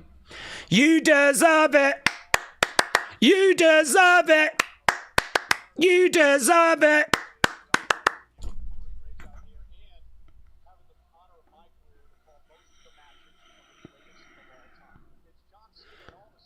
He's talking about Michael Cole. Michael Cole. Ah, John Cena's closing in on the most PLE wins. He's second to The Undertaker. Oh, don't take that record from The Undertaker. Well, he ain't gonna, is he? He ain't got enough dates.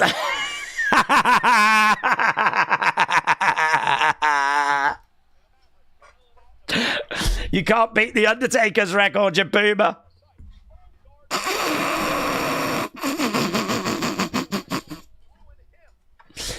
No, respect. He's done a good job. Okay, Cena, Logan, 2 more matches to go. 2 more matches to go. If Cena ends on 99, I'm going to cry. Don't worry, I don't even think he'll get that far. Isn't he on like 92, they just said? So I don't even think he's going to make it that far, but... Dun, dun, dun, dun. JJB said that means he's going to win, otherwise why would they bring it up? Well done, Michael Cole. He survived Vince screaming in his ear for decades. That is true, actually. He deserves respect for just that. I mean, the thing with Michael Cole is he gets a lot of bad rap because, you know, he had to do what Vince wanted him to do and act the way Vince wanted him to act and say the words that, you know, needed, or what he wanted to be said. But, and, you know, he obviously suffered a lot as a result of that. But he is an excellent commentator. In those moments where you've got to get enthusiastic, he's so good at that. He's so good at delivering the big lines and the enthusiasm in the right moments. And the thing is, I mean, you could have had so much worse. You could have had so much worse. So, yeah, he deserves his flowers. Give him his flowers. I've given him his flowers. Twisty said he won't pass The Undertaker, but second's not bad. Not bad. Wrestle said, will you go to one of those house shows? I don't know, actually. I didn't really look at them. I'm not going to that. And I'm not going to that. I'm not going to that. I'm not going to that. I'm not going to that. And I'm not going to that. So far, it's not looking good. Newcastle, I'm not going to that. London, I've been to Gdansk. Oh, I love Gdansk, you know. I've been to Poland quite a few times. That is nice. I'm not going, but I could go. It's relatively cheap for food, drink. It's a lovely place, nice and warm. There's a beach. Nice, honestly. And not expensive on a plane as well. So, honestly, for the amount of money it would cost me to get a train, I could probably get a plane to Poland. I would have to pay, obviously, for a hotel room and everything, but food and drink would be cheaper. It would be more expensive to do that than that, but actually not by loads, believe it or not. Train prices are so expensive in the UK. If you want to get the train, it is so expensive. And flights to Europe are so cheap, thanks to like Ryanair. So, honestly, yes, definitely cheaper, but probably not by much. Do you know, there was one guy, I saw a video, there was a guy that wanted to know, could he go to Italy and buy a pizza cheaper than ordering a takeaway at his local takeaway? And he said, if I wanted to get like a proper nice pizza, it would cost him about 20 odd pounds. So he had a budget of 20 odd pounds. He needed to know if he could go to Italy and get a pizza for that. And he did it. Last minute, Ryanair flight, got a £9 ticket, gave him about £10 for a pizza when he got there. So he did it. Crazy, isn't it? Honestly, you wouldn't think, but it is really cheap to go to Europe with Ryanair and things like that. So anyway, no, probably no, almost certainly no. Guys, here's Logan Paul.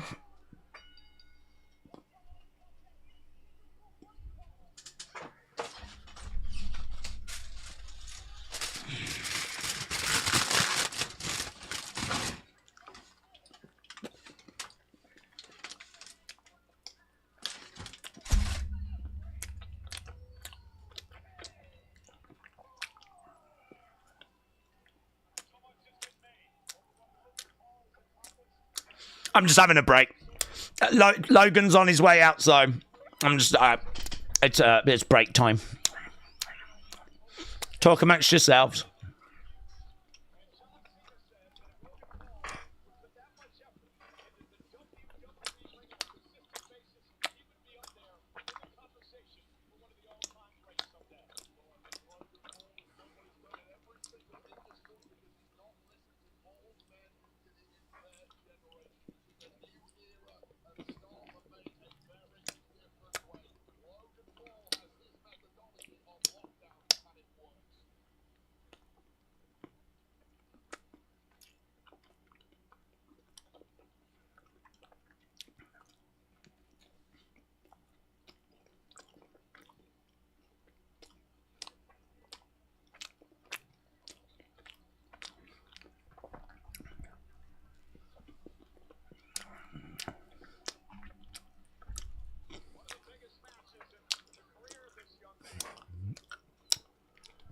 Okay, John, here we go. Here we go. John Cena. Cena.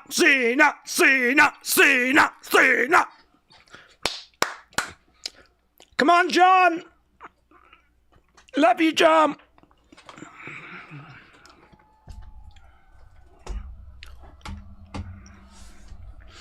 Oh.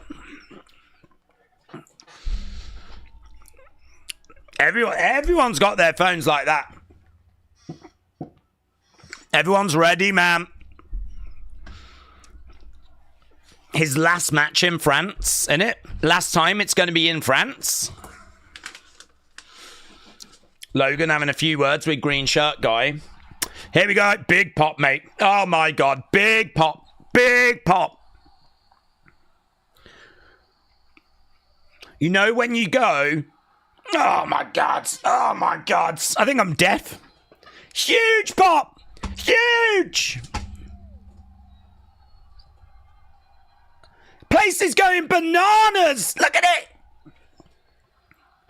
Listen to it. John Cena comes out and is being serenaded. John looks at the camera and goes, "This is amazing." And it really is. It really is. There we go. The last time is now. John Cena's final match in France. And these French fans know it as well, and they are greeting the GOAT. John gets in the ring. Thank you, Cena sign. Look at that. Thank you, Cena.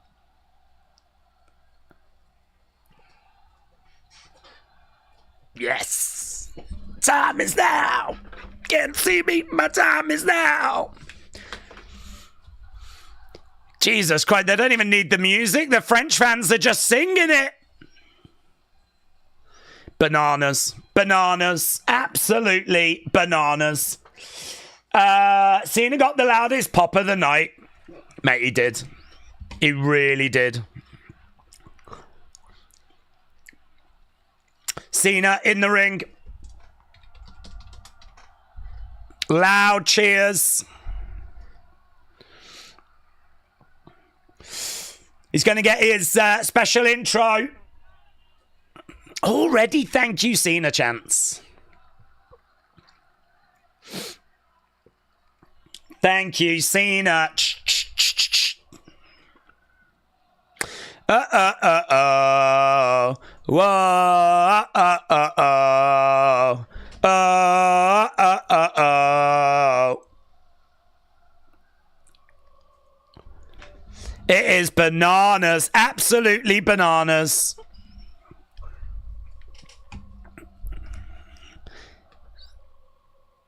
You always want to go too fast. That's what John just said to Logan. You always want to go too fast. West Newbury, Massachusetts gets a flipping shout by these French fans.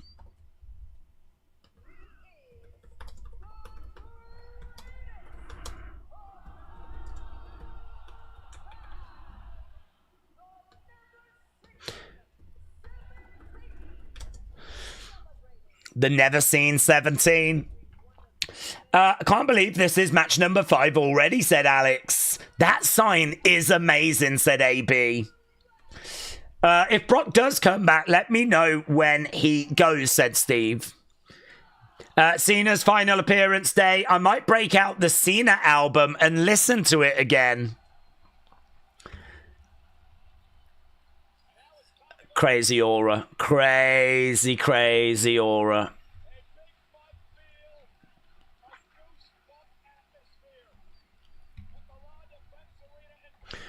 Okay, Cena is in the ring. We're over on the one side. We've got Logan on the other. Bell has sounded. And these fans are just absolutely alive. I mean, opening match. Donnybrook. The reaction to this ain't a bad show. We definitely had a lull, but this ain't a bad show. We're not. It's not a bad show. In fact, what did you score the Donnybrook in the end? Let's end the poll for that. It comes out as great 72. Great 72.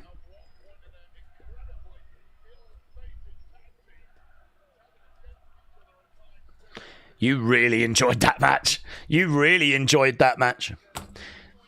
Okay, so 2 matches have been in the great 70s range.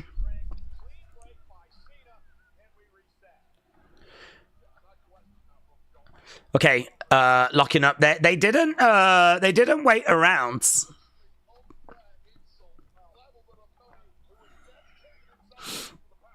Okay, Logan and Cena locking up. Right now, Cena in control. Logan goes down onto his knees. Cena in control. Logan getting back up to his feet. Brian said the Wyatt family didn't play by the rules. Hatchet Man 1982. I think that was a super chat I missed a little while ago. Brian, shout out to you, but shot coming in there by Logan.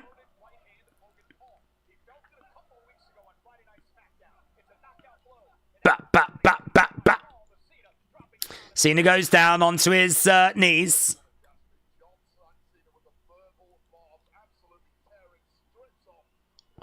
Cena on his hands and knees, crawling over to the other side, and Logan just sort of mocking Cena. Logan grabbing Cena. He's got Cena back in the corner. Logan trying to climb up. Don't know what the fans are chanting, but they're certainly in fine voice. Again, Logan jumping down. Cena hurling Logan in the corner. Collides into Logan. Cena's up. Throwing down some shots. They look quite weak, actually. I don't know why he's doing that. Oh! Logan lands on his feet, though. Big boot there by Logan. So Cena flipped Logan over, but Logan landed on his feet.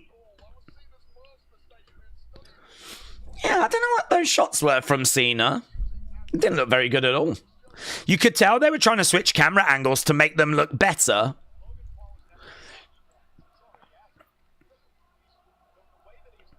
Boos for Logan.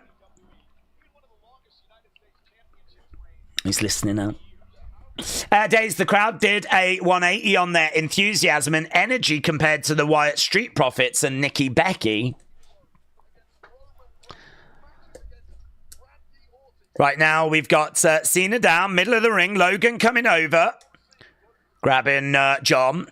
Uppercut coming in. Logan goes down. Logan flexing his muscles. He's going to be a world champion someday, says Michael Cole. He's going to be a world champion someday.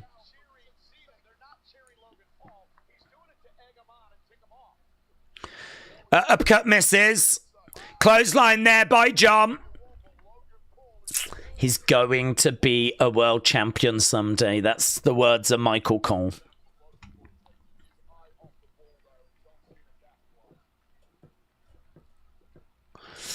Okay, Cena trying to find a way back into this.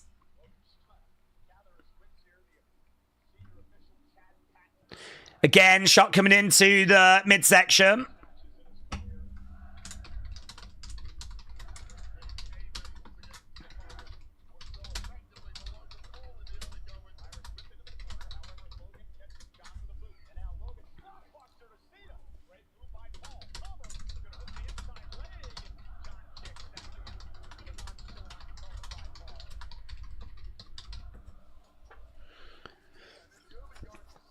Okay, Logan is in control. Joe said Cole's right. Logan has never had a bad match. He's never had a boring match. The guy puts on entertaining matches. Have you watched all of his matches? He's had 23.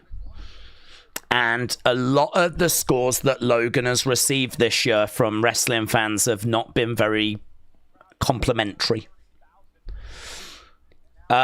Cena up in the air.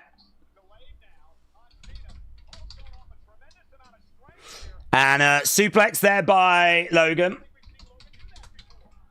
1, 2. Shoulder up. I think Brock and Jelly Roll are going to do something, said Dawn. So far, I'm impressed with how Logan is working a slower pace match, said Full Clip. Okay, right now we have got Logan getting a headlock onto John.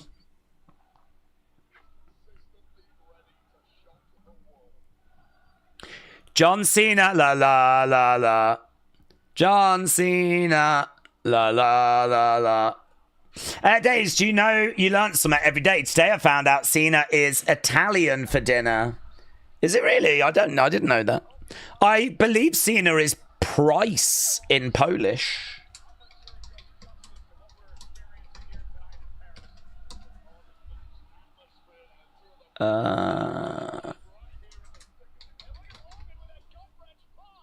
Yeah.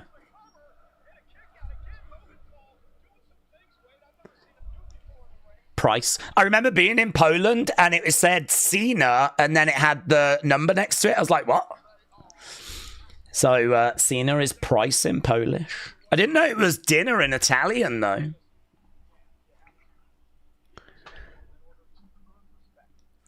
Okay, right now we got Logan charging over, colliding into Cena, an uppercut coming in.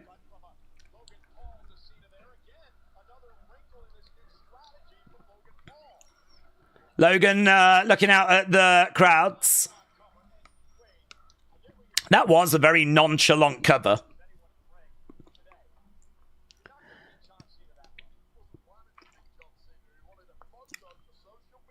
Okay, here we go. Logan charging in again with another shot in the corner, and Cena goes down.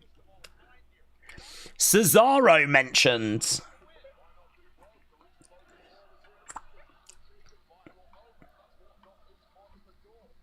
I don't know what we're doing with Cesaro. Is he still under contract?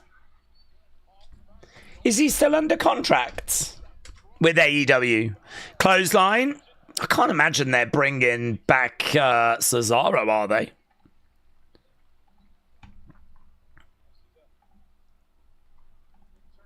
Yeah, there was a lot of talking points before. We wondered about Brie. We wondered about Lana. We haven't had any of that. Look at that. Look, a great shot of the fans in the background. Waving away, dancing away. Yeah, Cena coming back. Picking up Logan. Driving Logan down.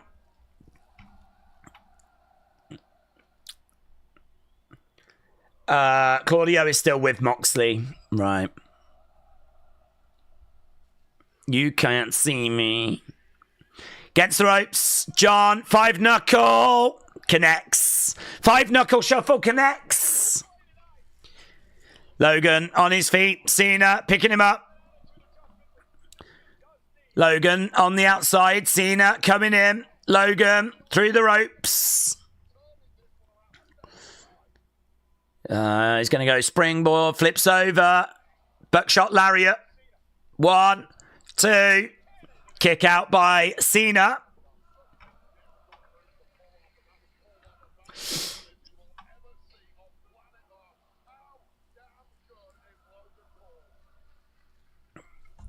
I just hope Logan doesn't have those brass knucks, said Connor. He is in a lot of money problems. I don't think he'll be champion, said Richards. Do you think John is going to face in this last match? Who do I think? Rumours are Gunther, aren't they? I've not heard any other rumours. Knees up there by John. John with Logan. AA connects. 1, 2. Shoulder up by Logan. AA. Logan gets his shoulder up.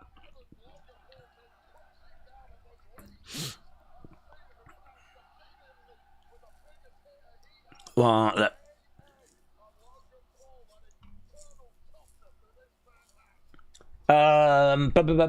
Logan does the same thing every match. The matches are rehearsed and choreographed to the point where the matches feel the same, says Brony.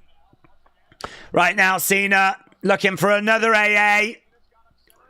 He's got Logan up. Logan lands on his feet.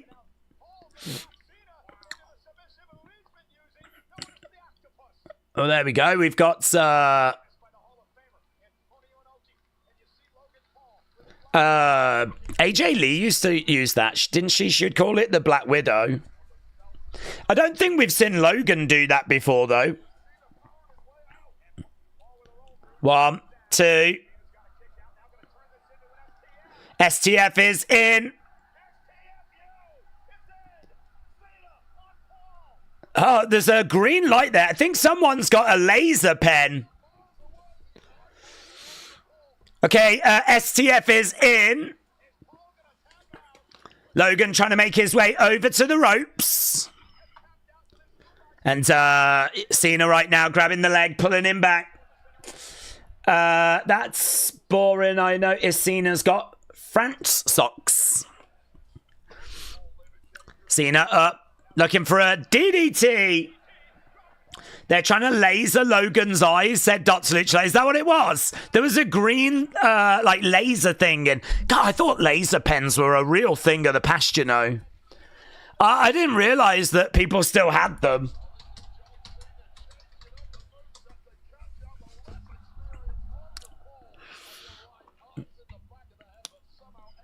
Okay, this match continuing.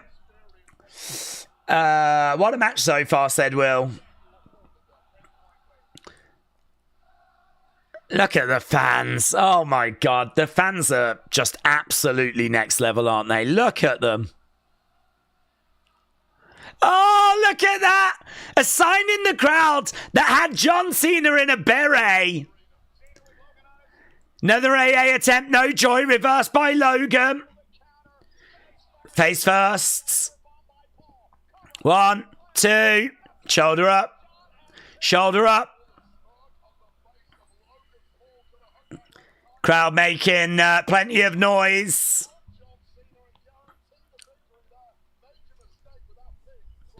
Logan down. Cena down. Michael Cole said we're at a critical point. Trini said Roxanne is talented in the ring. Logan happens to be athletic. There is a difference. Cena over on the other side. Logan up to his feet.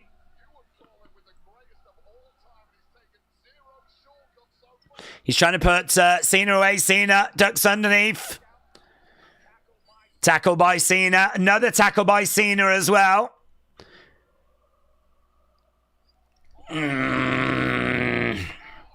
Logan loses his foot in.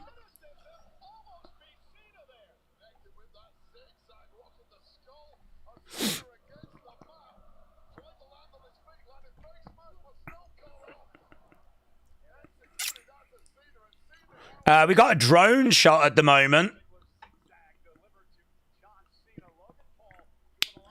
That was a bit of a botch. This crowd is flipping mental.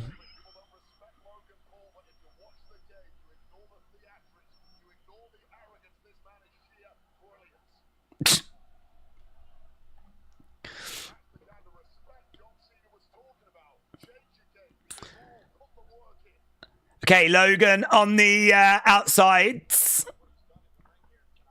Cena trying to get up to his feet. I think he went for another buckshot. Gets planted by John to shoulder up there by Logan.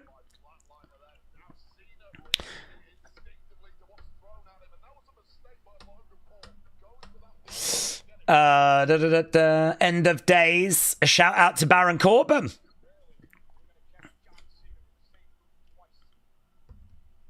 Rarely are you going to catch John Cena with the same move twice.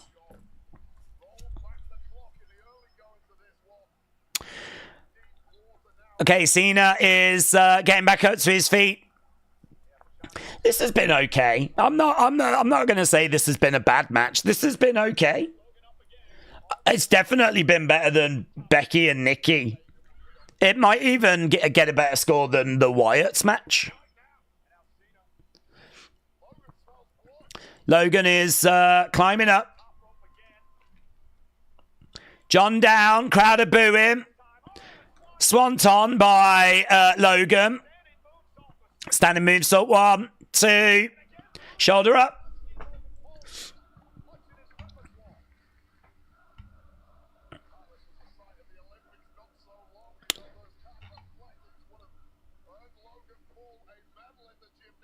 Right now we got John going over. John is cooking, said Bell.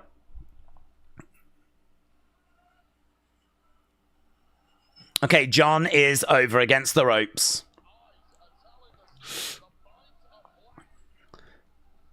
Logan over the other side, just pointing out to the crowds. Logan charges in, uppercut coming in.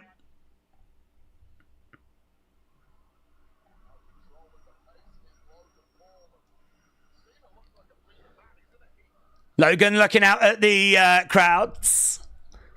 This is quite slow now. I'm just sort of waiting for something to go down. Yeah, he keeps getting distracted by the crowd. Look, Cena's up. I'm glad he moved. I'm glad John moved there. He's looking to pick up Logan. Nice. Going for the cover. 1, 2. And Logan kicks out.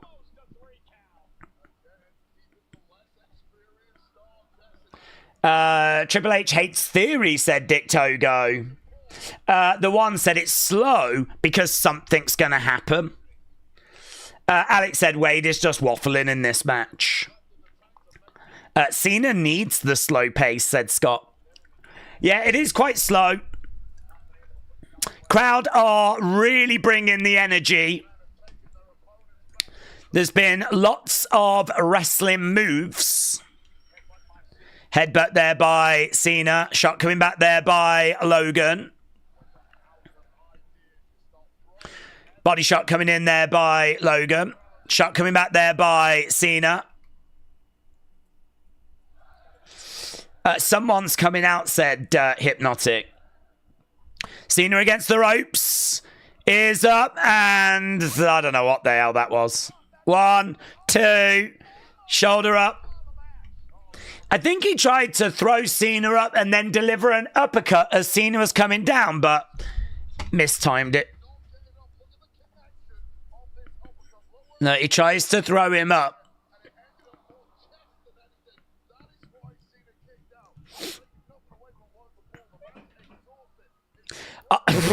Wade's like, I'm not going to take anything away from Logan Paul. The man is exhausted. He's busted his nose as well. He's got blood on his face.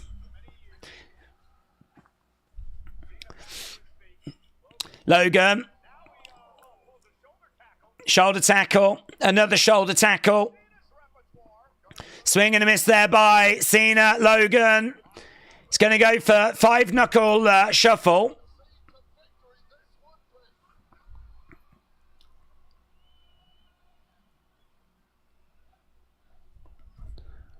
Okay. And again, we've kind of slowed it down as Logan is taking his time. At this point, it feels like Logan is using everyone's moves that he looked up, said Dr. Luchalala.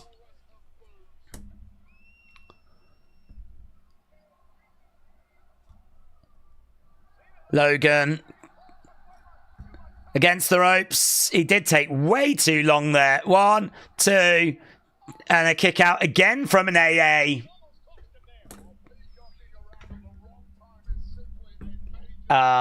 He's got blood on his face. He does have blood on his face, yes.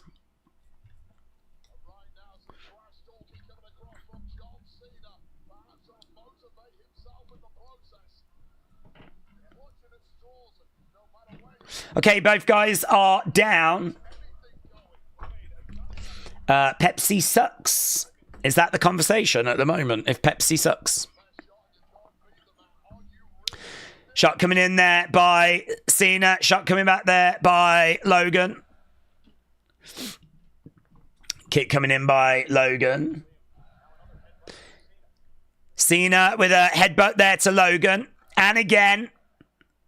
Cena against the ropes. Takes Logan over. And now, nice. Canadian destroy. Wow, it's a code red, wasn't it, actually? Code red by Cena. We saw him do that. Was it WrestleMania on the outside of the ring? We have seen Cena do a code red before.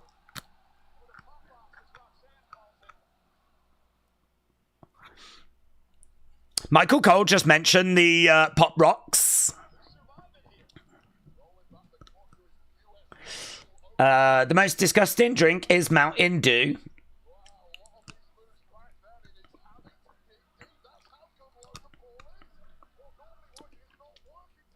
Wade Barrett said, this is how good Logan is. What's normally working for John just isn't working tonight.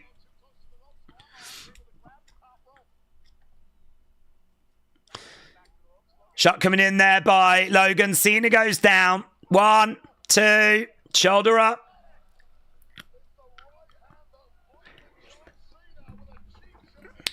If Logan wins, I'm going to crash, said Bell. Connor said, the main event, the Fatal 4-Way. Do you think Seth pins Punk, Knight, or Jey? Pinning Punk would be the bigger talking point, wouldn't it? Pinning Punk would be the bigger talking point. But if you want to protect Punk, then, you know, probably pinning Jey.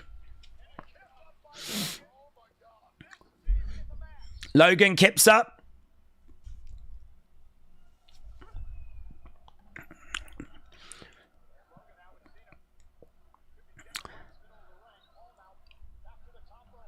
Okay, Logan is going up and there's a frog splash.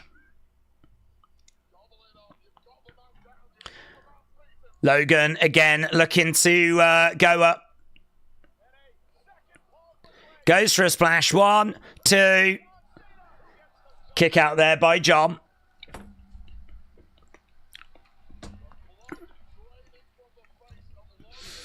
Missed opportunity if R-Truth isn't here, said Semper. Maggie said, can we fast forward this? Do you know what? I'm seeing people online saying this is a really good match. I think this is good. It's watchable. I don't feel an emotional connection to it right now. I'm not on the edge of my seat. But there's people out there that are seemingly enjoying it. But the crowd seem quite quiet now. Listen to the crowd.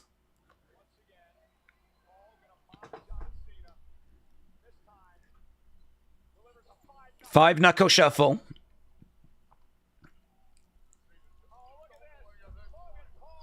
Logan with John. John trying to go through. Roll up Logan. Now, Styles Clash. Styles Clash. Boom. Mate, I need a list of every move John has done. And a kick out by Logan again.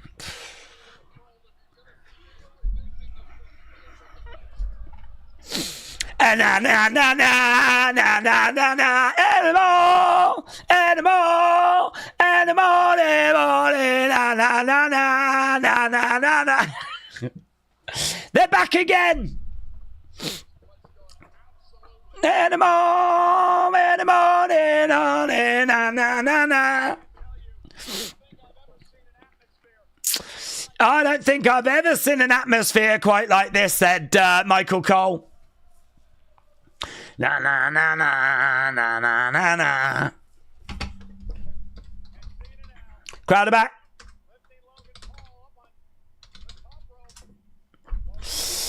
AJ Chant said Hawks fan. Cena's hitting every wrestling move ever. Really is. We've had end of days. There's been a zigzag in this match. Angel wings. Styles clash.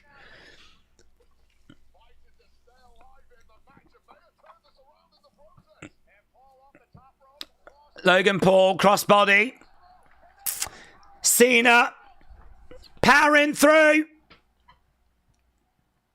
On the shoulders. Going for another AA. Gets it. He's going to go again. Cena. No joy. Big right hand by Logan. Duck underneath. Another AA. Connects. Please be over. 1, 2, 3. Done. Cena wins.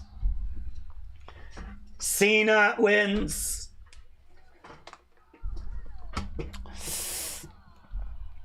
Right. Let's get match scores.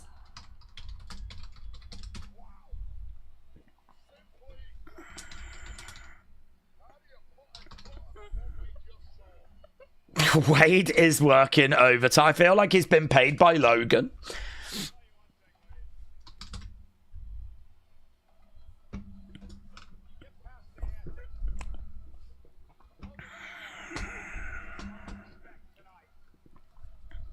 Michael Cole said Logan gained my respect tonight.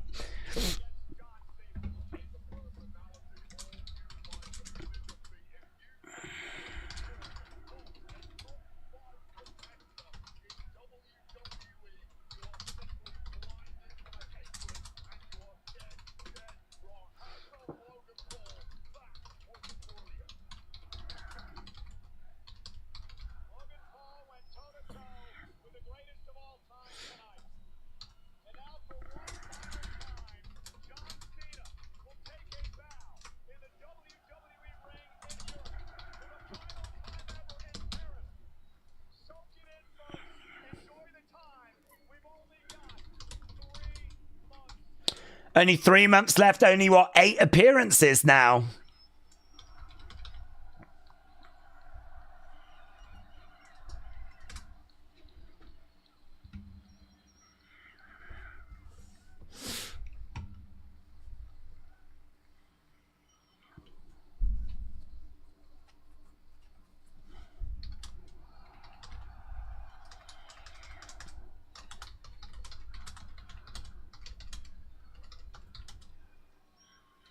Oh, it's that kid again.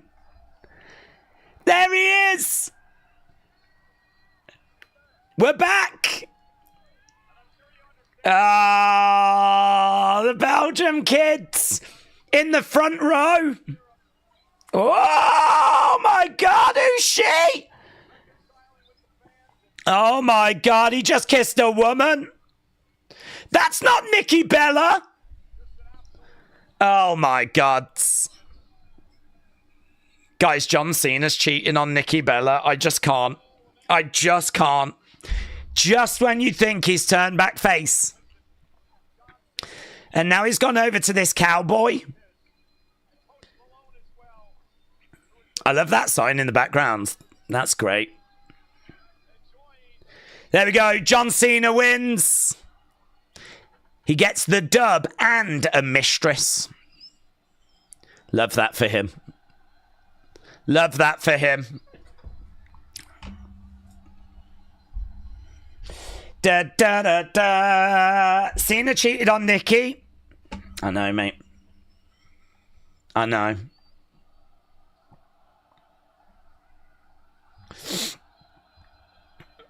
Da da da da. Cole and Wade really shoving Logan down our throats, said Tyler. Hey, it'll work for a lot of the casuals.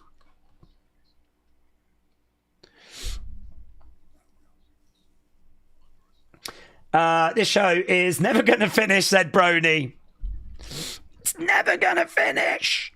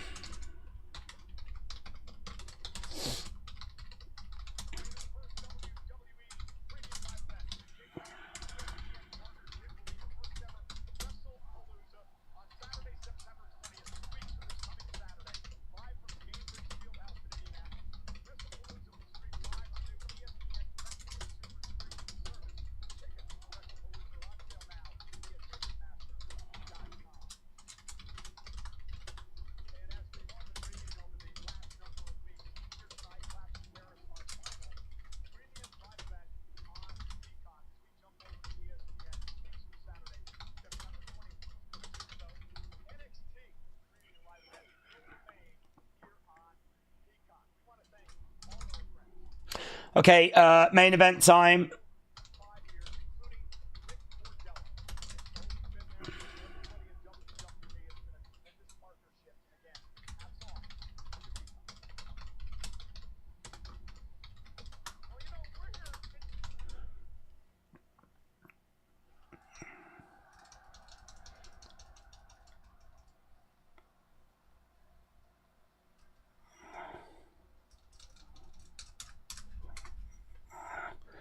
Sounder's gone. So tomorrow we've got Dominic and AJ.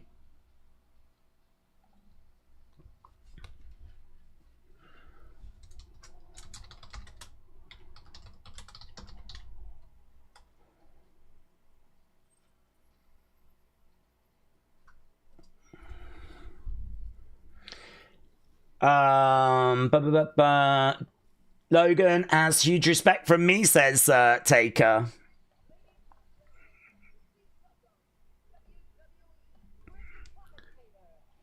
Oh, right, they're bringing the French commentator in the ring right now, and he gets a big reaction. So they're going to get him to announce the attendance.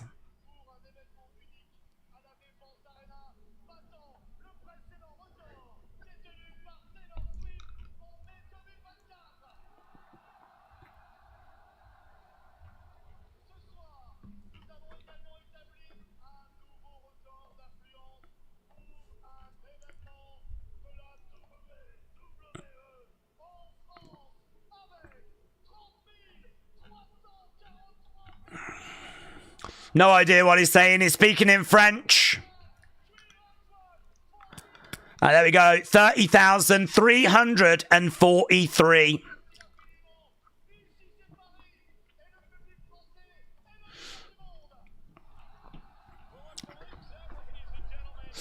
Daze, what do we think the next clash is going to be? I think Ireland.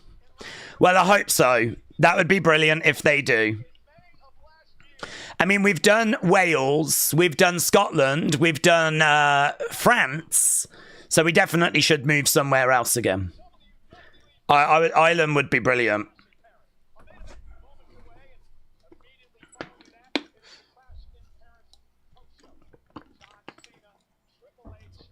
Okay, they're just talking about the post-show. That's going to be coming up after... We haven't had anything go down, have we? It's been no surprises. It's all been clean.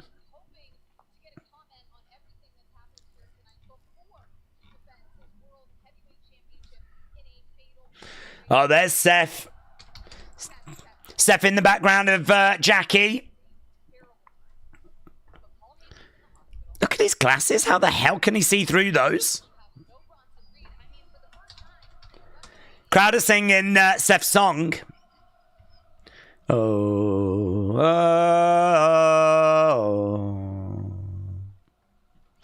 I know where you're going with this. I'm already 2 steps ahead. I'm all alone.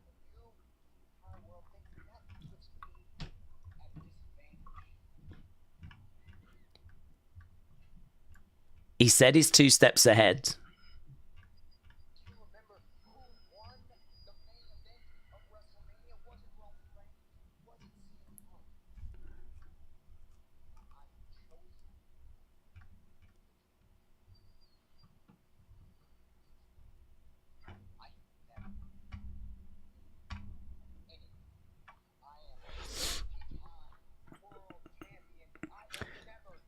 Okay, so Seth said he doesn't need the vision. He's never needed the vision.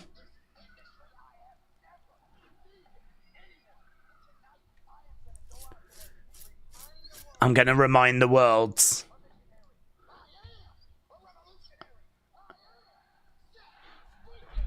That he is Seth freaking Rollins. There we go. Main event time coming up.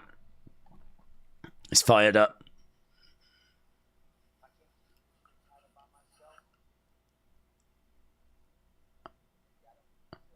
If I can't keep this title by myself, then maybe I don't deserve to be champion. I have no idea how he can see through those glasses. Okay, Michael Cole talking about Roman.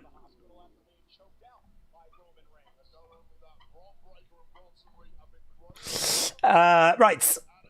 Get your scores in for that last match. And then we'll do a quick poll as to who do you think the 4th person's going to be? Who do you think the 4th person is going to be? LA Knight is going to win, said the one. Jey Uso is going to turn, said Hypnotic. LA Knight heel turn coming, said Rich. Someone is going to join the Vision, said Grog Vlogs. Benny said, is Daze the fourth man? Yes. Yes. So we just got the video package right now as we are heading towards this main event, match number 6.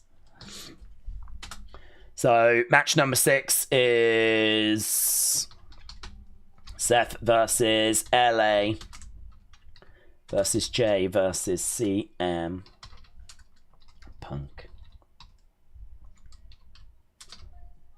I don't know if I can fit all of this on. Oh, I probably can actually. I didn't know if I could get all their names on screen, but I think I can. There we go. That works all right. There we go. Lovely, lovely, lovely.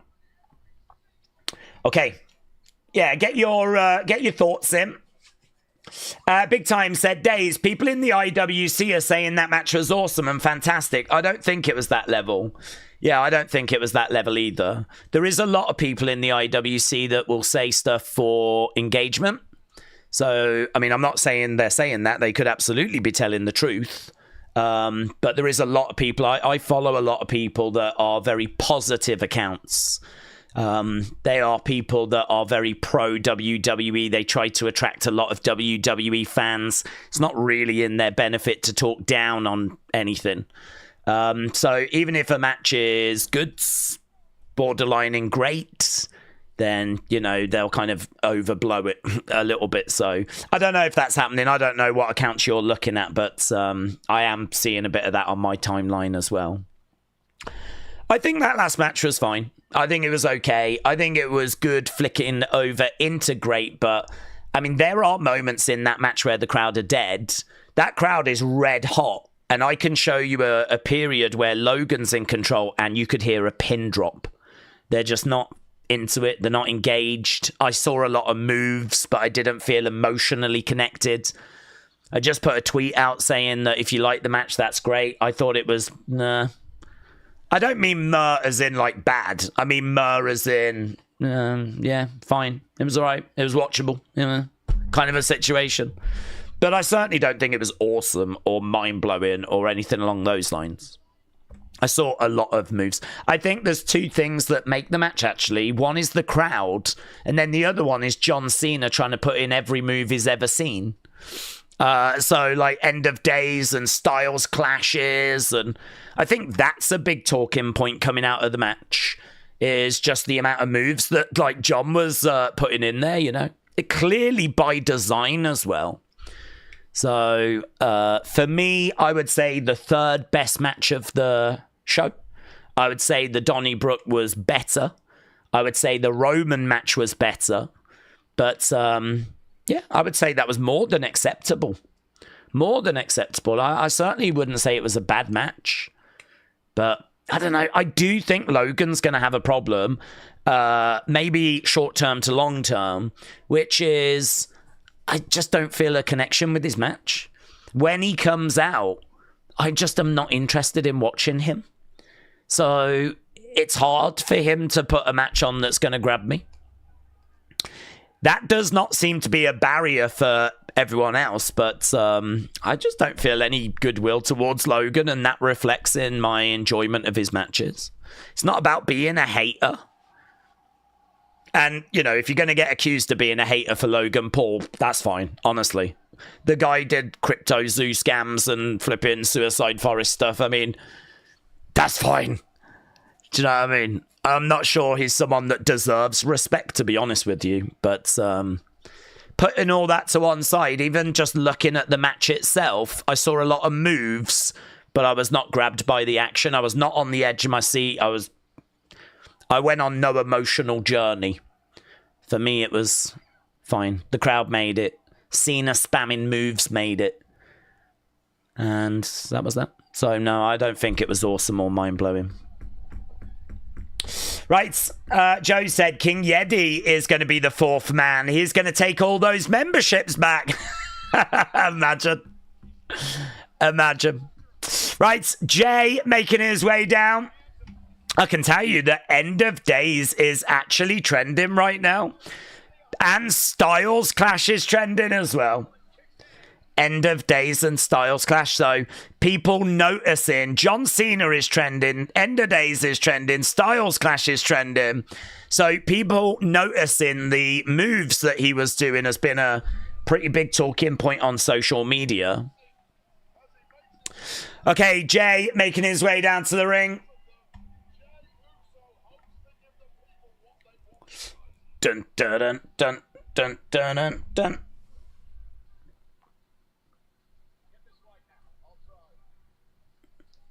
Okay, little bit of dapping going on. Jey is now in your city, said AB. He's got his ribs wrapped, of course. Me us day one-ish. Patrick the Heel said the biggest swerve that WWE could do now would be just a clean finish and for the show to end. Dun, dun, dun, dun, dun, dun,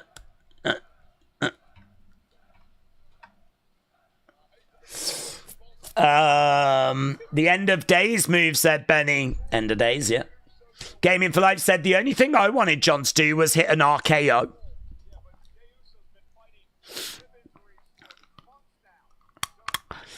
Okay, Jey is in the ring. Oh, mates. Red hot.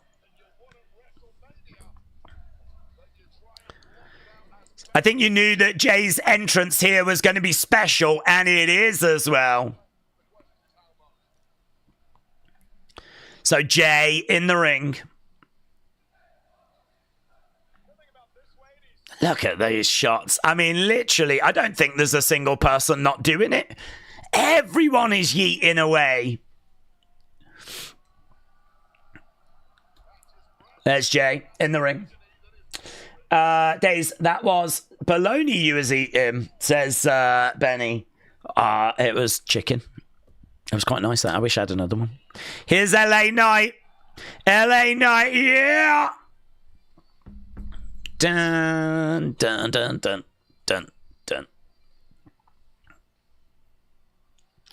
Okay, LA Knight coming out. Good reaction for LA Knight, but not the same as what Jey just got. It's a shame, really, though, because obviously Jey gets them extra fired up with his entrance. Okay, LA Knight is the second winningest superstar in WWE in 2025.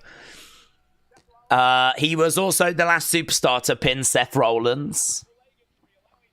Jey's blown up, said hypnotic loads. James said maybe The Rock comes out and helps Jey win. Maybe. Let's get the we'll get the entrances done, then we'll get the poll up. Who should go in the poll? Who do you think could help out Seth? What names have you got for helping Seth? Daze, what if there isn't a fourth member and Seth loses to Punk? Maybe. I would go Dragunov or Rusev. Do you think Dragunov? Tony, yeah, Tony was mentioned, wasn't he, Tony? We haven't seen Tony in a while. Theory's been mentioned. Karrion's a one that's been mentioned, yes. Tony, Theory, Karrion. And then should I just do other? Probably makes sense, doesn't it? Tony's going to join the Vision, says Joel. Jericho. I don't even know if Jericho's free, you know. Really confused about Jericho. Yeah, I think Tony might be more... Is Tony more likely than Elia? Someone went up to Tony and approached Tony, didn't they? And we never found out who it was. break the walls down, got Ness thinking it might be Jericho. Mate, if it's Jericho, this place is going to go bananas. This place is going to go bananas. It's going to be Jericho. But is Jericho free? Or is Jericho still under contract? It ain't going to be Jericho if he's still under an AEW deal.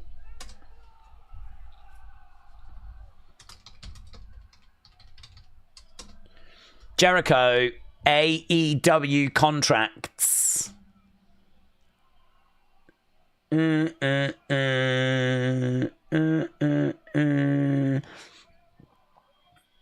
in April, Jericho...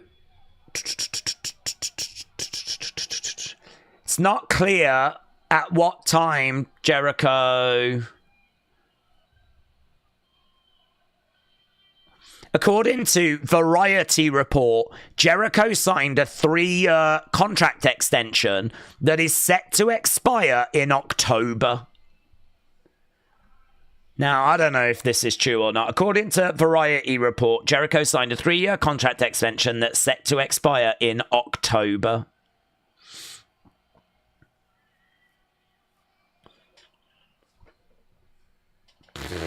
I don't know. Is Jericho a possibility? Tony Khan did say the other day we would love to have him back. Which everyone was like, what? Isn't he still under contract?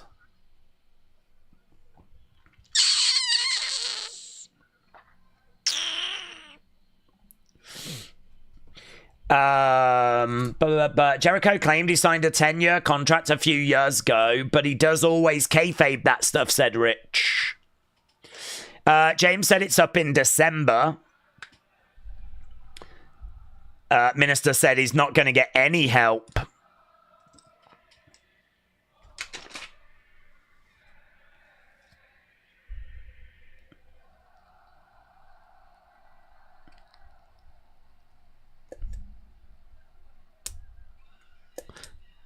Okay. Here comes Seth.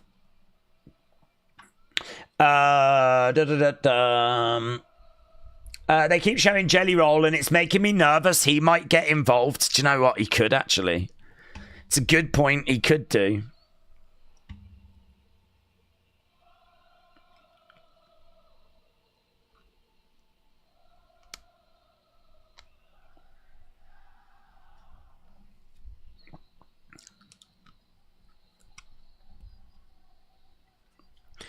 Here's Seth making his way down to the ring.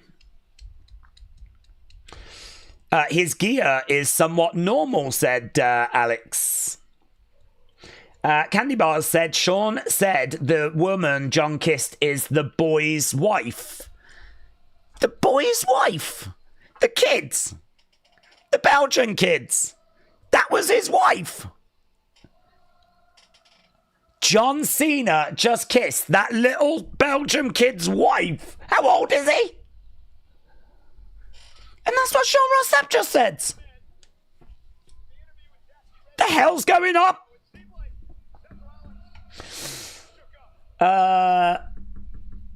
Doink the clown. People are saying doink. The kid's got a wife. Apparently it was the kid's wife.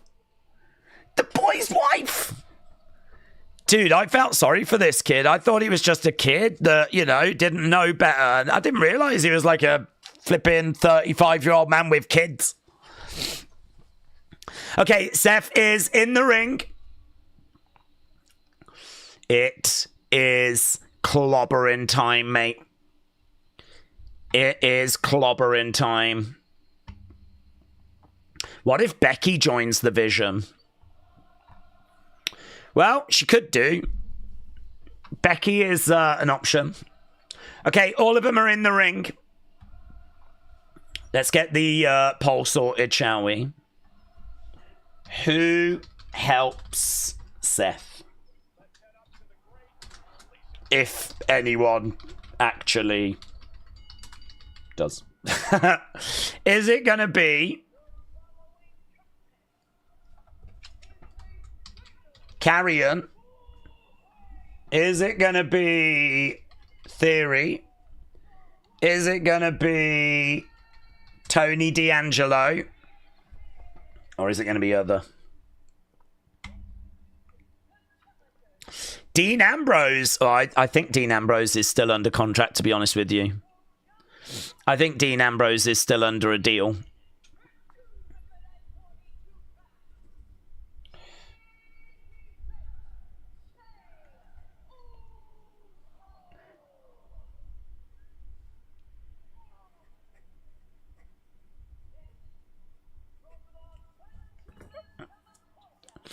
Okay, everyone getting their intros. All four guys are in the ring. Oh, Other is leading at the moment, you know. Seems like you lot are leaning more towards Other. Seth Rollins has been champ for 29 days. CM Punk getting his intro as well. Has this pay-per-view gone over time? Well, it's certainly gone a long time. I don't know as to whether it's gone over.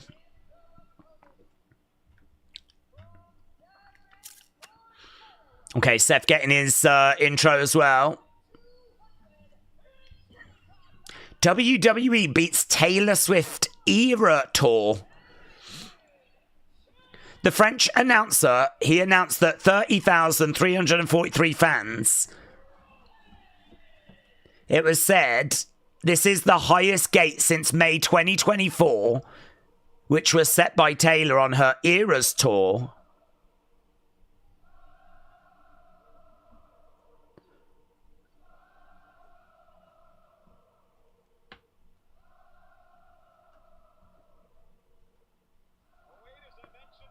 Wow.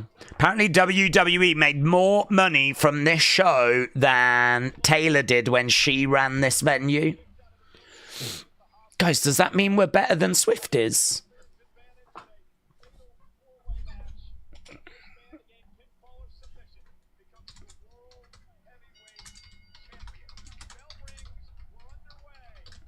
Take that, Swift is. Guys, I'm picking a fight with the Swifties. I might need you to back me up. Because we know they can be pretty savage.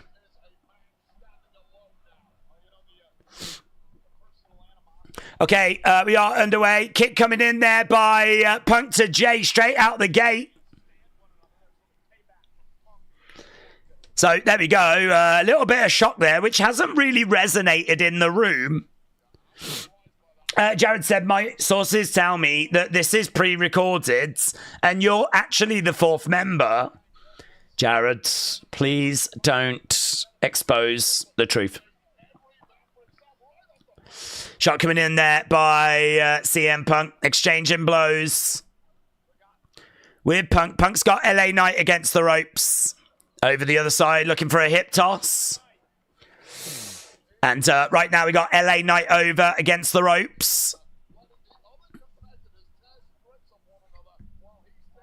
Shoulder barge coming in there by LA Knight. Kicks coming into the midsection.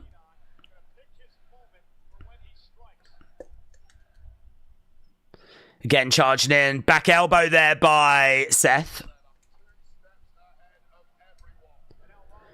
Knee strike coming in.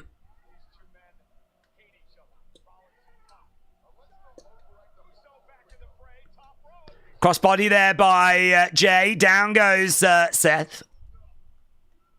Clothesline by Jey. Joe said, I'm going to mollywop any Swifties. Just say the words. I appreciate that, my friends. Clothesline. Clothesline there by CM Punk. This should have a good energy to it. Chop coming in. Jey goes down. Face first. Jey going into the corner. Goes up. Jumps over. Splashes in the corner. Jey Uso and CM Punk are in the ring right now. Right now, Seth grabbing the leg of CM Punk, hurling him over into the barricades. Seth gets back in the ring. Jey in the corner. Big knee coming in there by Seth. Right now, Seth looking for a bulldog. And a big shot coming in there by LA Knight. Another big right hand there by Jey. And again.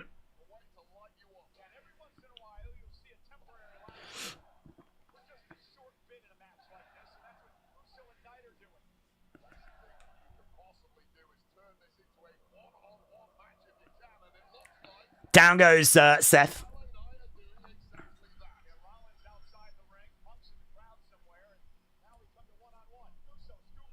Roll up there by Jey. Kick out by LA Knight.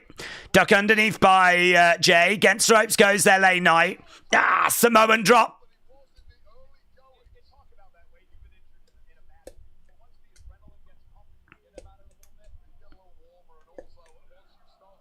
Right now, Seth jumping up, grabbing Jey. Top rope. Jey goes down. Seth is in the ring. Charging over. Ah, collides into the corner. This match obviously going to get some time. This will probably take us to the next hour, actually. I mean, I wouldn't be shocked if, with the post-match shenanigans, we're not still here in a good 25 minutes. Kick coming in there by Seth. Another big shot coming in. So Seth is in control.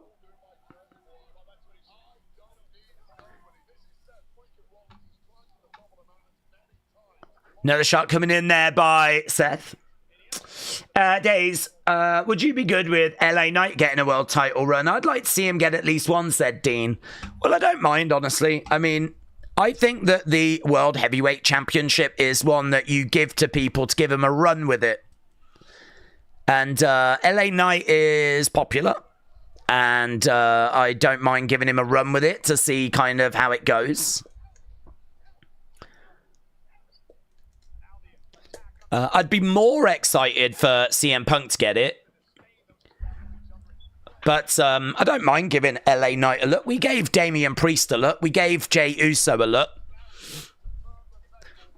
It does feel like LA Knight is like there or thereabouts, you know. Kicks coming in by LA Knight. Brock's going to F5 Cena after this show, said Rich. I wonder, actually, if they might do something at the event after, because they don't do, like, the media stuff now, do they? They kind of, they're in front of the fans. So, I mean, like, they could have someone come out on that stage in front of the fans and attack John. Like, there really could be something that goes down.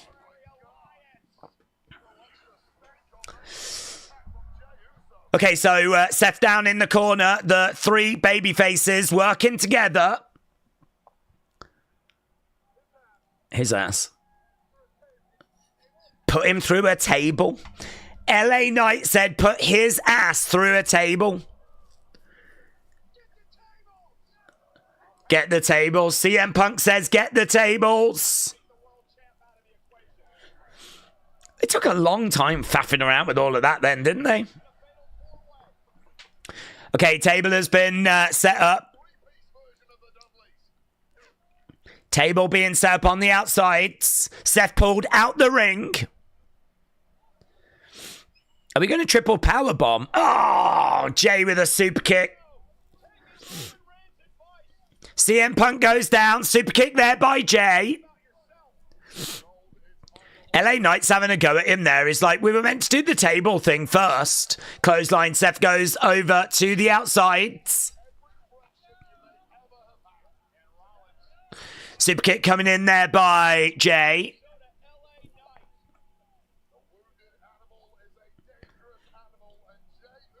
Jey going through the crowds.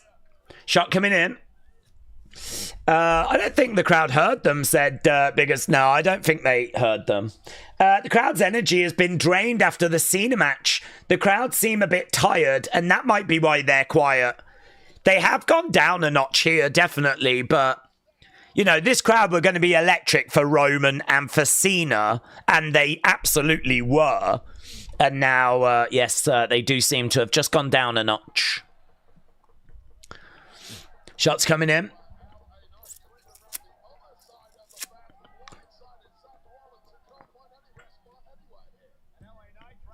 LA Knight with another shot coming in as CM Punk lands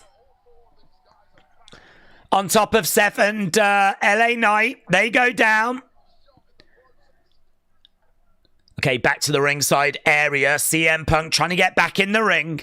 It's kind of really, I don't feel like I'm watching this match. And there is an opportunity that Punk could win this title. It doesn't feel that way to me at all. I'm just waiting for Seth to win, which is probably really bad. But I'm not sat here going, oh my God, do you think Punk could do it? Mentally, I'd just give him no chance. Knee coming in. Sleaze Boy said, with folks mobbing Rhea in France, since she's Australian, they used to be part of the British Empire. I would have had Drew, Piper, Becky and Wade fight the French fans and reignite a 100-year war. Sleaze Boy, thank you. Kick coming in there by Jey.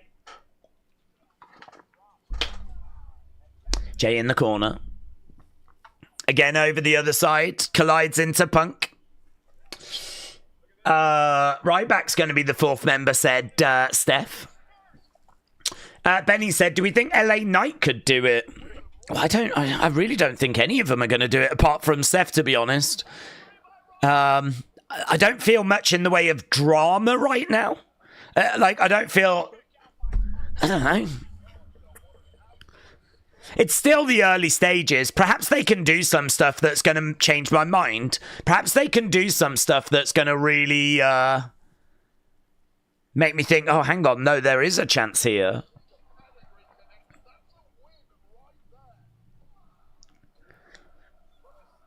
It was a kick out by CM Punk as...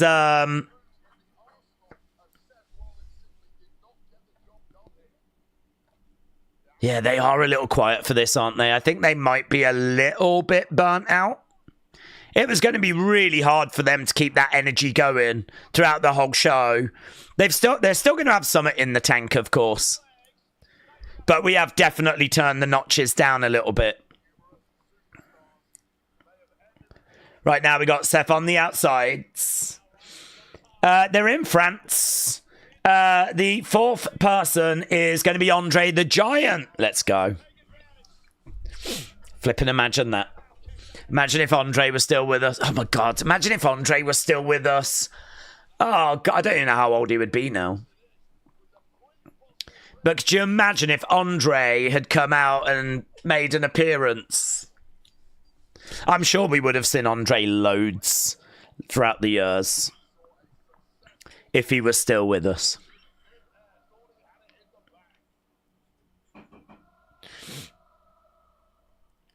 To the outside goes Jey. Enzo is going to be the fourth man, said Taker 1990. Billy said it's been a very long PLE. Crowd is dying, said AR. Do you know what? I think it would have benefited. Well, listen, I don't think this show would have suffered if Becky Nikki had been cut from it. Let's put it that way. Kick coming in there by Seth. It's going to be Otis, said Dak. Jelly Roll is going to join Seth, said Joel. Andre would have been about 77. Oh. I wish we had old man Andre. Old man Andre would have been the best. In my mind, he would have had a cane and he would have stood up, and obviously, you know, his movement would be limited. His movement was limited going back to the flipping 80s. So, you know, his movement, but he'd, get up and he'd be like this. Like that, and everyone would go, yeah, Andre, it'd be so good. I'm surprised they haven't mentioned Andre or done anything with Andre. This show would have been fun for an Andre Battle Royal. I think we said that for when they did Backlash.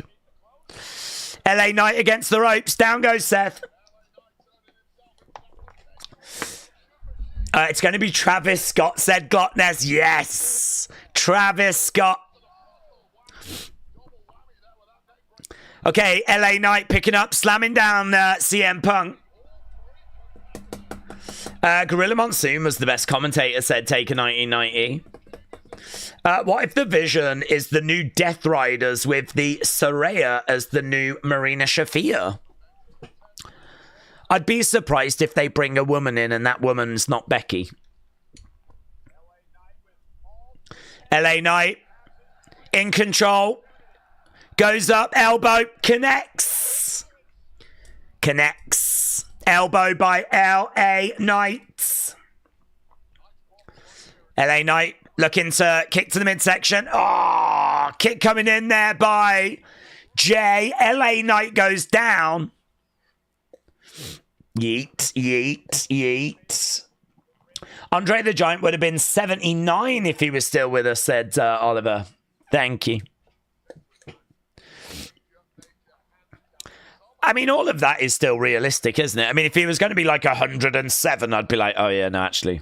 But actually, 79. Here we go, looking for a superplex. Seth at the moment, no joy. Goes down. Oh, kind of crashes off that top rope. LA Knight leaps up. Shot coming in there by CM Punk. Powerbomb to LA Knight. LA Knight delivers a suplex to Jey to shoulder up. One, two. No joy. Huh?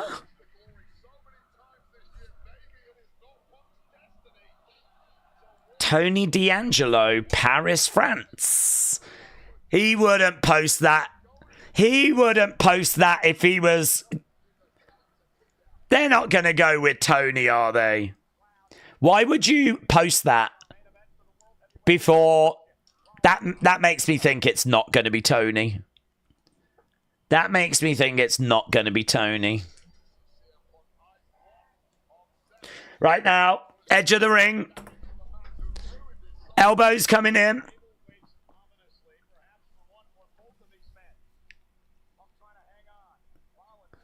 Kick to the midsection. Seth looking in a bit of trouble. Chop coming in. Nita Nitro said it's not Tony. No one will know who he is. If it was Tony, I don't know why you would share that post. Because you're literally moments away from shocking everyone, so why would you tease it? Oh, Punk goes onto that table, but it doesn't really break.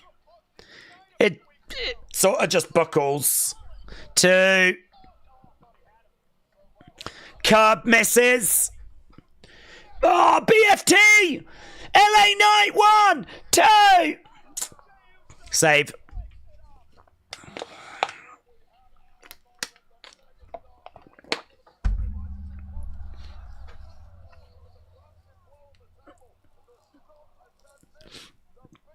The BFT. Wasn't Tony taken out by Omos? Nah, he was. He won a match and then he was backstage.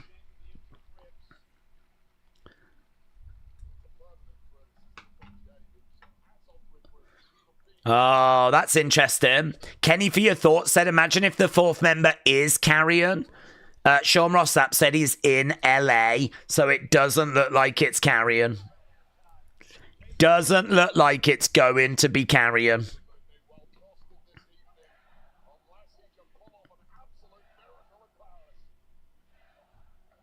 These two exchanging blows back and forth. Jey and LA Knight.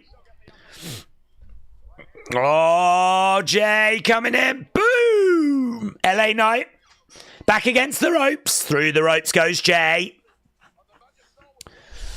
LA Knight goes through. Down goes Jey.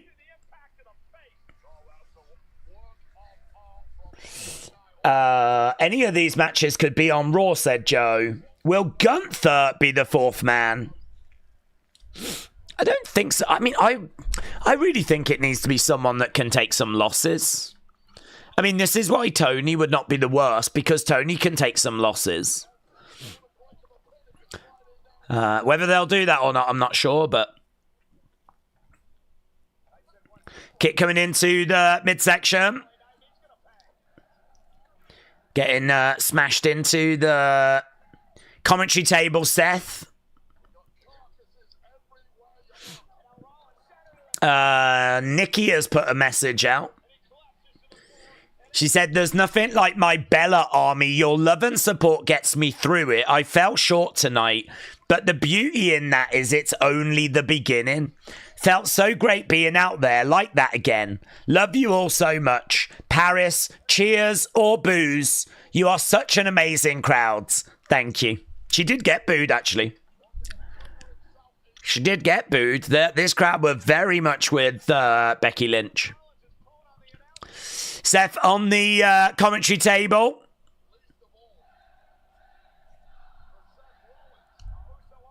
Kick coming in there by LA Knight. LA Knight going up, looking for the elbow. LA Knight goes through the table. Brony said, this is my least favourite PLE of the year. It's so long. Entrances are like 50 minutes every match. Every match going 30 minutes. So, Brony not enjoying it. I tell you what, I do think our opinions video is going to be very, very interesting.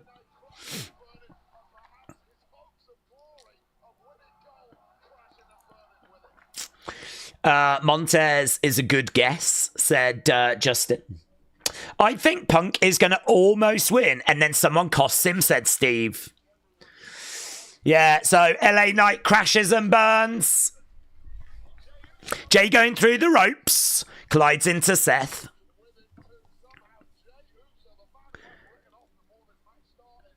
To the outside, Jey climbing up. Jumps up, jumps over, rolls through. Kick coming in there by Seth. Kick coming back there by Jey. Duck underneath, over against the ropes. Spear, into a pedigree. 1, 2. Shoulder up, shoulder up. Did anyone else see someone in all black behind the commentary? No. But we will keep an eye out for that.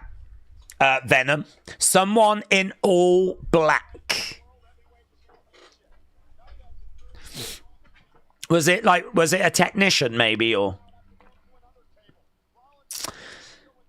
crowd with polite applause? Man, they were absolutely bouncing earlier for John Cena. That bounce is not quite there now, but they're singing Seth's theme song. Oh.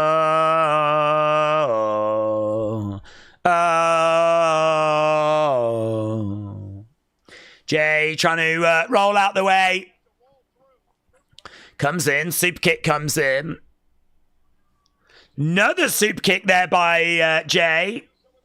Spear there by Jey. Going to the outsides. I said I wouldn't be shocked if this match goes for another 25 minutes. And believe it or not, that was 20 minutes ago. It was 25 past when I said that. It's now 1:45. And we've still got to wrap this thing up. And if there is going to be some outside interference, right now, Austin Theory is trending. Austin Theory is trending. 1, 2, curb by Seth. Curb stomp by Seth. 1, 2. Oh, that actually felt really close. That actually felt really close.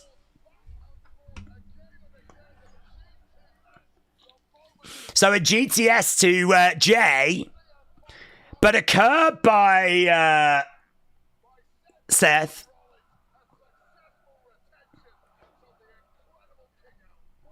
This match continuing.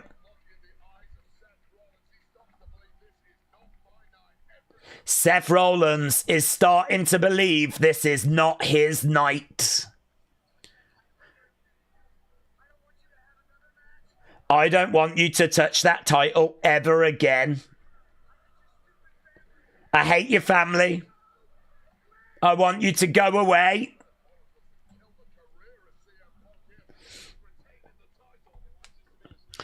I want you to go away.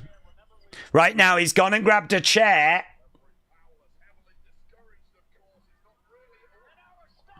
And a stomp to Jey. Jey has been stomped. Charging rounds. Seth Rollins in control. In control. He's in the ring with a chair.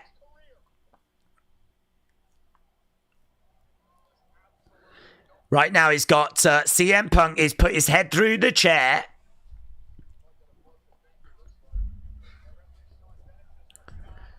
He's going to curb him. CM Punk moves. He was going to curb him onto that chair. GTS. Here we go. Boom. Connects. Back on the shoulders. Smile on the face of Punk. Mates. Mates. Seth's in trouble. Seth's in trouble. CM Punk looking around. Go to sleep, someone from behind! Low blow! Low blow! I think it's Becky! I think it's Becky! It looks like Becky! Taking it off! It is! It's gonna be Bex! It's Bex! Becky Lynch! Becky Lynch! Well, I don't know. Oh, Curb! Curb! So is she going to be in the Vision? 1, 2. Okay, Seth. I mean, that's not the story. Look, she's got a burn it down shirt on. Is she in the Vision? Is she in the group? Or did she just help out her husband? I mean, it makes sense, doesn't it? If you're going to kick out the Vision, of course he's going to turn to his wife.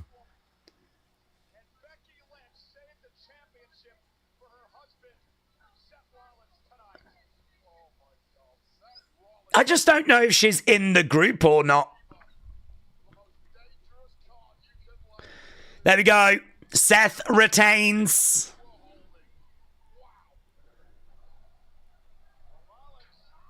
I was kind of waiting for like there to be an announcement or something, because I still don't know. I don't hate Becky being in the Vision. I don't hate that at all. I don't think it's what the group have been missing, but I don't hate it.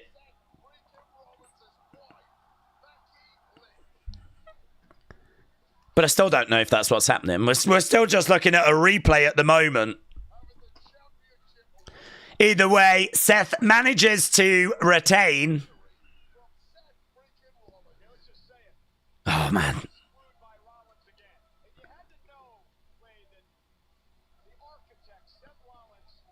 Yeah.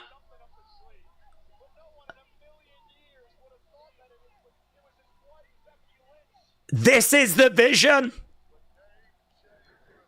This is the Vision, she just said.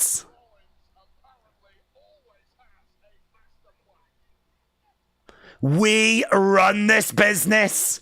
We run this business.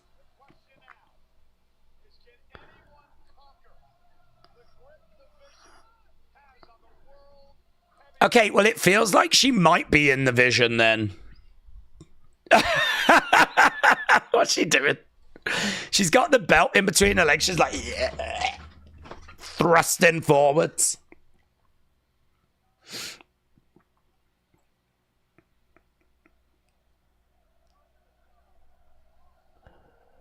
And there we go. It fades to black and it's done. So other, you was correct. Well done everyone that said other. There was no Karrion Cross. There was no Brock Lesnar. There was no Rock. There was no Brie. There was no Lana. Honestly, when you have watched these shows as much as we've watched them, you do sort of come to learn that you're only going to get a couple of things. And actually, I would even make the argument we didn't even get a couple of things. I mean, we really didn't get anything outside of Becky at the end. AJ Lee's coming back. That was a waste, said Dean. That was boring, said the clone. Well,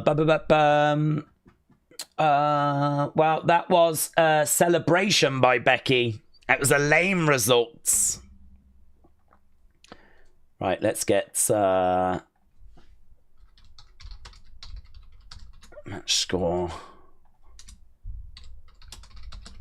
All time. Great. Good. Bads. Right, this is for the match, not for the show. I'm going to do a review video for the show. But I'll get the data for that on X. Alfred said, the fourth man was the man, said Alfredo. You're right. The fourth man was the man. You're right. I feel like we limped our way to the end there. It did feel like we were limping. I don't know that is... I don't think that final match was it, really. And I don't think that that reveal is what people are going to necessarily have been looking for. Connor said I got all 6 matches right. Congrats. Should have been a triple threat, said the one. They're doing a post-show now, yes. Who said something big was going to happen? I think in WWE's mind, that Becky thing is probably classed as being big.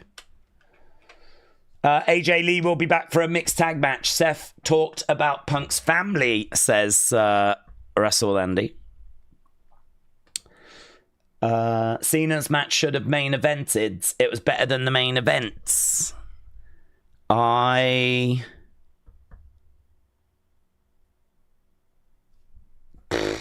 Was it? The crowd were hotter. The crowd were hotter. When do you think we get Becky, Seth, AJ Lee, Punk? I don't know. I don't know if we will. I just had a load of people talking to me about Brock, and there's rumours of Karrion, and there's people wondering if we're getting Brie and Lana. And then we get to this show and we don't get any of that. And now we come out of this show talking about AJ Lee. I get it. I understand why people are saying it, but...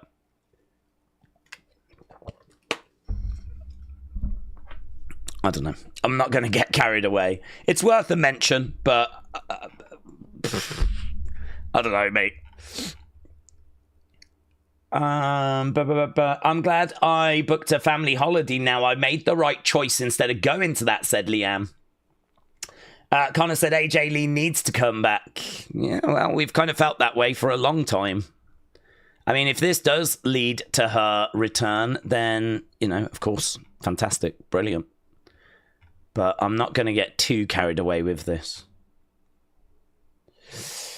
It was terrible, said Adigaro. Triple T would have been a better fourth man, said Benny. Yeah, I kind of sense that people were not going to be too crazy about this reveal when it happens.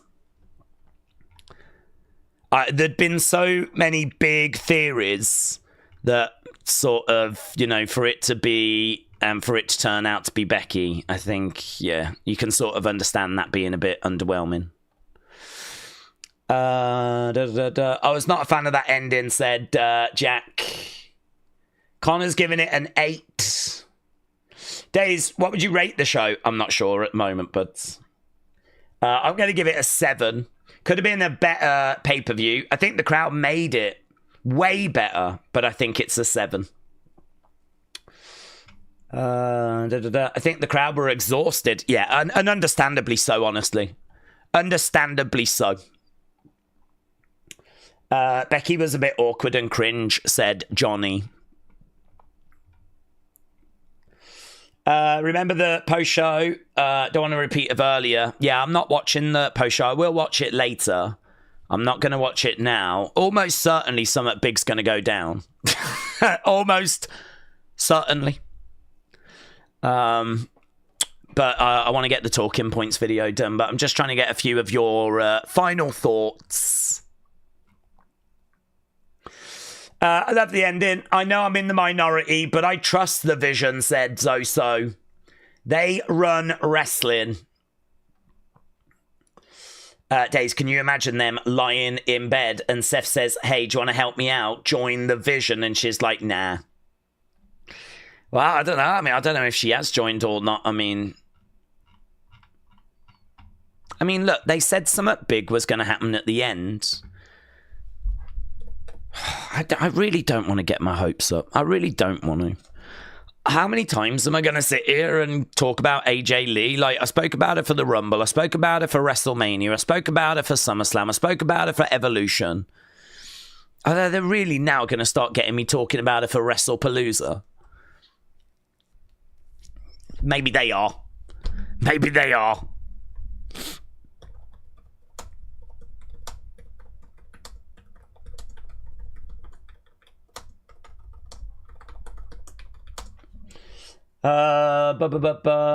Just give in, says Metal Mama. Maybe I'm gonna have to, yeah. Maybe I'm gonna have to. Daze, the dirt sheet said something huge, not Triple H or WWE.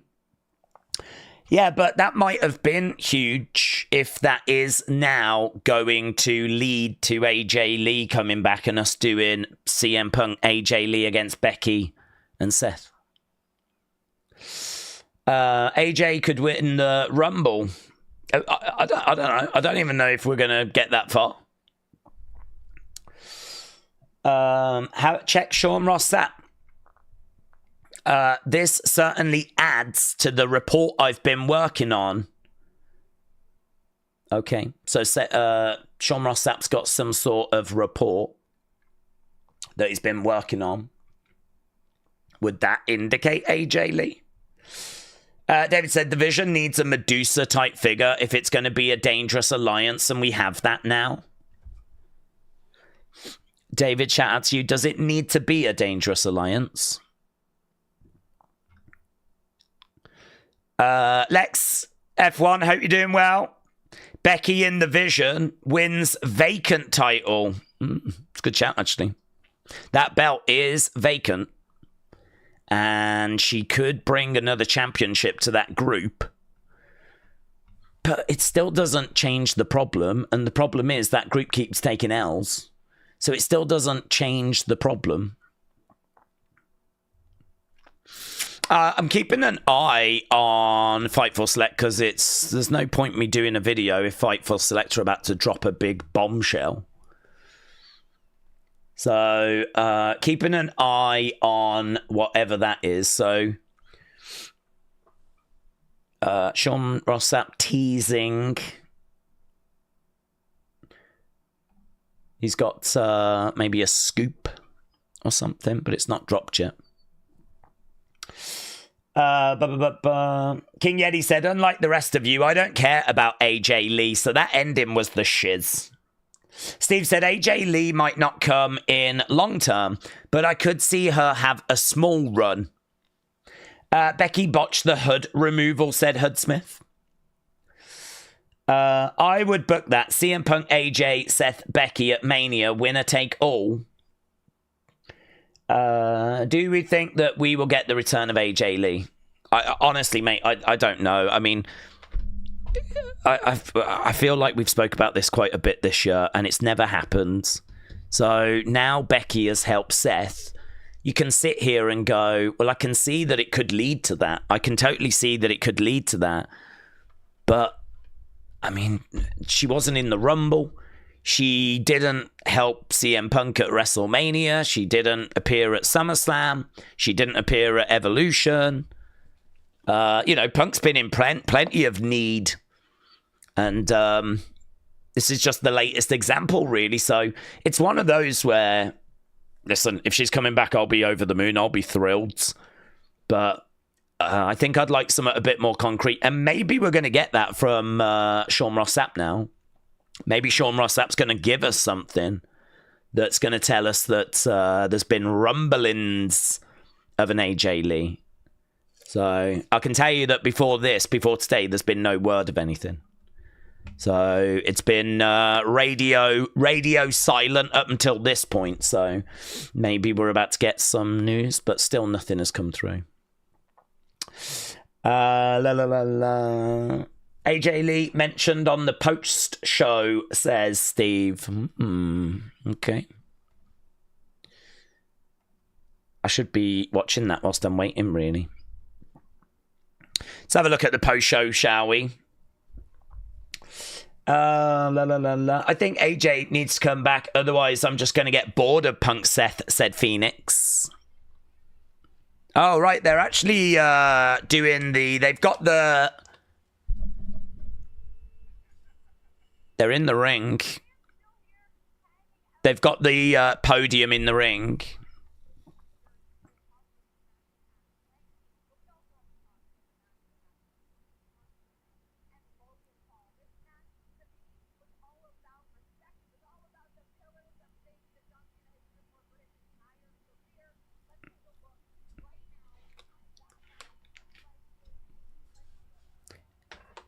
Okay, they're just talking about John. Daze, Punk returned at War Games. AJ Lee could return there, says Macarice. Y'all complain about everything. That match was not boring, says Tamar. I don't know who Tamar's talking to. Kader said, Connor said, we'll see you tomorrow. Something big gonna happen, Brock. The show's finished now, but even though Becky is with them now, we still need a fourth guy. I agree with you on that. Yes, I agree. We do need a fourth guy in that group. AJ Lee is not going to come back, said Steven. You're right. Seth mentioned family right at the end, says Rich. Deadpool said, I want Becky to have her own female faction. Maybe AJ Lee could cost the women's IC title. WWE are just trolling at this point, says Benny. Maybe.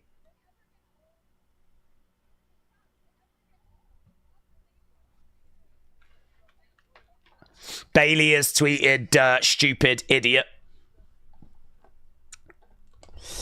I'm surprised that AJ Lee has not at least signed to a Legends deal, unless she just doesn't want the money. Yeah, that's true, actually. Even a deal where she doesn't have matches, but we can make like figures of her and stuff. Yeah, that's a good point. Here we go. Here we go. Oh, it's quite long, actually.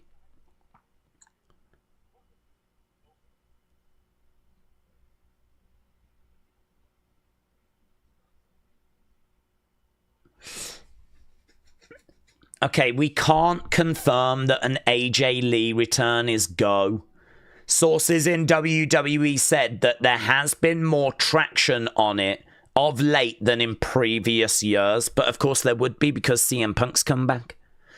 CM Punk skipped around the ring at a live event, which we saw.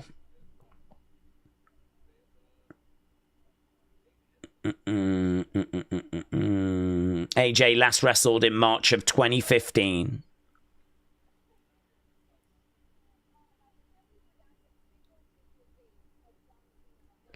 We'll continue to speak. They haven't got any info. The info they've got is they've got no info.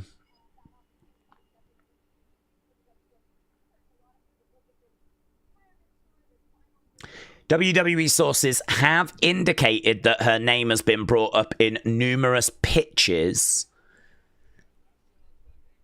But AJ Lee has largely been uninterested in making a return over the last 10 years. I don't know what you can take from that. I mean, look, what I would say is, I definitely think it's been teased. If that's what we're going to get, then sign me up. I'll be thrilled. I am an AJ Lee fan. And it's a conversation we've had quite a few times. So, I mean, I would love to see it. I really would, but I don't know. I just can't get too carried away. I've been waiting.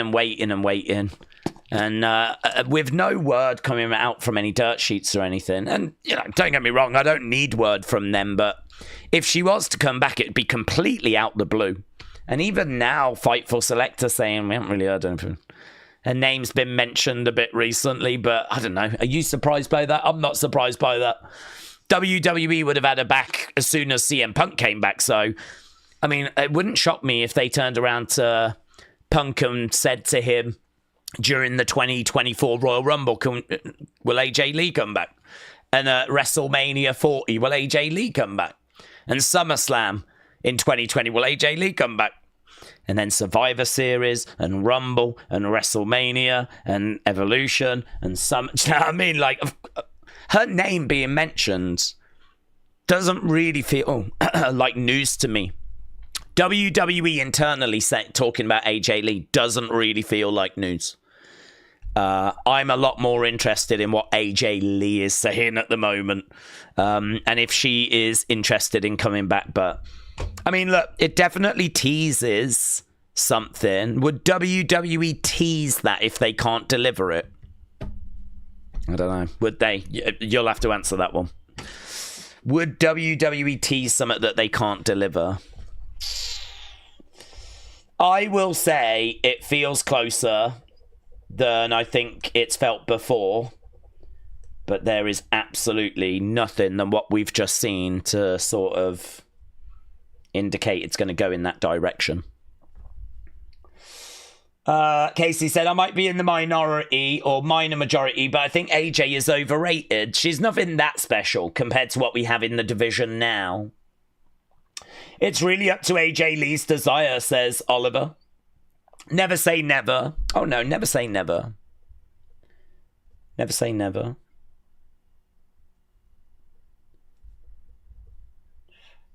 Does that set up WrestlePalooza?